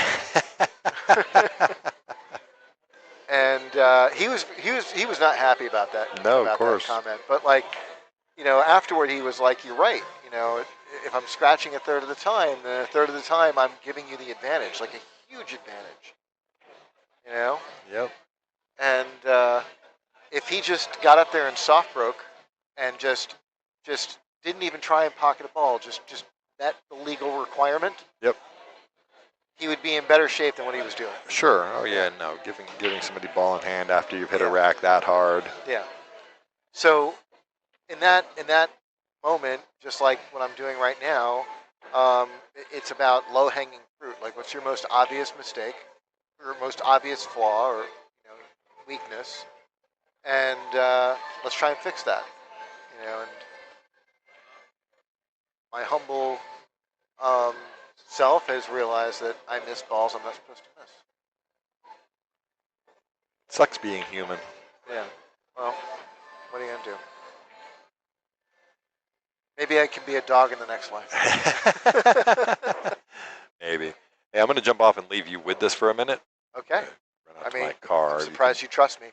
But go right ahead. Of course I trust you. What are you talking about? No, Turn trust my me mic with off? these people. Oh, of course. Okay. See you later. I'll be back. Just us now, guys. And we're watching Michael Koch. So this is a definite tricky layout here. The real problem here is going up and down. You know, you got to get shape on that 5 ball. That will get you some kind of shape on the 6, and it's really, really hard to get good shape on the 6, given where the 7 is. So Michael's taking his time here. He might be forced to go up table, which would suck for him. I mean, like, you know, no one wants to go up table because you lose that degree of accuracy on where that cue ball lands. But at least it flows in the direction that he'll want it to. So let's see how he plays this.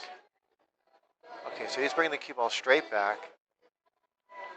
And he's going to fall a little funny on this. Yeah, he's not there. I think this is the moment where you concede that you're not going to get position, and you play safe. You play position for the safe. So he can roll this 5-ball up, and it'll allow him to see the 6-ball. He's looking at all the different ways he can see the 6-ball. And that's 7-9 right there. That's a pretty nice wall to hide behind.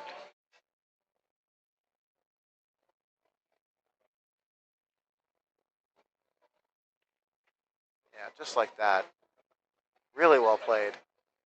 I really like this because now he can bank this 6-ball right up to the head rail, and he can use that 7 as a stopper, or he can try and hide behind the 7. He underhit it. You really want to try and go into that 7, like go into the rail and then go into the 7 flush while you're sitting that 6-ball at the other end of the table. And the benefit of that is that you're using all the balls on the table to hide behind, and you're creating distance, and you're maintaining a poor angle for a return safety. And now basically what's happened, as unhappy as Evan may be with his safety because he didn't get a full hook, is that he's essentially flipped the script on Michael. Like, this was the position that Michael could have put Evan in.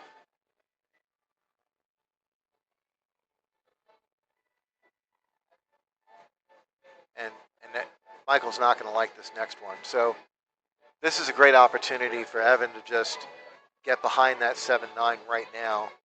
And he can even consider playing this with like a little bit of pace. He wants to go 3 rails into it. Oh, he's banking it. Wow. I did not expect that decision. And he found a ball to hide behind. So Evan's stuck now between a rock and a hard place. He's going to try and thin this, see if he can find cover. He's going to get back to table. Here comes Michael. And this is an incredibly awkward shot. Not a whole lot you can do here offensively, and there isn't a whole lot you can do defensively either. Let's see how Michael handles this, but this is such a tough spot. I mean, what do? You can power it into the side pocket, try and go around table, but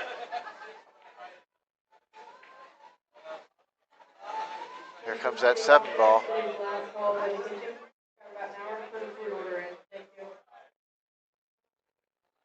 So Evan's back at the table in fairly favorable spot. He might consider thinning this. Yeah, he's thinning it.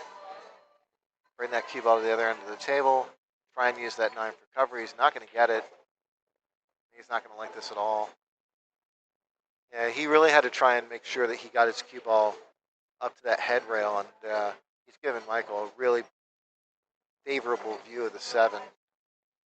Michael's likely going to use that 9, and I think he got there, but Evan might be able to see a sliver of it. At the very least, Evan's going to be able to kick at it. Pretty easy kick, yep.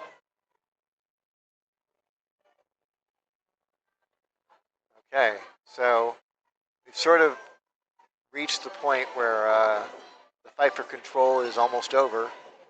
Michael's got to make a good shot on this 7-ball, but it's on. He might be able to stun out here and come around like that. I don't know if that's available to him or not. Put my pointer back on. Oh, now he's just going to tie this back up. That's a really well-played safety. I like that. And Mr. Heaps has just made his way back here. Oh, he slow-rolled this. Oh, this is not going to work out. But it's not over yet. The fight for control goes on. Michael might be able to go up and down table. The safety doesn't really seem on. So, he's looking to play safe? Yeah, he's looking to play safe. He's done well. He's done well with it, yeah. So this is an interesting kick safe here. I'm sure Evan sees it. He's going to try and kick that 7 ball right through the gap that the ball went through just now. Boy, but you put the 7 right by the 9 ball doing it. Yeah. He's done okay. That's worked out. Oh, I play the carom. Oh. Sorry. Well, the trick to this one is you have to make sure if you're going to, I mean, you're likely playing safe, that if you're going to use the 8 ball for cover, you got to make sure you give that 7 ball enough pace. Or that's not. Yeah. See, that's It's not great. Yeah.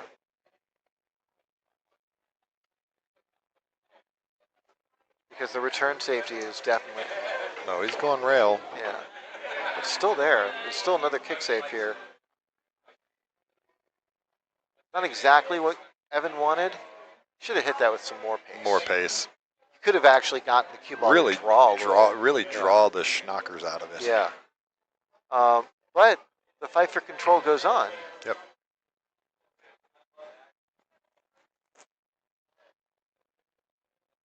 Mike's taking this on. Yeah. Nope, is he going to make it? It could go in. He did make it. He didn't. And the fight for control I mean, continues. I guess in the grand scheme of things, he's happier to see it fall than to hang in the pocket. You know, this might be a situation where you just go at the 9 ball, you know, and hit it at Mach 4. Well, you can play this as a 2-way. You can bank the 8 and go at the 9 ball. Give yourself 2 chances, but yeah, go at it at Mach 1. I definitely agree with you there. So he's going to leave the bank shot on against arguably one of the best kickers or bankers in the house tonight.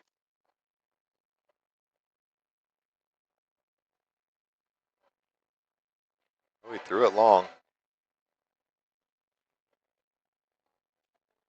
He's done okay though. I mean, Yeah. again, makeable shot, but the scratch is on. It's a continued fight for control. It is. You know, like they're not giving up shots on, you know, on the ball. They're playing 2 ways. Evan certainly favored the, you know, the safety there. Oh yeah. There was definitely. Oh, he's going to double kiss this. Not going to be happy with that. The fight for control is over. Evan wins the fight for control. Well, I can't quite tell what the angle is on that 8 ball. Now we only have the 1 camera on this table right now, so just draw it back strong.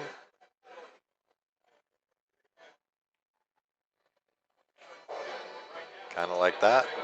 Oh, did he overdraw this? Did he overdraw this? Uh-oh. He's not going to like this at all. That is death. And that was a hill death. Unfortunate there. Stroked it good, just overdrew it. So I'm waiting for the winner of table 4, and they're hill. And they are hill. Franz is at the table. We don't have a camera over there. Oh, are we going to get... Nope, we're not getting a match yet. Let's take a look at the bracket. Okay. Because I don't have matches on any of my camera tables at the moment. So you are waiting for them. And if I can squeak by that next one. We're going to get I get Aro Court. and Michael Koch, I imagine, going to be on table number 1. I feel like the tournament's lagging a little bit today. What is it, 12 o'clock? Yeah, no, we're about on pace. I think your side of the bracket has been a little slower. Yeah. But they're about caught up. I'll speed it up. Of course.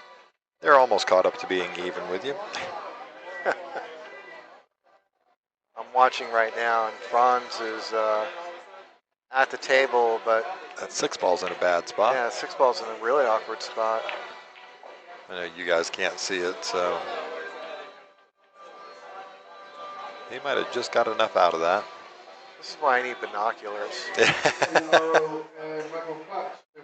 Table number 1, we are going to get a match. Okay, he's made 6. He's shooting at an awkward 7 to 8.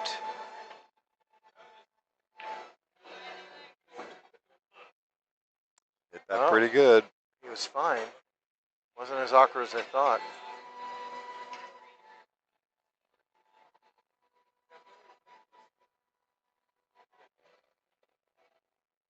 Okay. Well, I not think they're going yet. to call me in about 15 seconds.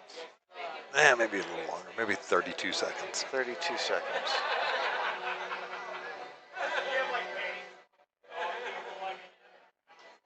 Yep, Franz takes that one down. Yep.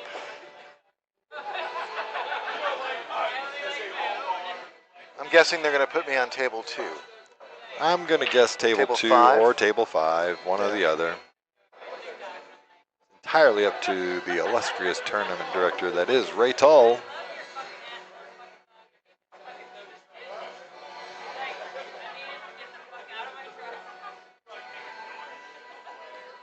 So left in the tournament now, we're going to have Aro Majumder and Michael Koch coming up on table number 1. Jump over there onto that one.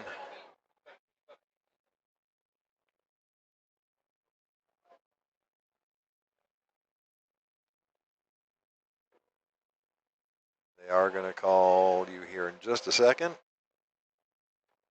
We're past the 32-second mark now. Yeah. Oh, there it goes. Yep, there you go. Table 5. Table 5. See you guys later. You'll be on the other stream. Good luck, sir. All right, so Jude's going to take off and go over there. We've got Aro Majumder and Michael Koch coming up on table number 1. This is a B-side match.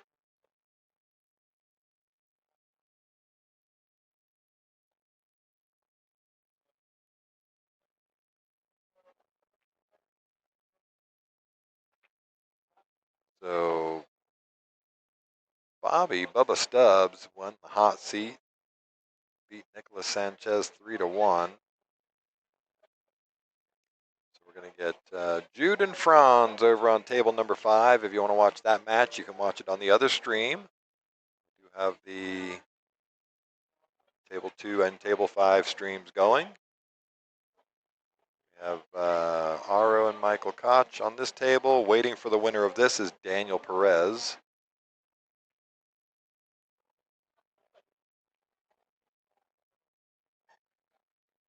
These guys are good friends, know each other well, play a lot together.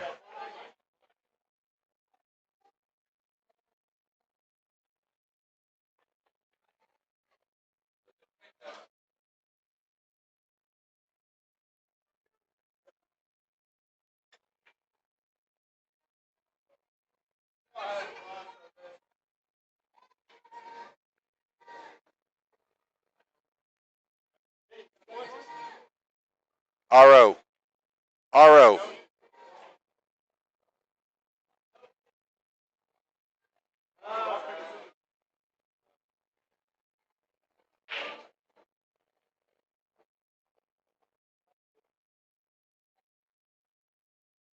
All right, lagging it up. Here we go.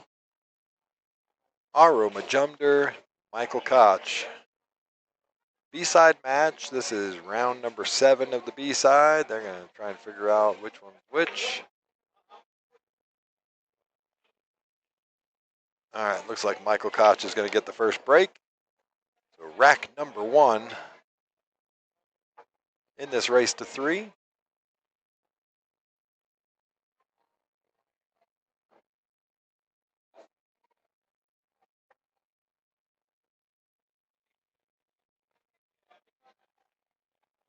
We're having a great night here at Skinny Bob's Billiards, Round Rock, Texas. Make sure you check out the Backwards Billiards stream tomorrow for the Infinity Ladies Tour. Going to be held here at Skinny Bob's. Lots of great play from the ladies in that tour. All right, here we go. Michael Koch breaking rack number 1.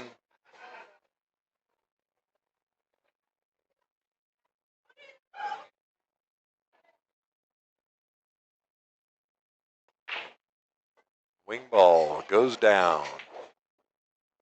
Makes 3 balls on the break.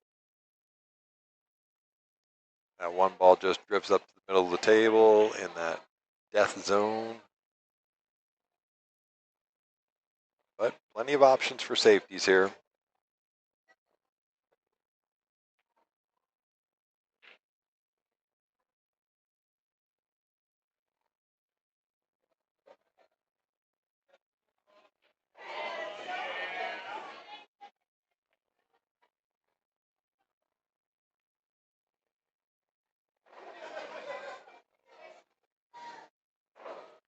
All right. So separates them long rail to long rail. Aro going to play the return safe here. Probably bring the cue ball down below this 2 and the 5. Nope, went for the bank. Surprising. And hangs it.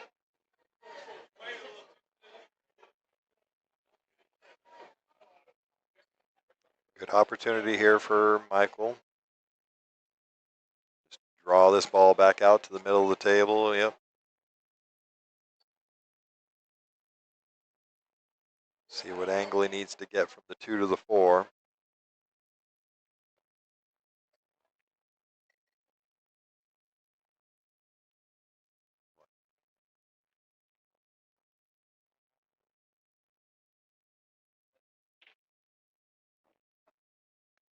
All right, it's got a spot picked out that he'd like to get to. Okay. Might have ran out a little further than he wanted, but still should be okay. Just run straight down and straight up the middle of the table. Or he can draw it. Either way. Oh, he's going to hate that. He just decelerated into that stroke.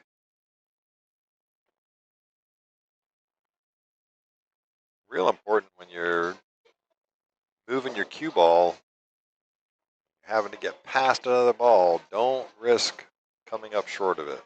You'd rather overrun the 4 ball than short yourself and leave this. Real important not to decelerate on that stroke.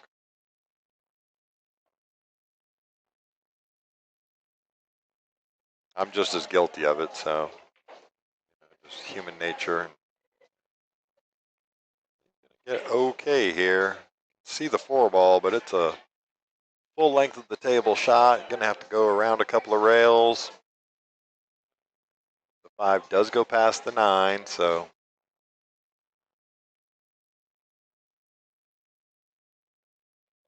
you can really let his stroke out on this one.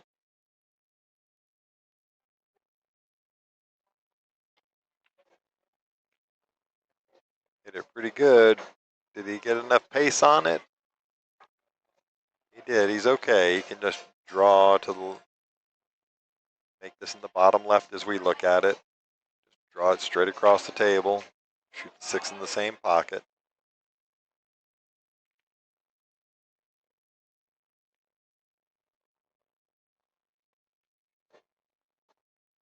Really well controlled. Nice pacing on that.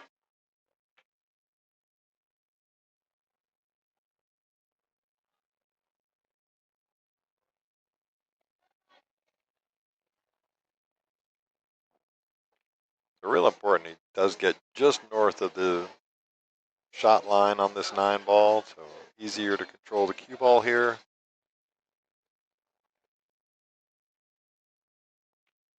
Take all the scratch out of the shot by getting just north of that shot line.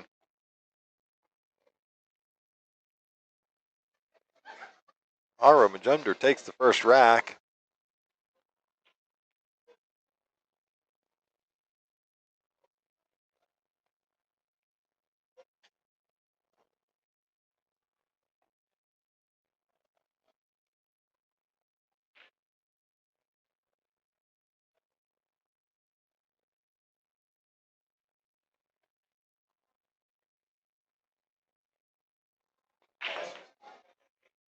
Rack number 2, Aro breaking, makes a ball in the break. The 6 is going to hide that 1 ball. It's real unfortunate.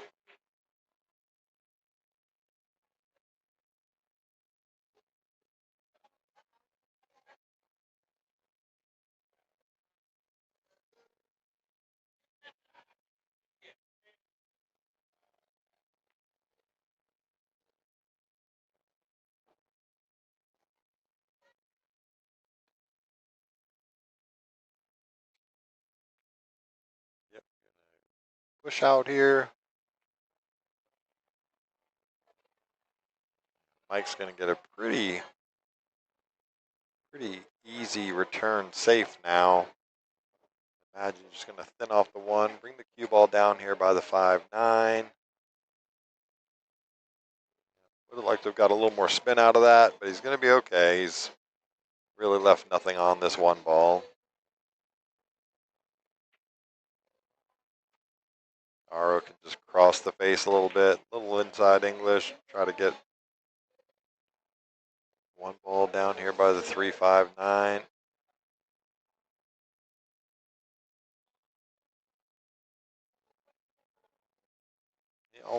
He got safe, but it's not the safe he was looking for. He was trying to get tied up behind the 6. He's going to leave Mike an opportunity to play a return safe on him.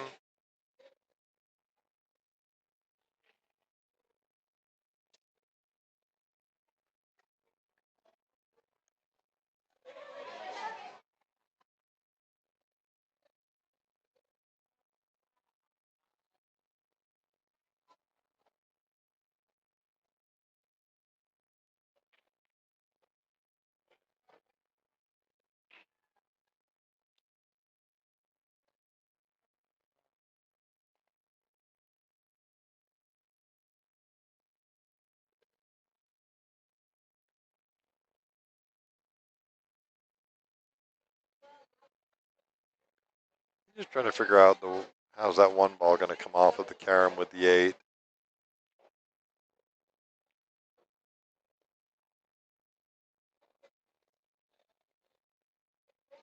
Can he hit it in such a way that he can get the cue ball back up the table? Okay. The 1-7 combo is there. There's obviously some return safeties.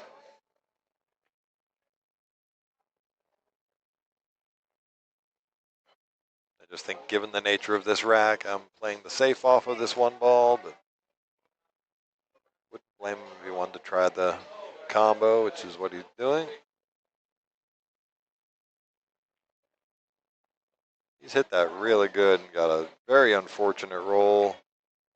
1 ball just ties right up in behind the 2.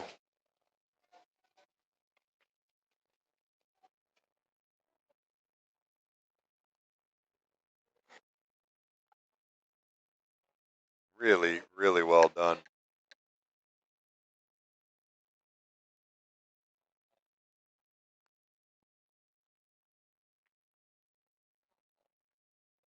The return safe was just as easy there for Michael Koch.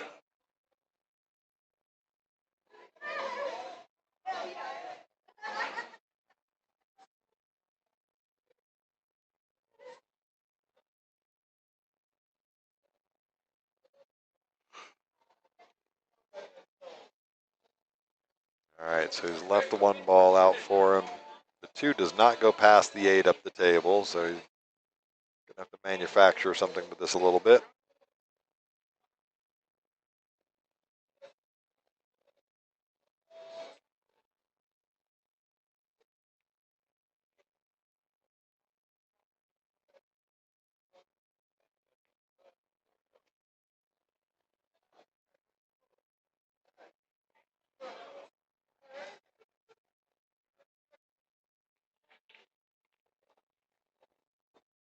Yeah, he wasn't looking to run into that 2 ball. He was trying to get up past it.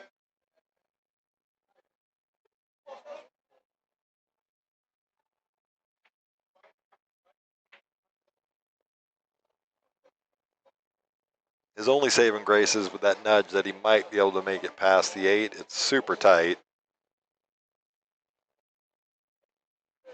That's right, Biggs. Good to see you. Welcome to the stream. Welcome to the chat. Hit that like button.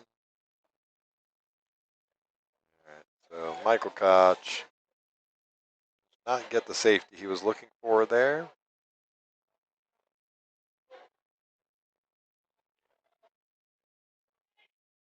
Again, no easy cakewalk here.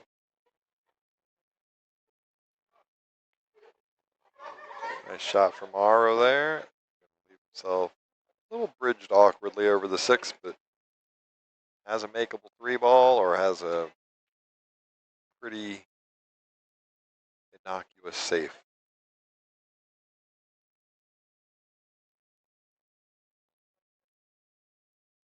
Oh, misses the 3-ball. Gonna leave it out in the middle of the table for him. Yep.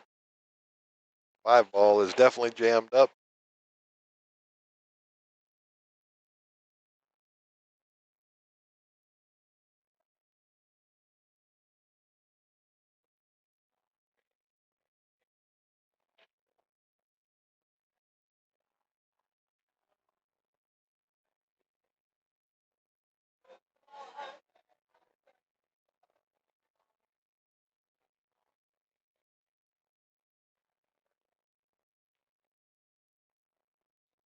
Good shot. Take what the table gives you.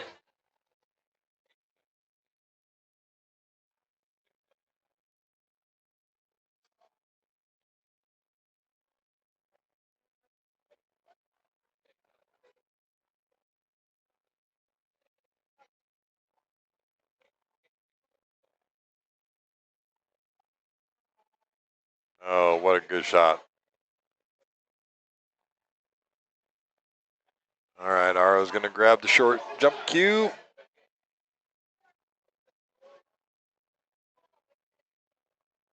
Take a swing at this one.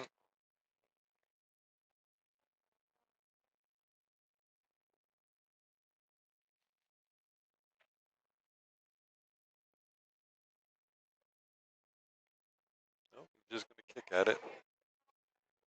Done really well. Makes it. Nice shot from Aro.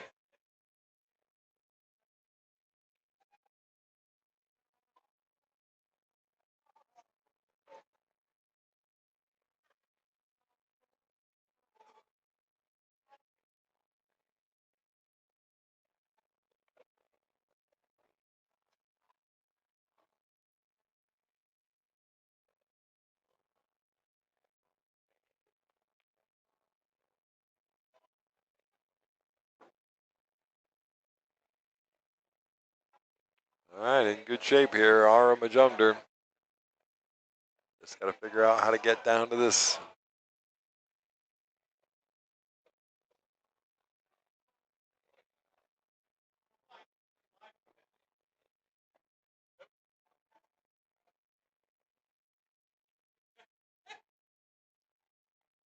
Just going to say it could naturally go below the 9, so that's about as good as it's going to get right there. Just didn't want to be on the rail, but still a really good shot.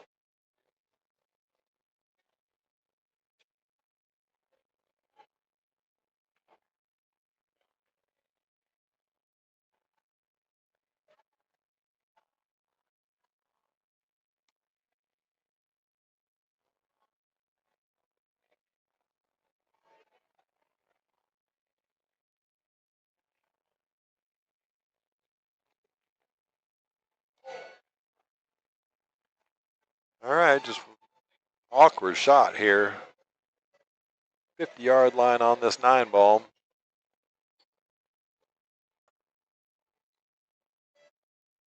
Balls are close together too. What a great stroke that was. Solid. Michael Koch ties it up 1-1. We are going to rack number 3 in this race to 3 format. Michael Koch to break.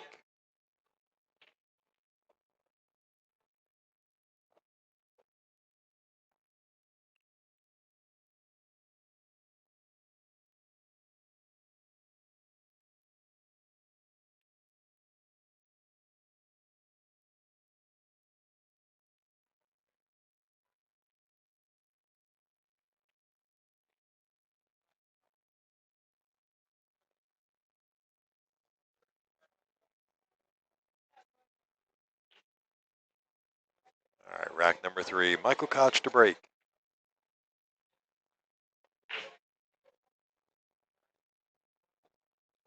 All right, made a couple of balls here. Got 2 balls down, the 2-ball and the 5-ball. Really, really good layout here for Michael Koch.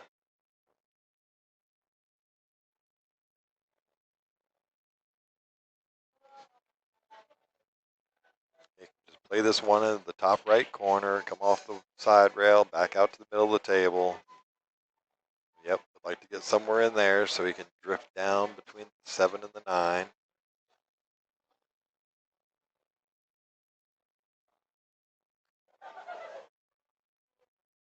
he gets past this this 4 ball,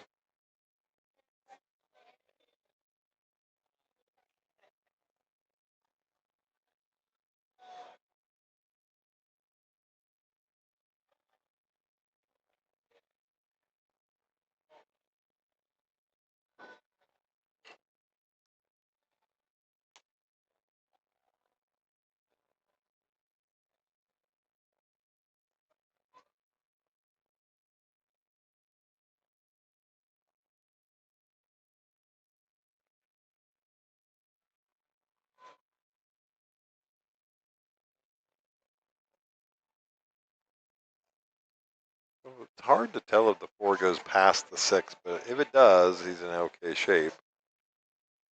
Yeah, it must go because he was playing into that corner of it.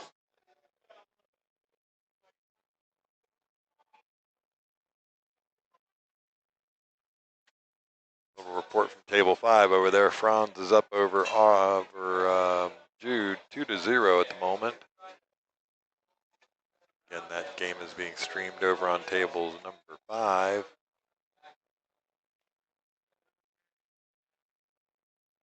All right, Franz makes the bank to get out, wins that match 3-0. Jude is done, ready to go home.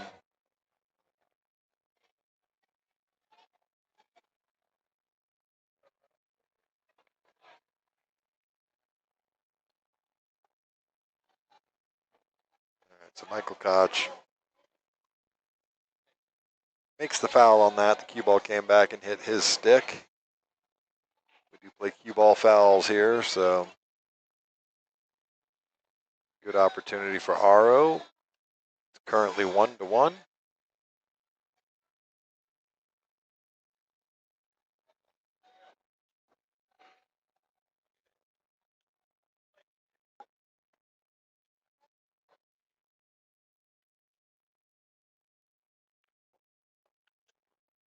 Aro's going to play that a little firmer than he wanted to, but should be okay.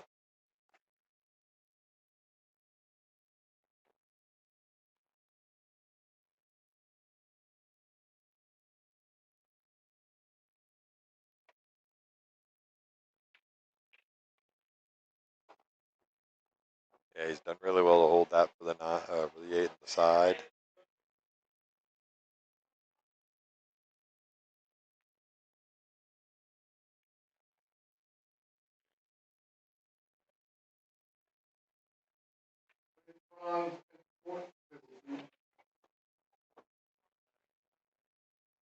So Aro's going to get a good opportunity here on this 9 ball.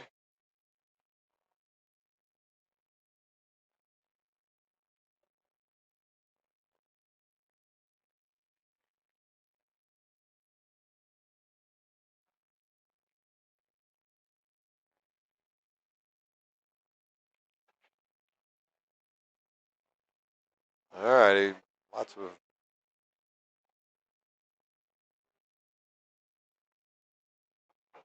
opportunities for bad to happen with that 9 ball shot, but he got it down.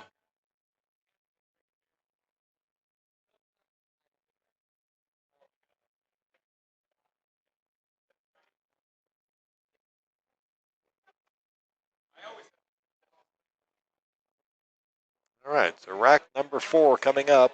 Aro Majumder on the hill, breaking for the match.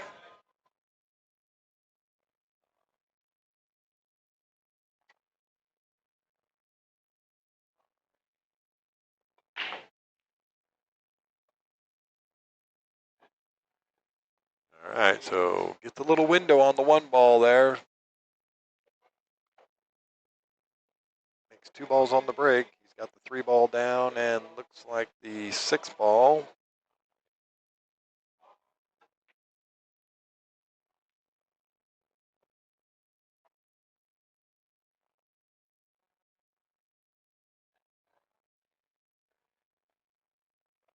4 ball is going to make the rack a little tougher there because I don't know if it goes past the 8 or not. Take a look from the top here in just a second. Take a peek at that just to see. Yeah, it might squeeze past. It's going to be tight though. Combination 2-7 here. Yeah. Controls it really, really well. Gonna have to grab the bridge for this one though.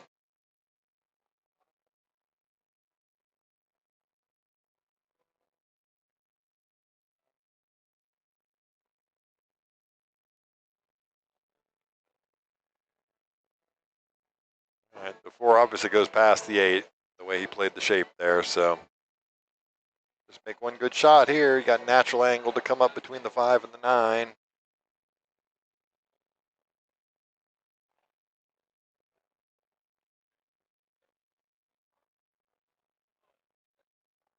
Hit that really, really well.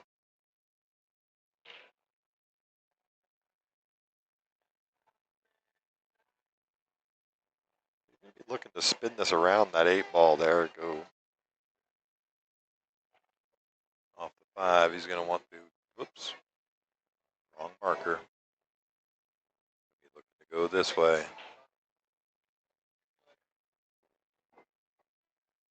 Oh, came up between them. Okay. Thought he was going to try and spin around them. Good shape on the 8 ball here now. He can just drift this in, let the cue ball just run naturally to the other side, shoot the 9 in the same pocket. Yep, really well done. Just get a little bounce off the rail. Perfect. Just one of those shots. Bear down and make it.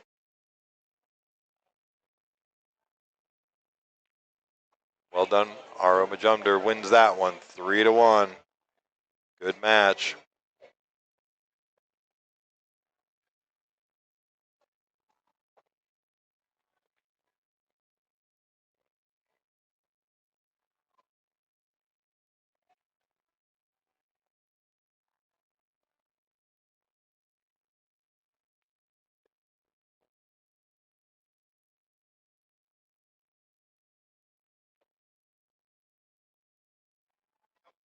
Thank God I didn't miss it twice. Didn't miss it twice, yeah. Aro.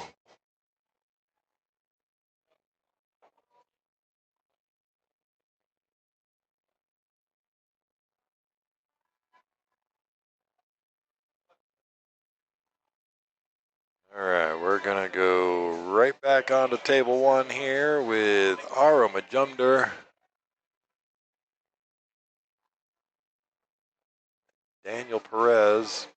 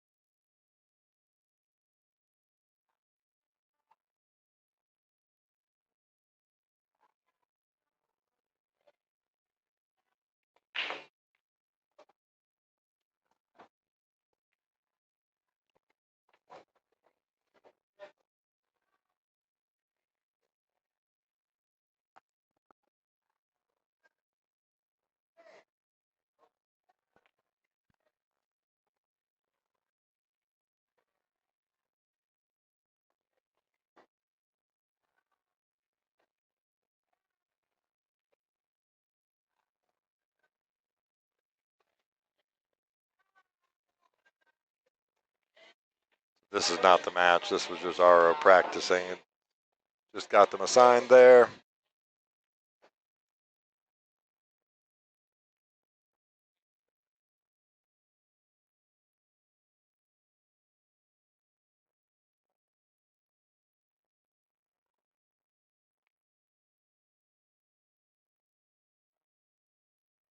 All right, so Aro Majumder wins the lag. He's going to get the first break. Here we go. Rack number 1. Aro Majumder and Daniel Perez. Be a great match right here. 1 ball goes down. He has got this dressed up and ready to go out, as Jude would say. Grab the keys, honey. We're going out. certainly there. The 2 and the 3. Get up the table for the 4 and the 5.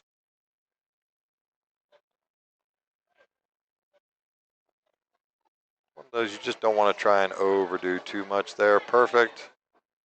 6 still goes past the 9, so that's okay. Just think about what you're doing here. Which way do you want to go to get up for that 4 ball?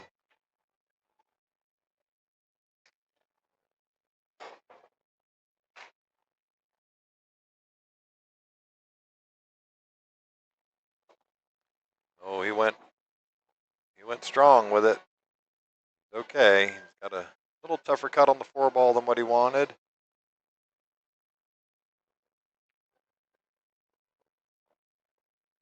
Take your time and think about how to move this cue ball.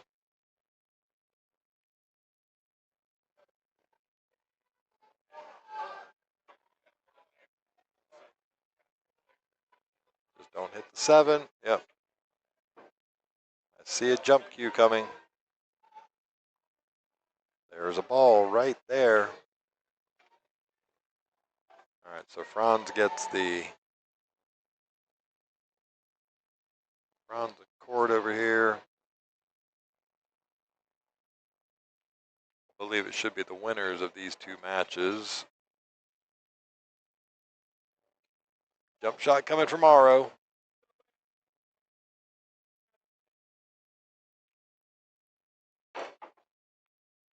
Makes it. Good shot from Aro. Very smart. Just take what the table gives you from the jump shot.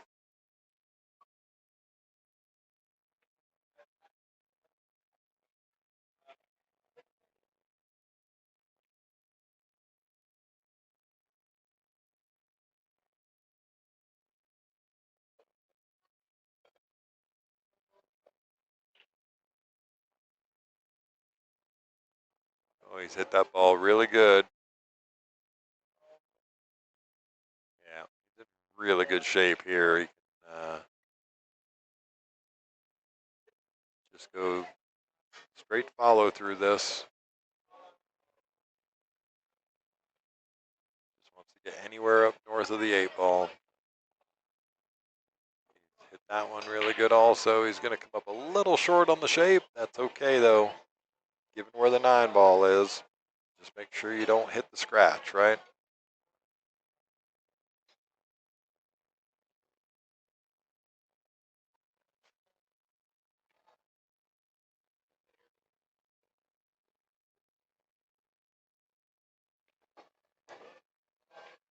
Yeah, he's hit that ball really good. Took the side pocket out of the equation altogether. Coming right into the line of the 9 ball.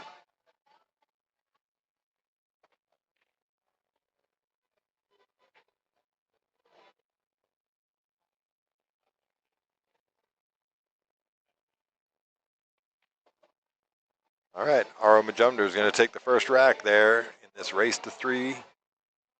Daniel Perez to break rack number 2. Nice out, Aro.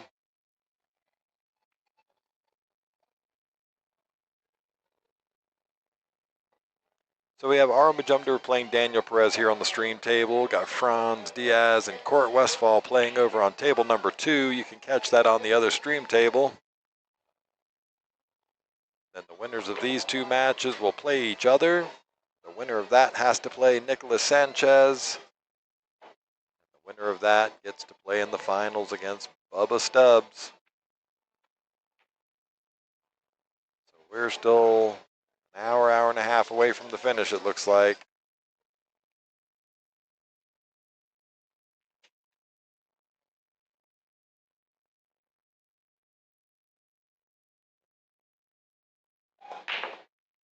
All right. 3 ball hangs, doesn't go down. The wing ball didn't go down. Dry break from Daniel Perez brings Aro Majumder back to the table with a really good opportunity here. He's got an open shot on the 1 ball. Doesn't have to do much with this cue ball, just almost like a little stun shot off the rail. Shoot the 2 in the top right corner.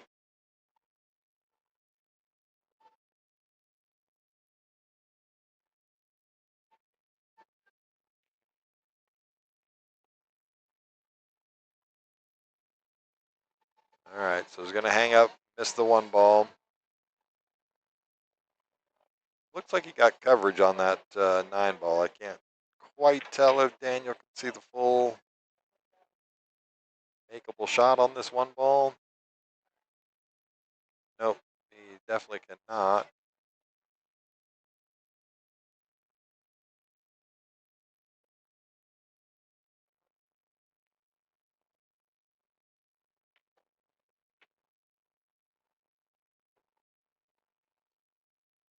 Jump cue in hand. Actually, it's full cue, so he's just massaying it. Okay. Yep, good shot. Nice, well controlled. Didn't overdo anything with it. Make the 9-foot long 2 ball. Get past this one, he'll be back in good shape.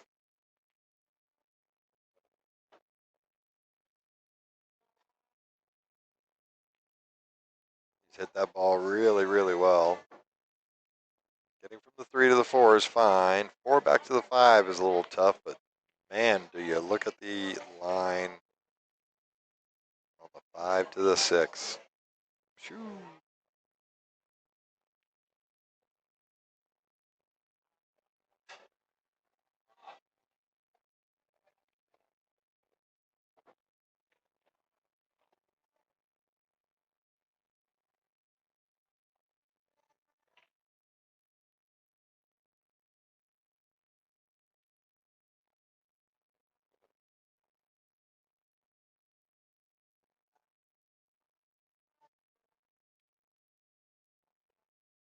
Again, the 5 just being a little awkward spot as far as I almost think you want to get to where you're shooting this 5 ball down to the bottom corner.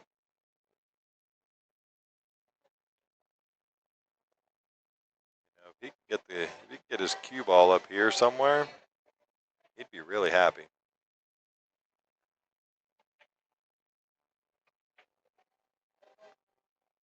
You know, he's going to run full face into the 5 and leave himself nothing. Safety coming from Daniel.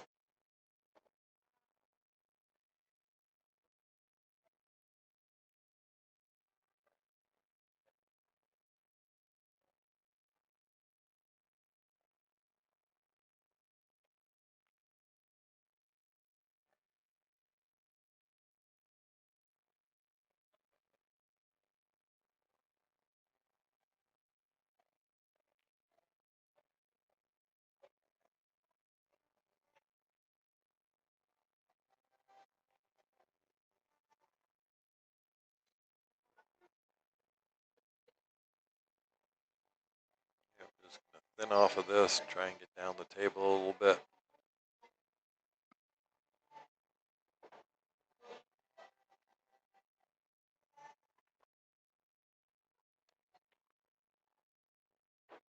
Yeah, he's done really well with that.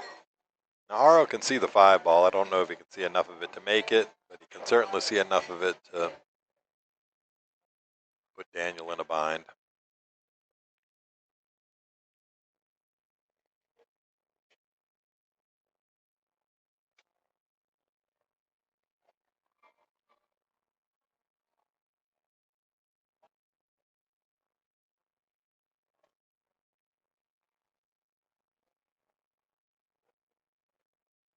Not that you'd want to make this, but given where the 6 ball is. Really, really well done there, Aro. That's okay.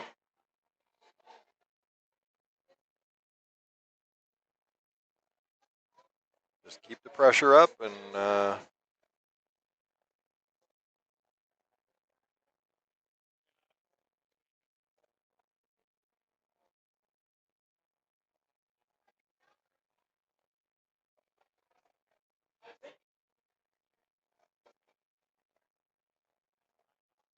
gonna use the 8 ball for cover. Does really well with that.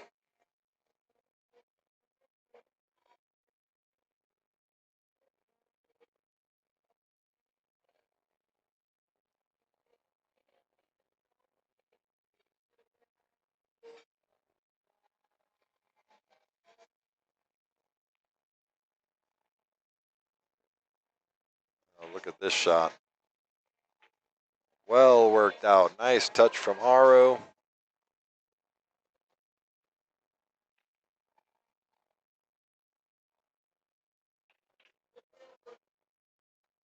Really well done, that safety there. Just a good touch on this ball all the way.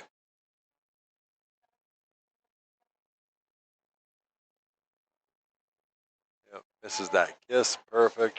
Drops in behind the 7. Really well done from Aro. Daniel's got a little thought to do here.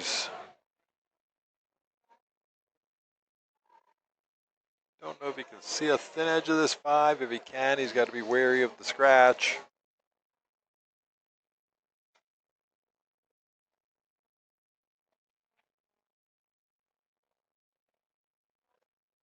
Everybody's well aware it's a short race, so Daniel's going to grab the jump cue. A tough shot, jumping off the rail. You're jumping over a third of the table to carry over the 7 ball. I think I'd just prefer to take the kick shot here, but each to their own.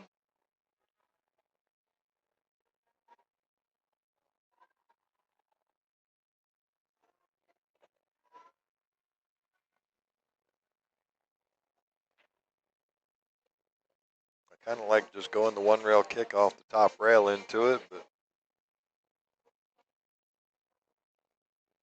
Daniel's going to opt for the jump shot.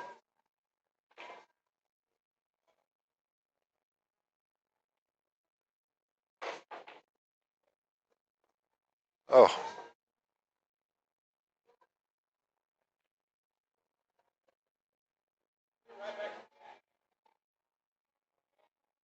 makes the 5 ball.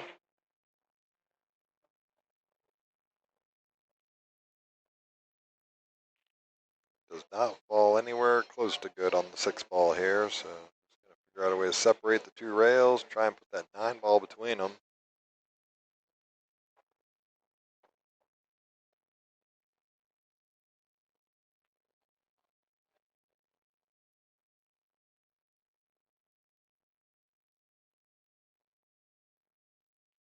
Oh, he does not get the coverage. Aro can see the 6 ball to make it. Roll it in. Yep, cue ball to there somewhere.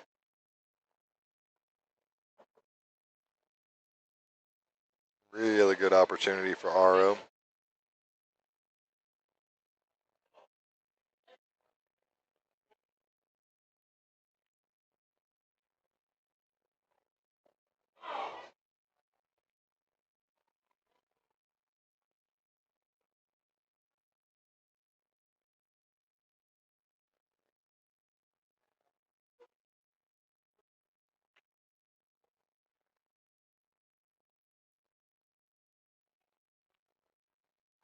Just whatever you do not risk going behind the 9. A little bit of inside run into the 9 would be nice. Okay, so he's going to miss that. Now he's got work cut out for him.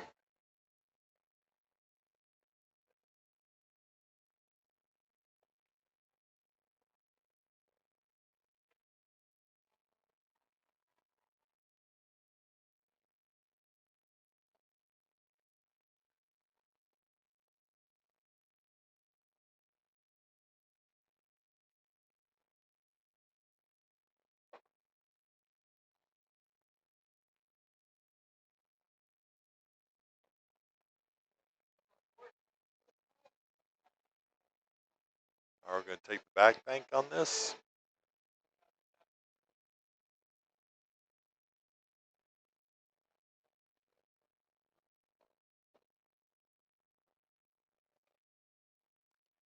Around the table and falls really good on this 8 ball.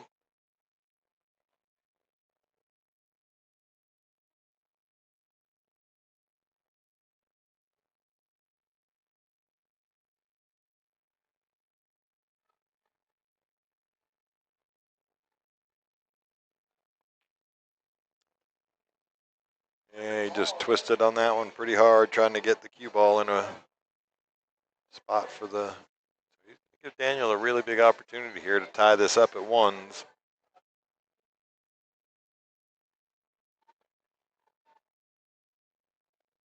Yeah, Walker, it was a hell of a shot until shooting that 8-ball.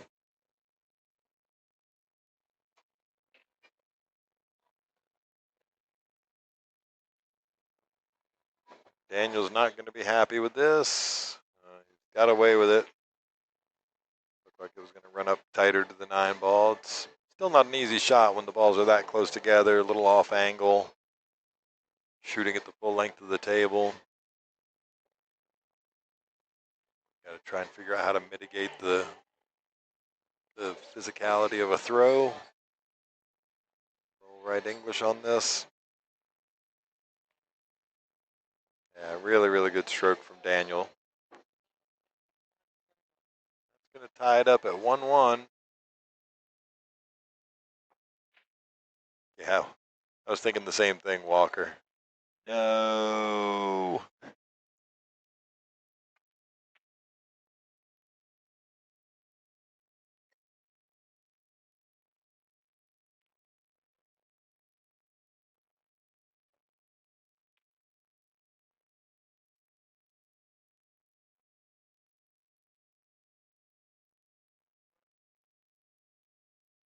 He did have it.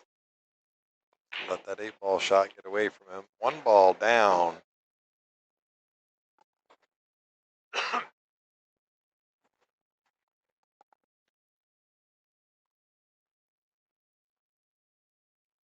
On the 2-ball. Doesn't have a great angle on this, so this is one of those situations where you could be looking at a straight-in shot and still be thinking about playing safe, but see what Ara wants to do with it.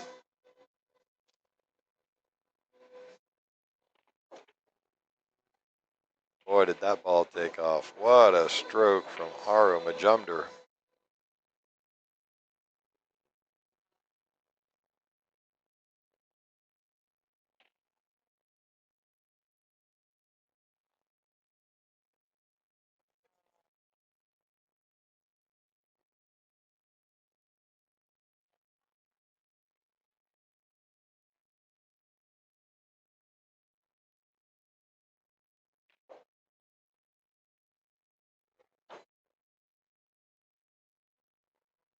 Yeah, good stroke there from Aru. Makes the 3. Good little angle on the 4-ball. He can go off the 4, go up a little inside on this, run up the table towards the 5. Just don't run up too close to it. Don't get straight. Yeah. Just stop the cue ball right where it's at.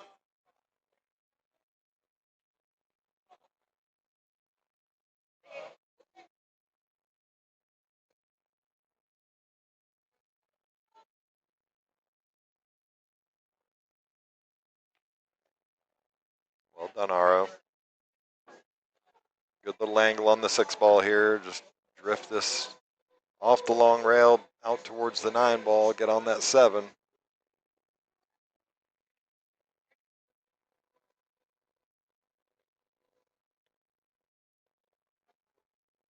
mean, all these shots are important, but the closer you get to the end of the rack, the more important the focus is for each one of those shots.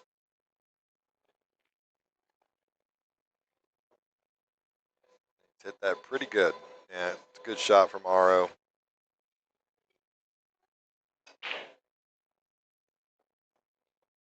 Just a little awkward controlling the cue ball here. You want to make sure you don't get that spin to take off into the top left corner. So he's just trying to go 2 rails to the middle.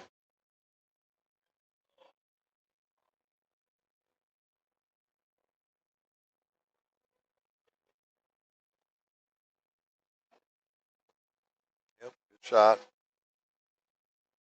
Now it's just a speed control thing. Make the 8.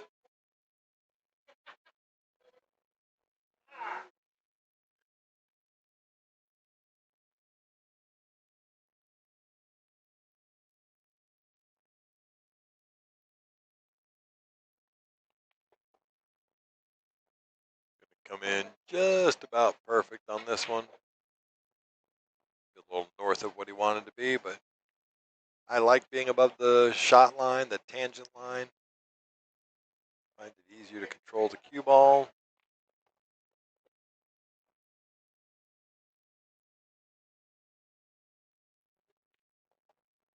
Aro Majumder goes up 2-1.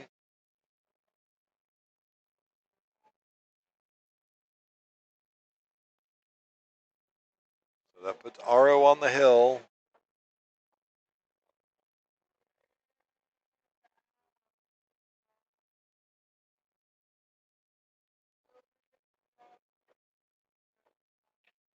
Yeah, that was a nice comeback at the table there, Walker.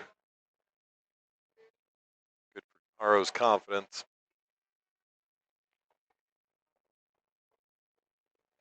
All right, so here we go with rack number 4. Daniel Perez to break. Trying to stay in this match.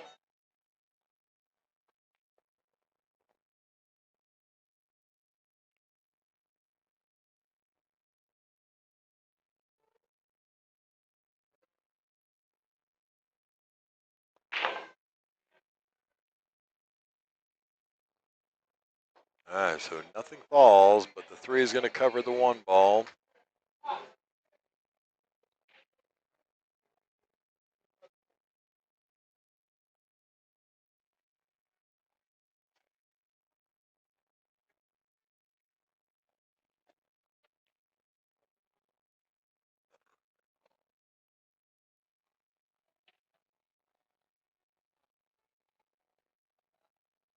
Heaven Villarreal, well, welcome to the chat. Welcome to the stream. My Fargo is a very humble 560. Kind of hover between 558 and 560. Nice shot from Daniel. A little unfortunate to run into that 3 ball there.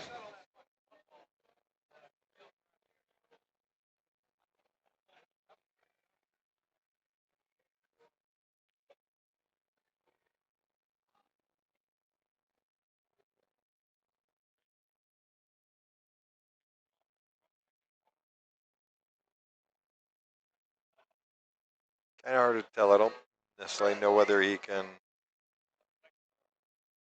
cut this in without scratching. Maybe just play the safety. He could make it, okay. Get past the 7 ball. Yep, he is just fine. That 4 is tied up with the 9, so this is nowhere near over. Oh, you're welcome, Heaven. Thank you so much for joining us in the chat tonight. Everybody that's out there still watching these last matches, where are you coming in from? Let me know in the chat where you're watching from.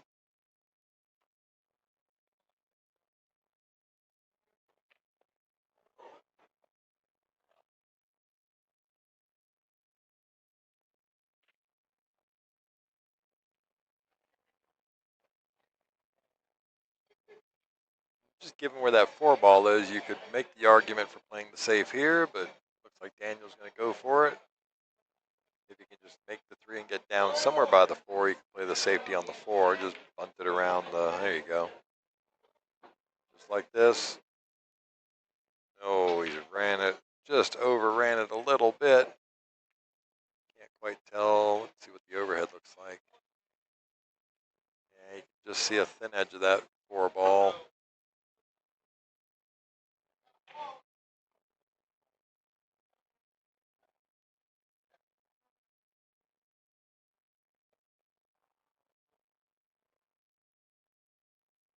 Washington State. My daughter is up in Washington State, over in Pullman. Well, welcome from Washington State there. You guys are getting hit with some weather right now, so what a good time to watch some pool on Skinny Bob's TV.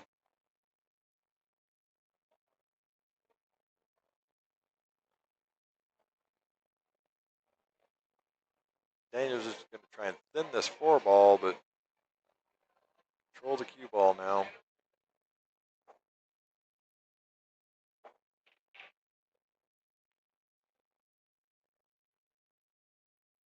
All right, well, he rearranged all the furniture there.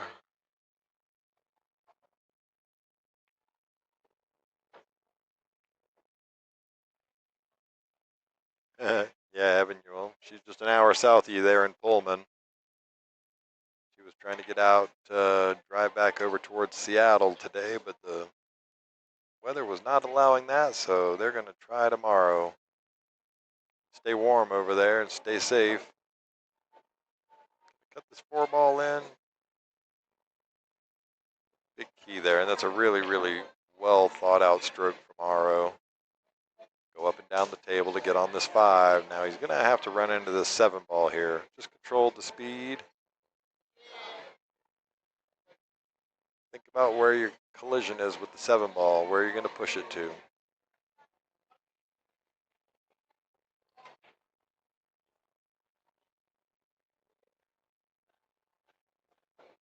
It's really well worked out. Just bumped it perfectly. Fell nice with a little bit of angle. Take your time.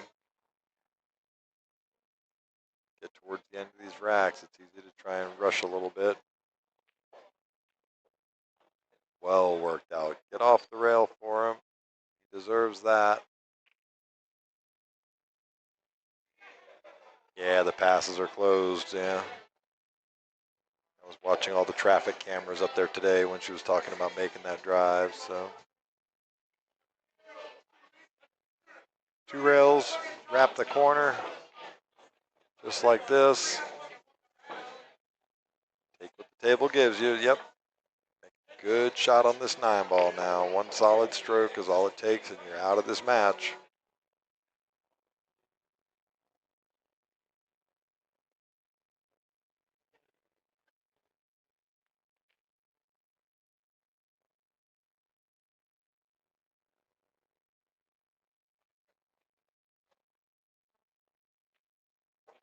Oh, he hit that good. Wiped its feet. Down it goes. Aro Majumder with the upset victory over Daniel Perez. Shooting good, both gentlemen.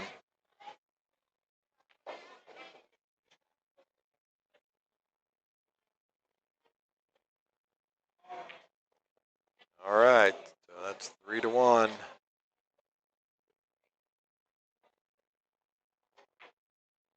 That's going to get us Court Westfall and Aro Majumder coming over to table 1 now.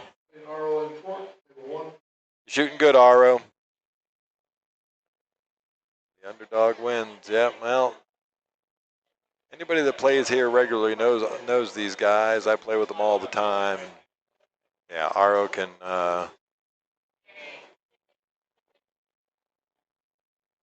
Aro.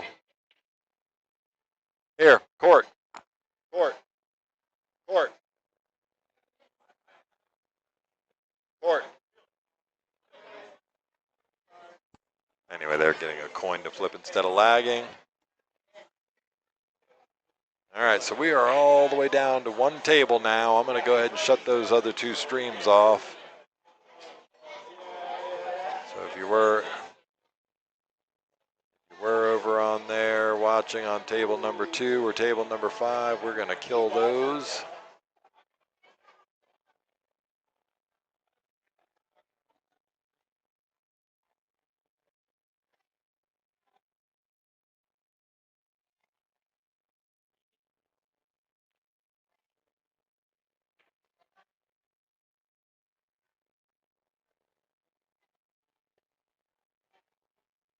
All right, Aro Majumder wins the toss, gets the first break. Here we go, rack number 1. Hit them hard. 7-ball falls. 1 ball hangs down this end of the table. Aro has a shot on it.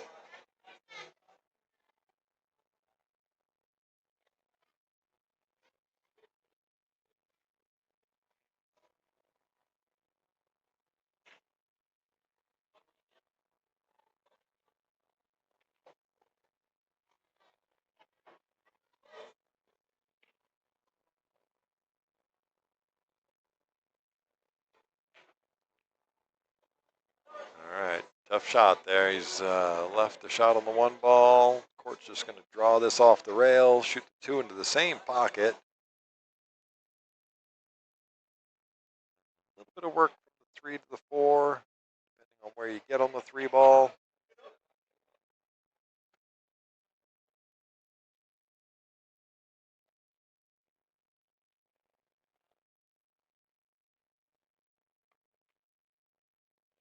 Oh, rattles the 1 ball there. Surprising. Been a long day, I get it. Everybody's a little tired. I'm definitely. Most people work during the day. And it is currently 1 o'clock in the morning, or 1:05 in the morning here, so we've been at it for a while now. Nice shot from Aro there. Well controlled the cue ball.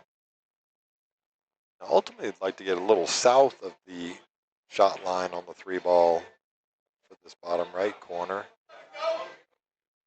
But take what the table gives you, right? Don't try to overdo anything here. That's really well done. Now he can just draw out of this. If the 5 goes past the 9, then he's golden. Get from the 3 to where you want to be on the 4.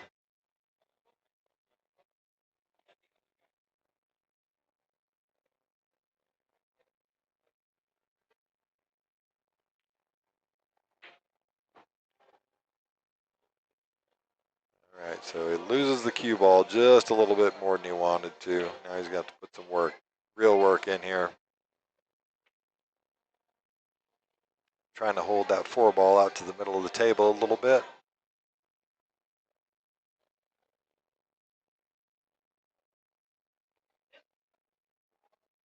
Oh, he's hit that ball really good. I can't quite tell, but if that 5 goes past the 9, then he is cooking with gas.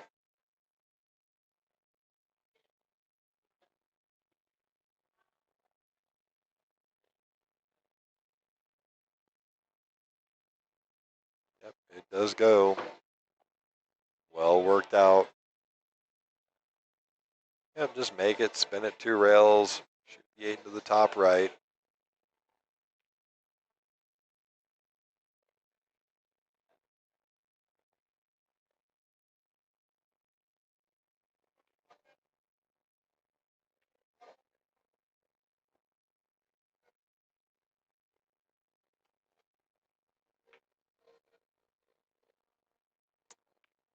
Well, little unexpected miss there. Gives Court a golden opportunity.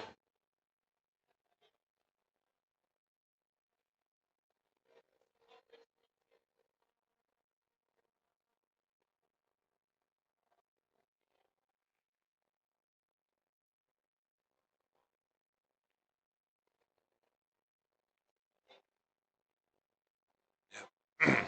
Really well done from Court there.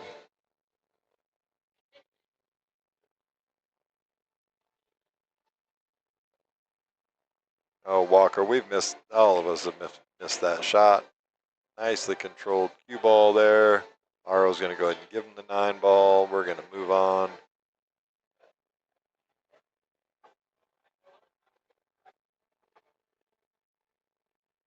Well, that's why we play these weekly tournaments. They're heaven. Just put yourself into pressure situations and see if you can just keep working those nerves out.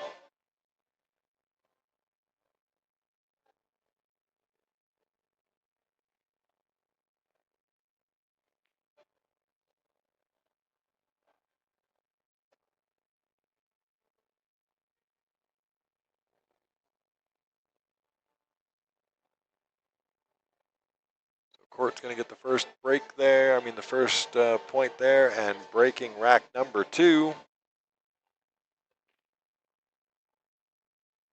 Yeah, the only way you can get over that pressure is to keep putting yourself in it till it stops being that much pressure, if ever. All right, made a couple of balls on the break. Unfortunately, the 1 and the cue ball end up getting right tied up on top of each other. I don't think he can make this in the corner, so.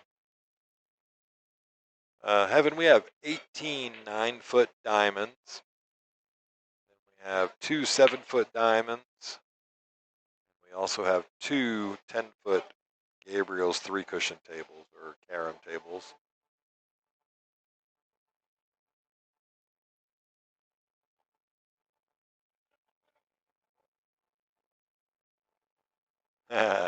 What up, Steve Libretto in the chat? Welcome to the chat. Yep, saw you earlier, brother.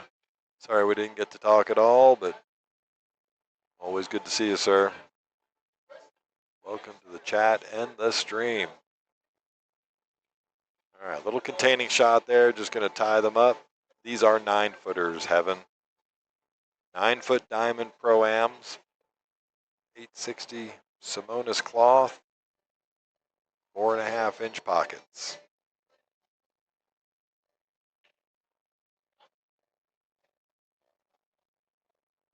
They have the best cheese sticks in town, Walker says.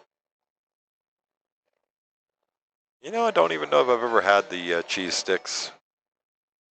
I see a lot of people do them, but I don't. Ever since starting my weight loss journey last year, I don't do the fried foods. And Mr. Libretto, I'm sure we will see each other over the weekend. I'll be around tomorrow. Sunday I won't be around. I'll be in Houston playing 3 cushion.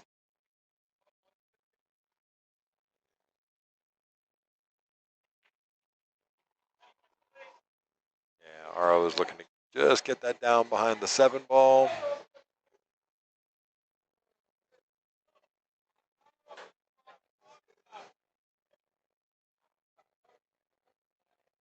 That's a good chance here for Court.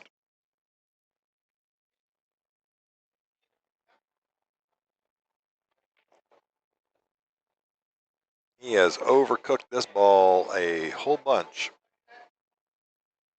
Got away with it, though. He can still see the 2. Just drift that thing in. Let the cue ball drift up the table. He overstroked that one.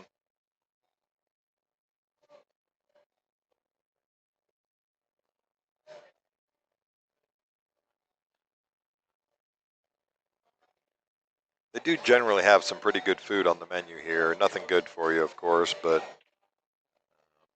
before I stopped eating the processed fried foods and all that good stuff, I used to partake. They make some really good sandwiches.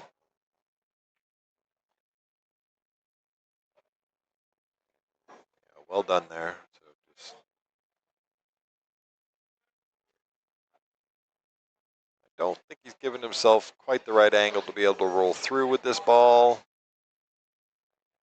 If he can, he's going to the short side of the 5. He can also draw this thing back out about 2 feet, right to the center line of the table there. A couple of options.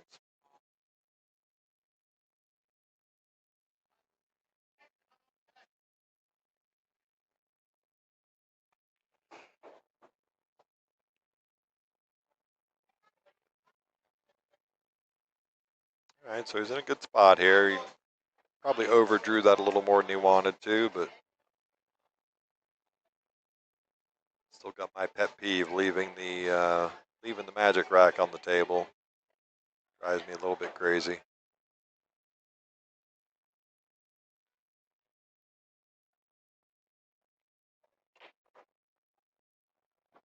Yep, good shot.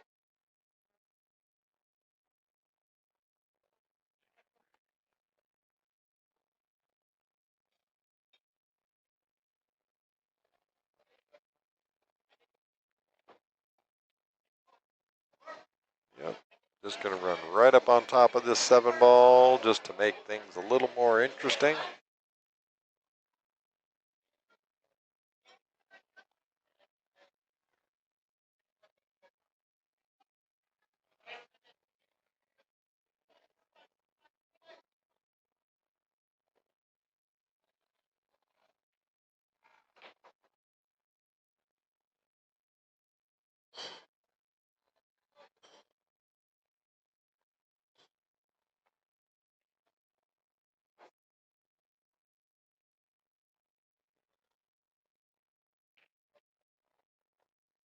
Just watch for the scratch there. Yeah, it's a tough shot playing it with the inside English like that.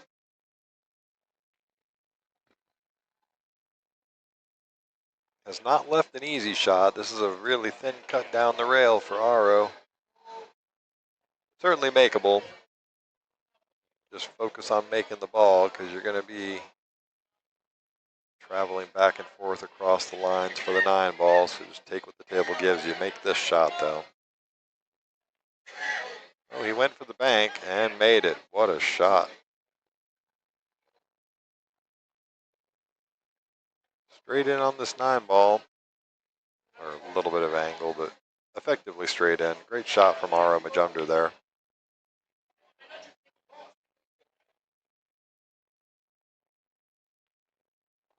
There you go. Aro Majumdar takes that down. We're going to tie this thing up at 1 apiece.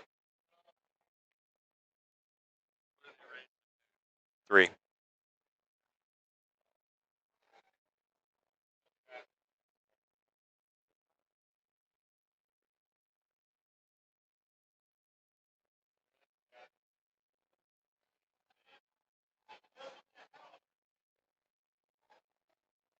All right, so Aro Majumdar breaking rack number 3.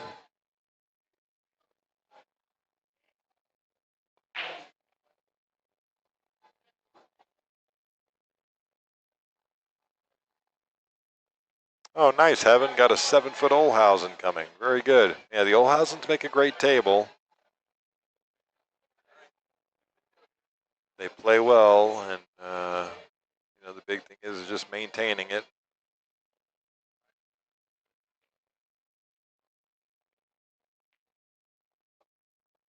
All right, 2 ball down. He's going to try and come 3 rails around. He just needs to miss the 7 ball and the 9 ball. Drop right in on this 4 ball. Let's see how he does with this. He might try and draw it across the table instead. Take the traffic out of the equation. Really well done. Gets a nice angle on the 4 ball.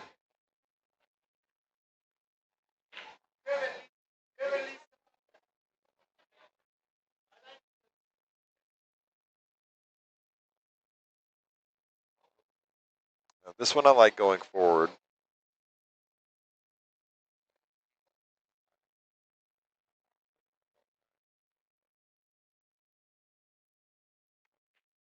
Yeah, that's awesome. Having can have your own table there.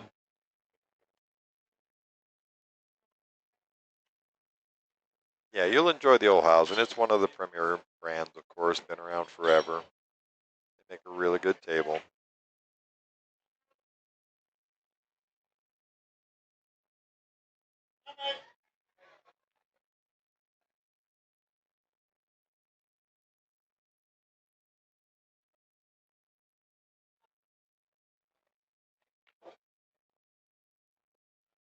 Nice stroke from Aro there. He opted to do the draw stroke and draw it out to the middle of the table. Just fine. Completely acceptable. Yeah, it's a good question, Walker. Heaven, did you buy that table? Is it a brand new table getting delivered?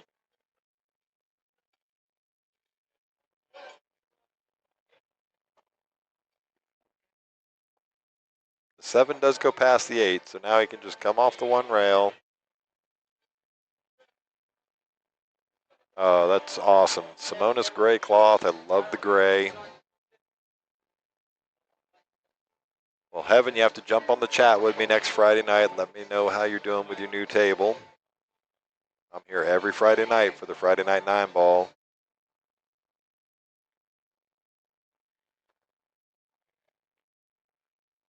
Really well done. That's such a great controlled stroke from Aro.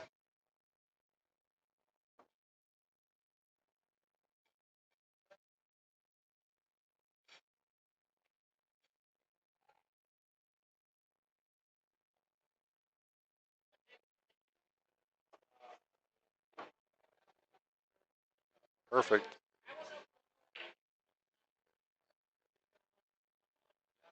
Well, we're certainly glad to have you in the chat with us for sure. Glad that you've been watching the stream. Hope you've been enjoying them.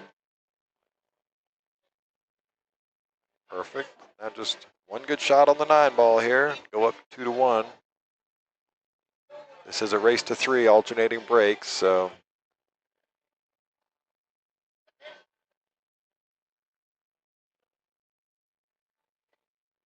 to tie the bow on the break and run here.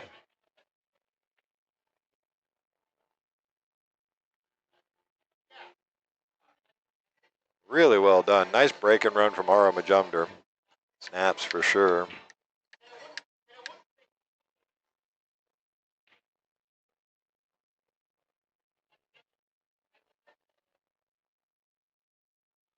Oh, that's cool, Walker. You got one of the tables from the Bad Boys tournament. Yep. 7-foot diamonds. Great tables.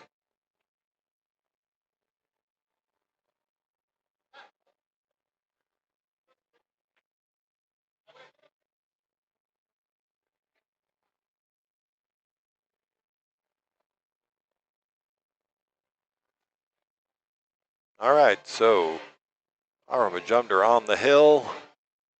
Court Westfall to break to stay in the match.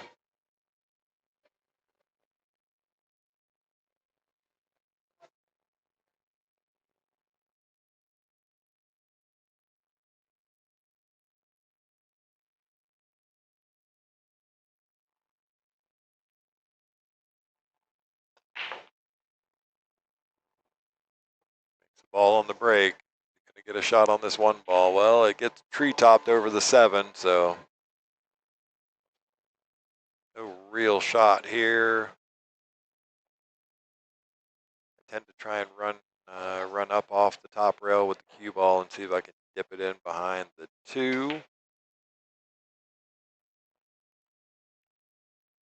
Just send the one ball up and down the table.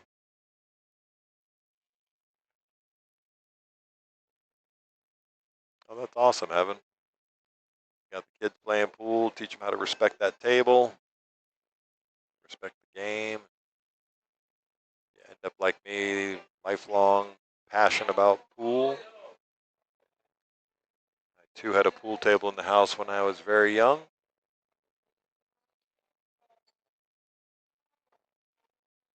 We went for it. It's really tough when you're treetopped like that. I'm probably pretty glad that he missed that there because that position on the 2 ball's not that good. So Ara's going to go for the kick shot here.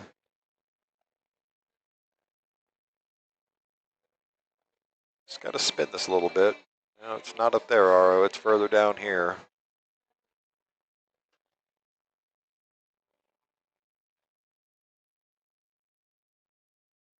Try it.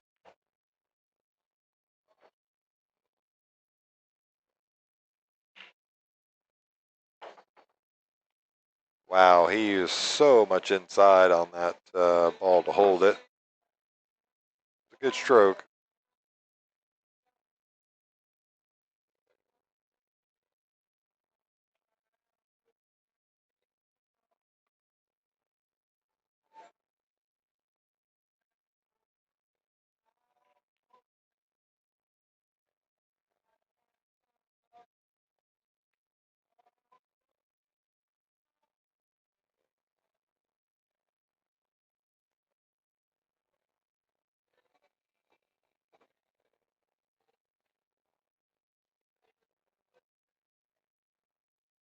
All right. Gonna draw, or is he going to go the 3-rail round route?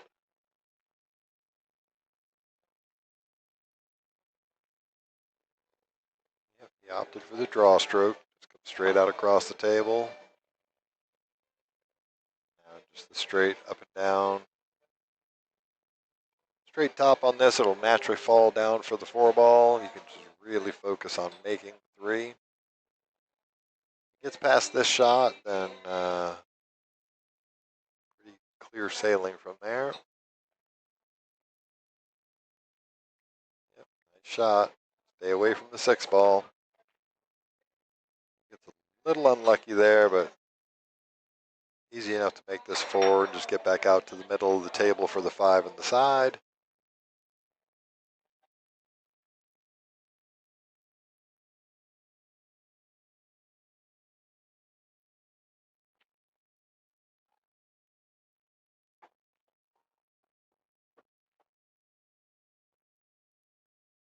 Would have liked a little more out of that, but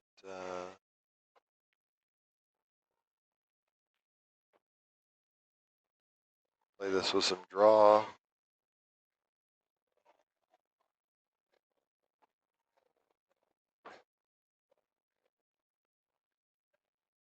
Yeah, didn't think a lot about the path running into the 7 ball there, so unfortunately he's not going to have a great shot on this 6 ball. He could play the cut back, and it looks like he's aiming that up.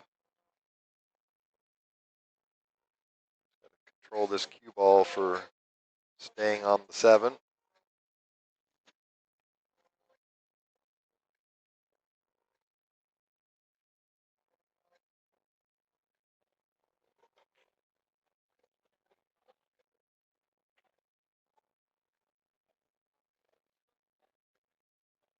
Yep, kind of a two-way shot there. Knew if he missed it, he was going to get separation like that, rail to rail.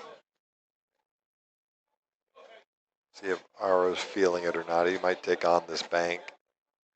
Try and run around the back of the 9 ball.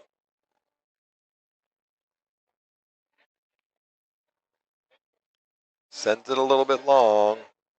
Probably glad that he did because he ends up not having shape on the 7 ball. And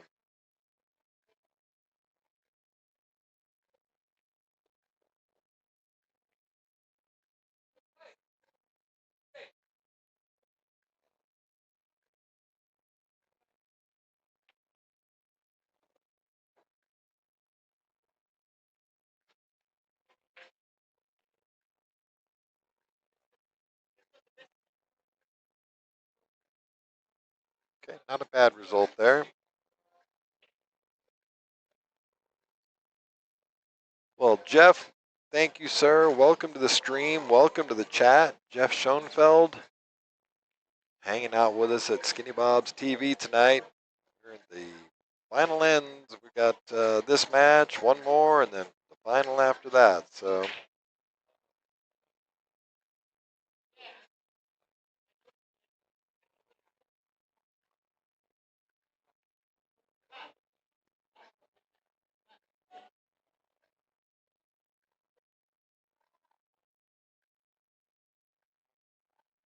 see if he can figure out the speed control for a good safety here.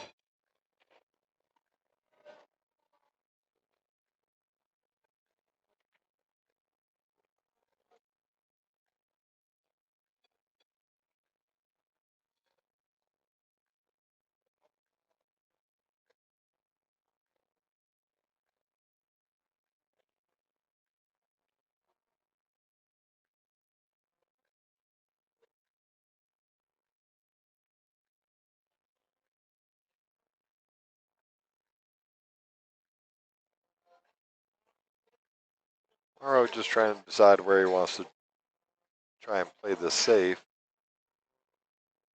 Just steep enough on it. We're crossing it. Sending the 6 up is not really the best of options. Got to just miss the double kiss if you're going to try and play that.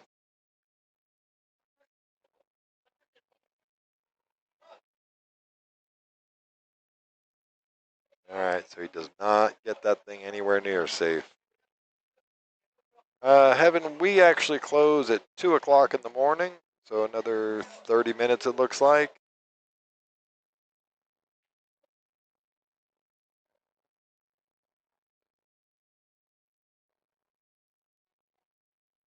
Oh, that's cool, Heaven. The owner of Jam Up. Well, glad to know that my money that I've spent on Jam Up apparel over the years is going to good use.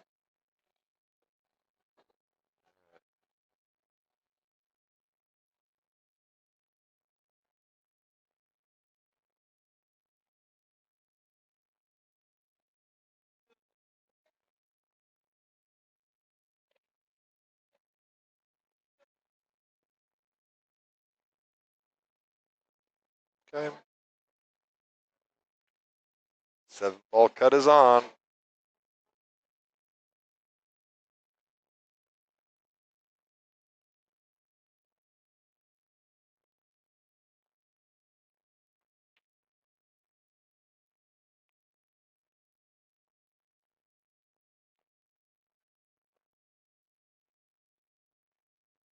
All right.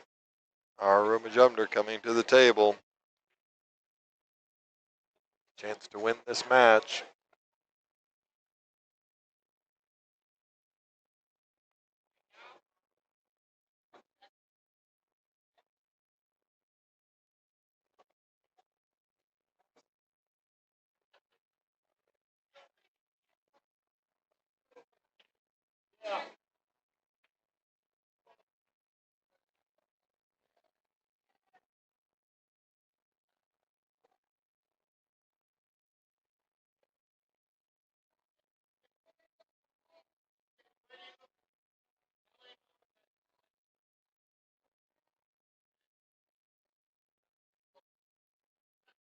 Attention Skinny Bob's guests, it is now last call for alcohol. We've got about 15 minutes. Put your drink order in. Thank you. No, we're going to do our best here. We've got about 30 more minutes. We've got this match, the next one coming up. So now we're going to get Aro Majumder.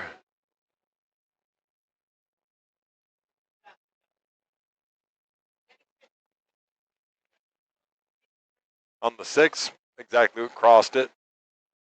Crossed the front of it. Yeah. No, they're going to play tonight. They're going to play this next match, and then so Aro and Nicholas will play. And if we need to stay a little bit late, then we will stay a little bit late. We'll see. A lot of the time when we get to the end like this, they'll chop. The first and second place will chop. We'll see what happens.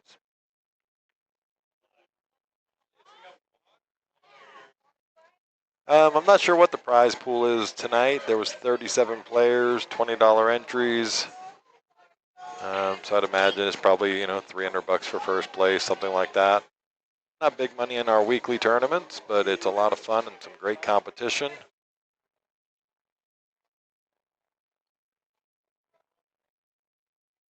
All right, well, while Aro is racking, he's going to get the break.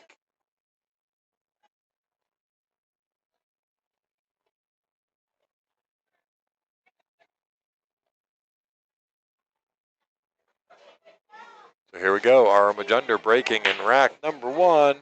Makes the ball, makes another ball. He's got a shot on the 1 ball. What did he make here? He made the 4 ball and the 8 ball. Yeah, no, not bad money at all, Heaven, for doing something that you love. We're really lucky. We have such a great pool community here in Austin, and definitely a great pool community here, specifically at Skinny Bob's Billiards. Just spears it in. What a shot from Aro Majumder.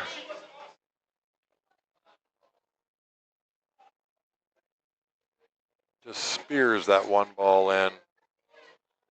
Just find a good safe off the 2 now.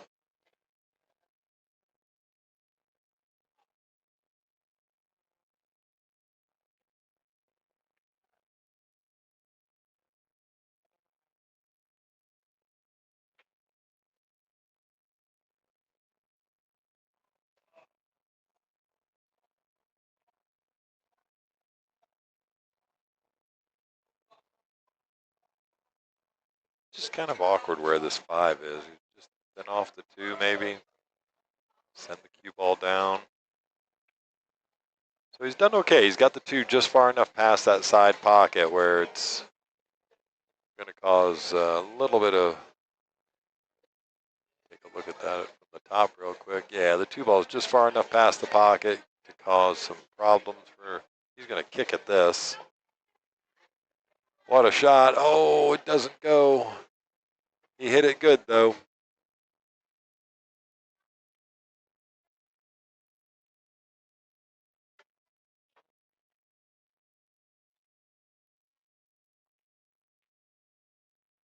right, trying to play the safe there. Doesn't quite get safe.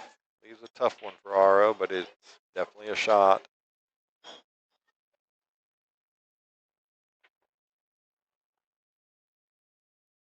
I'm going to leave you guys for just a couple minutes. I'm going to run to the restroom. I'll be right back. I want to catch the rest of this match, so hang out and watch with me.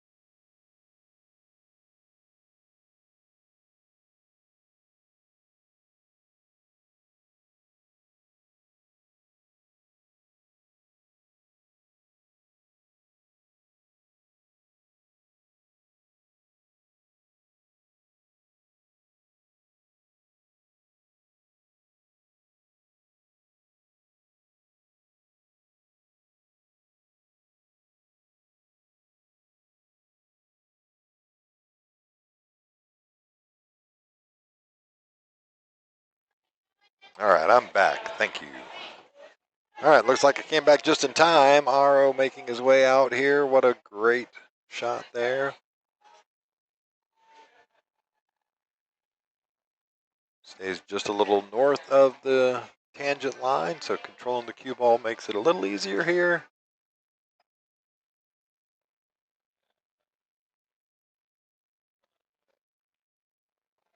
Good stroke from Ara Majumder. Takes that down. Takes the first rack. 1-0.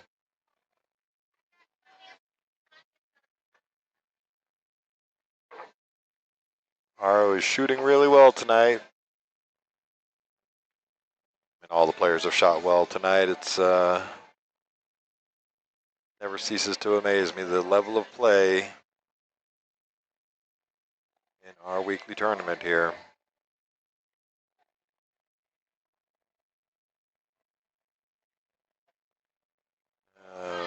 Well, welcome to the stream and welcome to the chat there, Maxim Senkovic.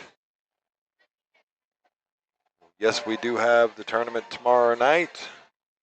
So tomorrow we actually have the Infinity Ladies Tour. Here's Nicholas Sanchez breaking rack number 2. So yeah, tomorrow morning we open the doors at 10 a.m. We have the Infinity Ladies Tour in town this weekend. So they're going to have a whole bunch of play going on. That'll be streamed on Backwards Billiards. Make sure you check out the Backwards Billiards channel tomorrow for the ladies tournament, the Infinity Tour. That's a great one. $2,000 added to that one. That's a 2-day event. But tomorrow night we will have the same tournament as tonight. Our Friday and Saturday night tournaments are mirrors of each other. 9-ball, but that will be going on at 7:30. Sign-ups at 6:30. Tournament play starts at 7:30. And then on Sunday we will have day 2 of the Infinity Ladies Tour, but we also have our afternoon tournament. I believe they're still going to be playing that in the afternoon. Come on out with Bastrop Senior there running the Fargo Rate Fair Match Tournament on Sundays.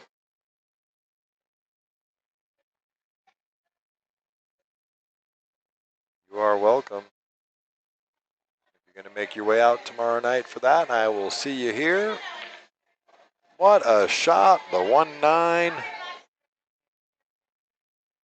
What a combination that was. Take a peek at that thing. He just fired that right in. What a shot from Ara Majumder. Wow. Great stroke, Aro. Takes him onto the hill. 2-0. Well played. Aro is definitely feeling it a little bit. Shooting shots like that. Wow. All right, here we go. Rack number 3. Aro Majumder on the hill.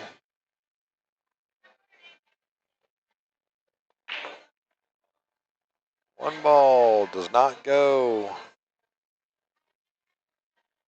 All right, there's a dry break for you. Has not left a whole lot on this.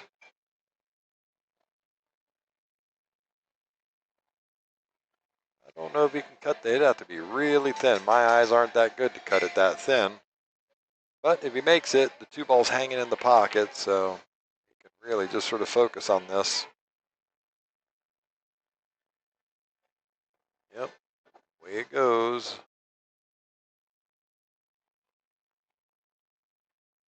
Two ball hanging in the pocket, so he can really use just a good stroke here to get to the 3 ball.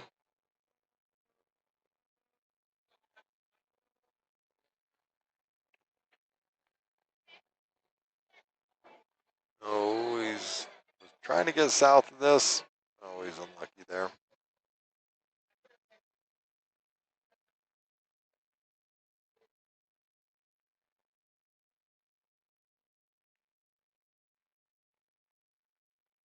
He could then cut this in, run into the 4 ball, but it's a tough shot. Let's see what he does. Yeah, he overcuts that. He was trying to go around the table and get up there. Well, about where he got. Position without possession.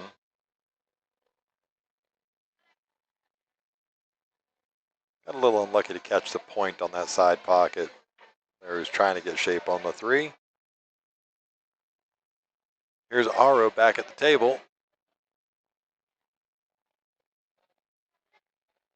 Combo 3-6. Doesn't make it. All right, so he's going to give Nicholas a chance here at an open shot. Still no love on this 4-ball.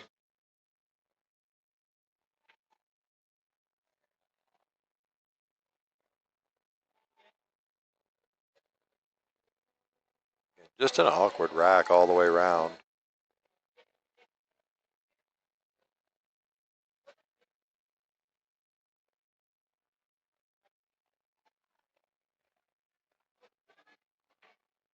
Try and cut this down the rail. If he throws it with any spin, he's risking the scratch, but let's see what he does. Man, did he hit that ball good. Gonna bounce enough for him? Yeah.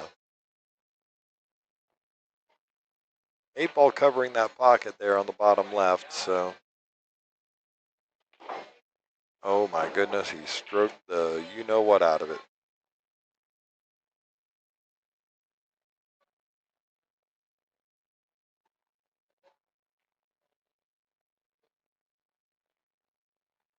Trying to see where he wants to get to.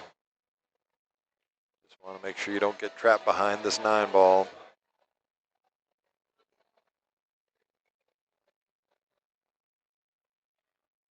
Oh, he's going to miss that just a little. Was just throwing it a little bit. All right, great opportunity here for Aro. Think about where you want your cue ball. Not an easy out yet. If you can just stop this dead, then you'd have a thin cut on the 7. So he wants to try and draw it all. He has not drawn it back enough. Maybe he has. It must be really tight to that 9-ball, but he's down on it. So here we go. Very well done.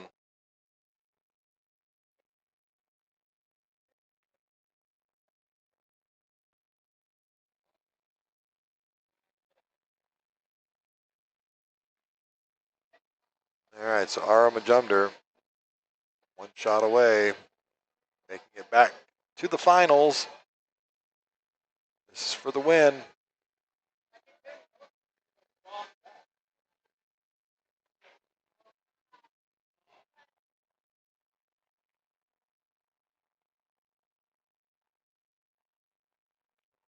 All right, so Aro makes the 9-ball, going to take that rack. Good shooting. Congratulations to Nick on 3rd place. No, you couldn't see it. I know you said it rocked back, like off of get it. Couldn't really tell on the camera. Yeah, Aro was saying that the cue ball rocked back off of a piece of chalk, so.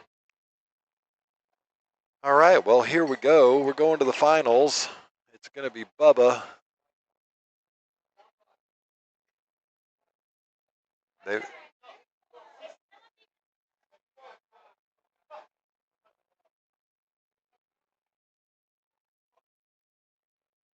Yeah, so these guys are actually going to chop it up, so they really don't have enough time to play the finals. But so Bubba wins the hot seat. Aro plays some great pool to get to the end of the elimination bracket. Those 2 guys are going to chop up 1st and 2nd place, so a couple $100 each, I'm sure. Good shooting, a lot of fun had by all tonight. I want to thank everybody that's hung out and watched the stream tonight, been in the chat. Maxim and Heaven and Steve Libretto. Walker out there hanging out with us. Sean Black, my good friend, hanging out up there in Odessa. Scott, Lego my Lego. Hell no. Had a lot of people out there tonight chatting with us. We're so happy to have you guys with us.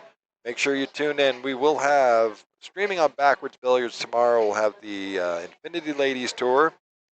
And then tomorrow night, we will have the stream going for the Saturday night tournament. It will not have a commentary. I only do the Friday nights.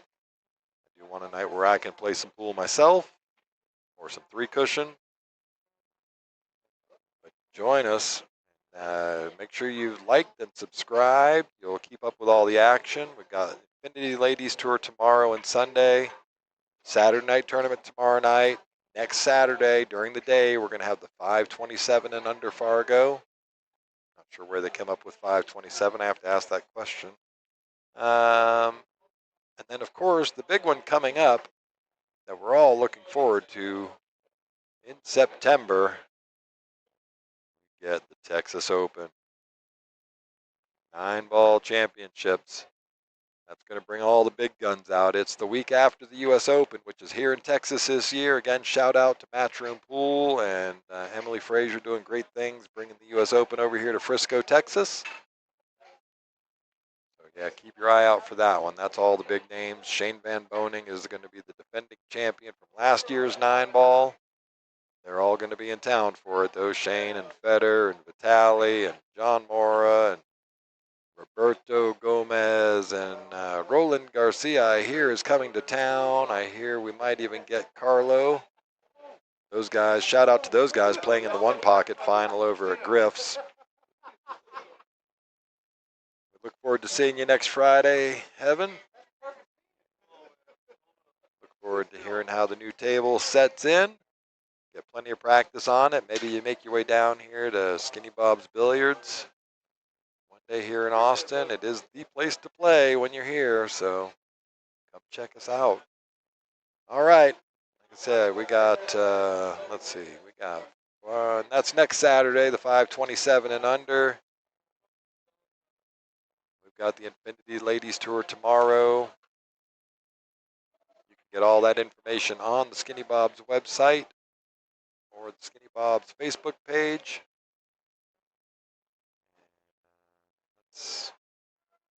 Big shout out to Ray Tull, our tournament director, all the staff here at Skinny Bob's Billiards doing a great job. Keeping this place running, keeping all the equipment great. We had Lindsay behind the bar tonight, and Elena on the floor. Working real hard. Shayla for making all this happen with the stream. And General Manager Extraordinaire, we do appreciate it. I am Captain Mike. Skinny Bob getting ready for St. Patty's Day. Have a great night, everybody. Look forward to seeing you next time. Thanks.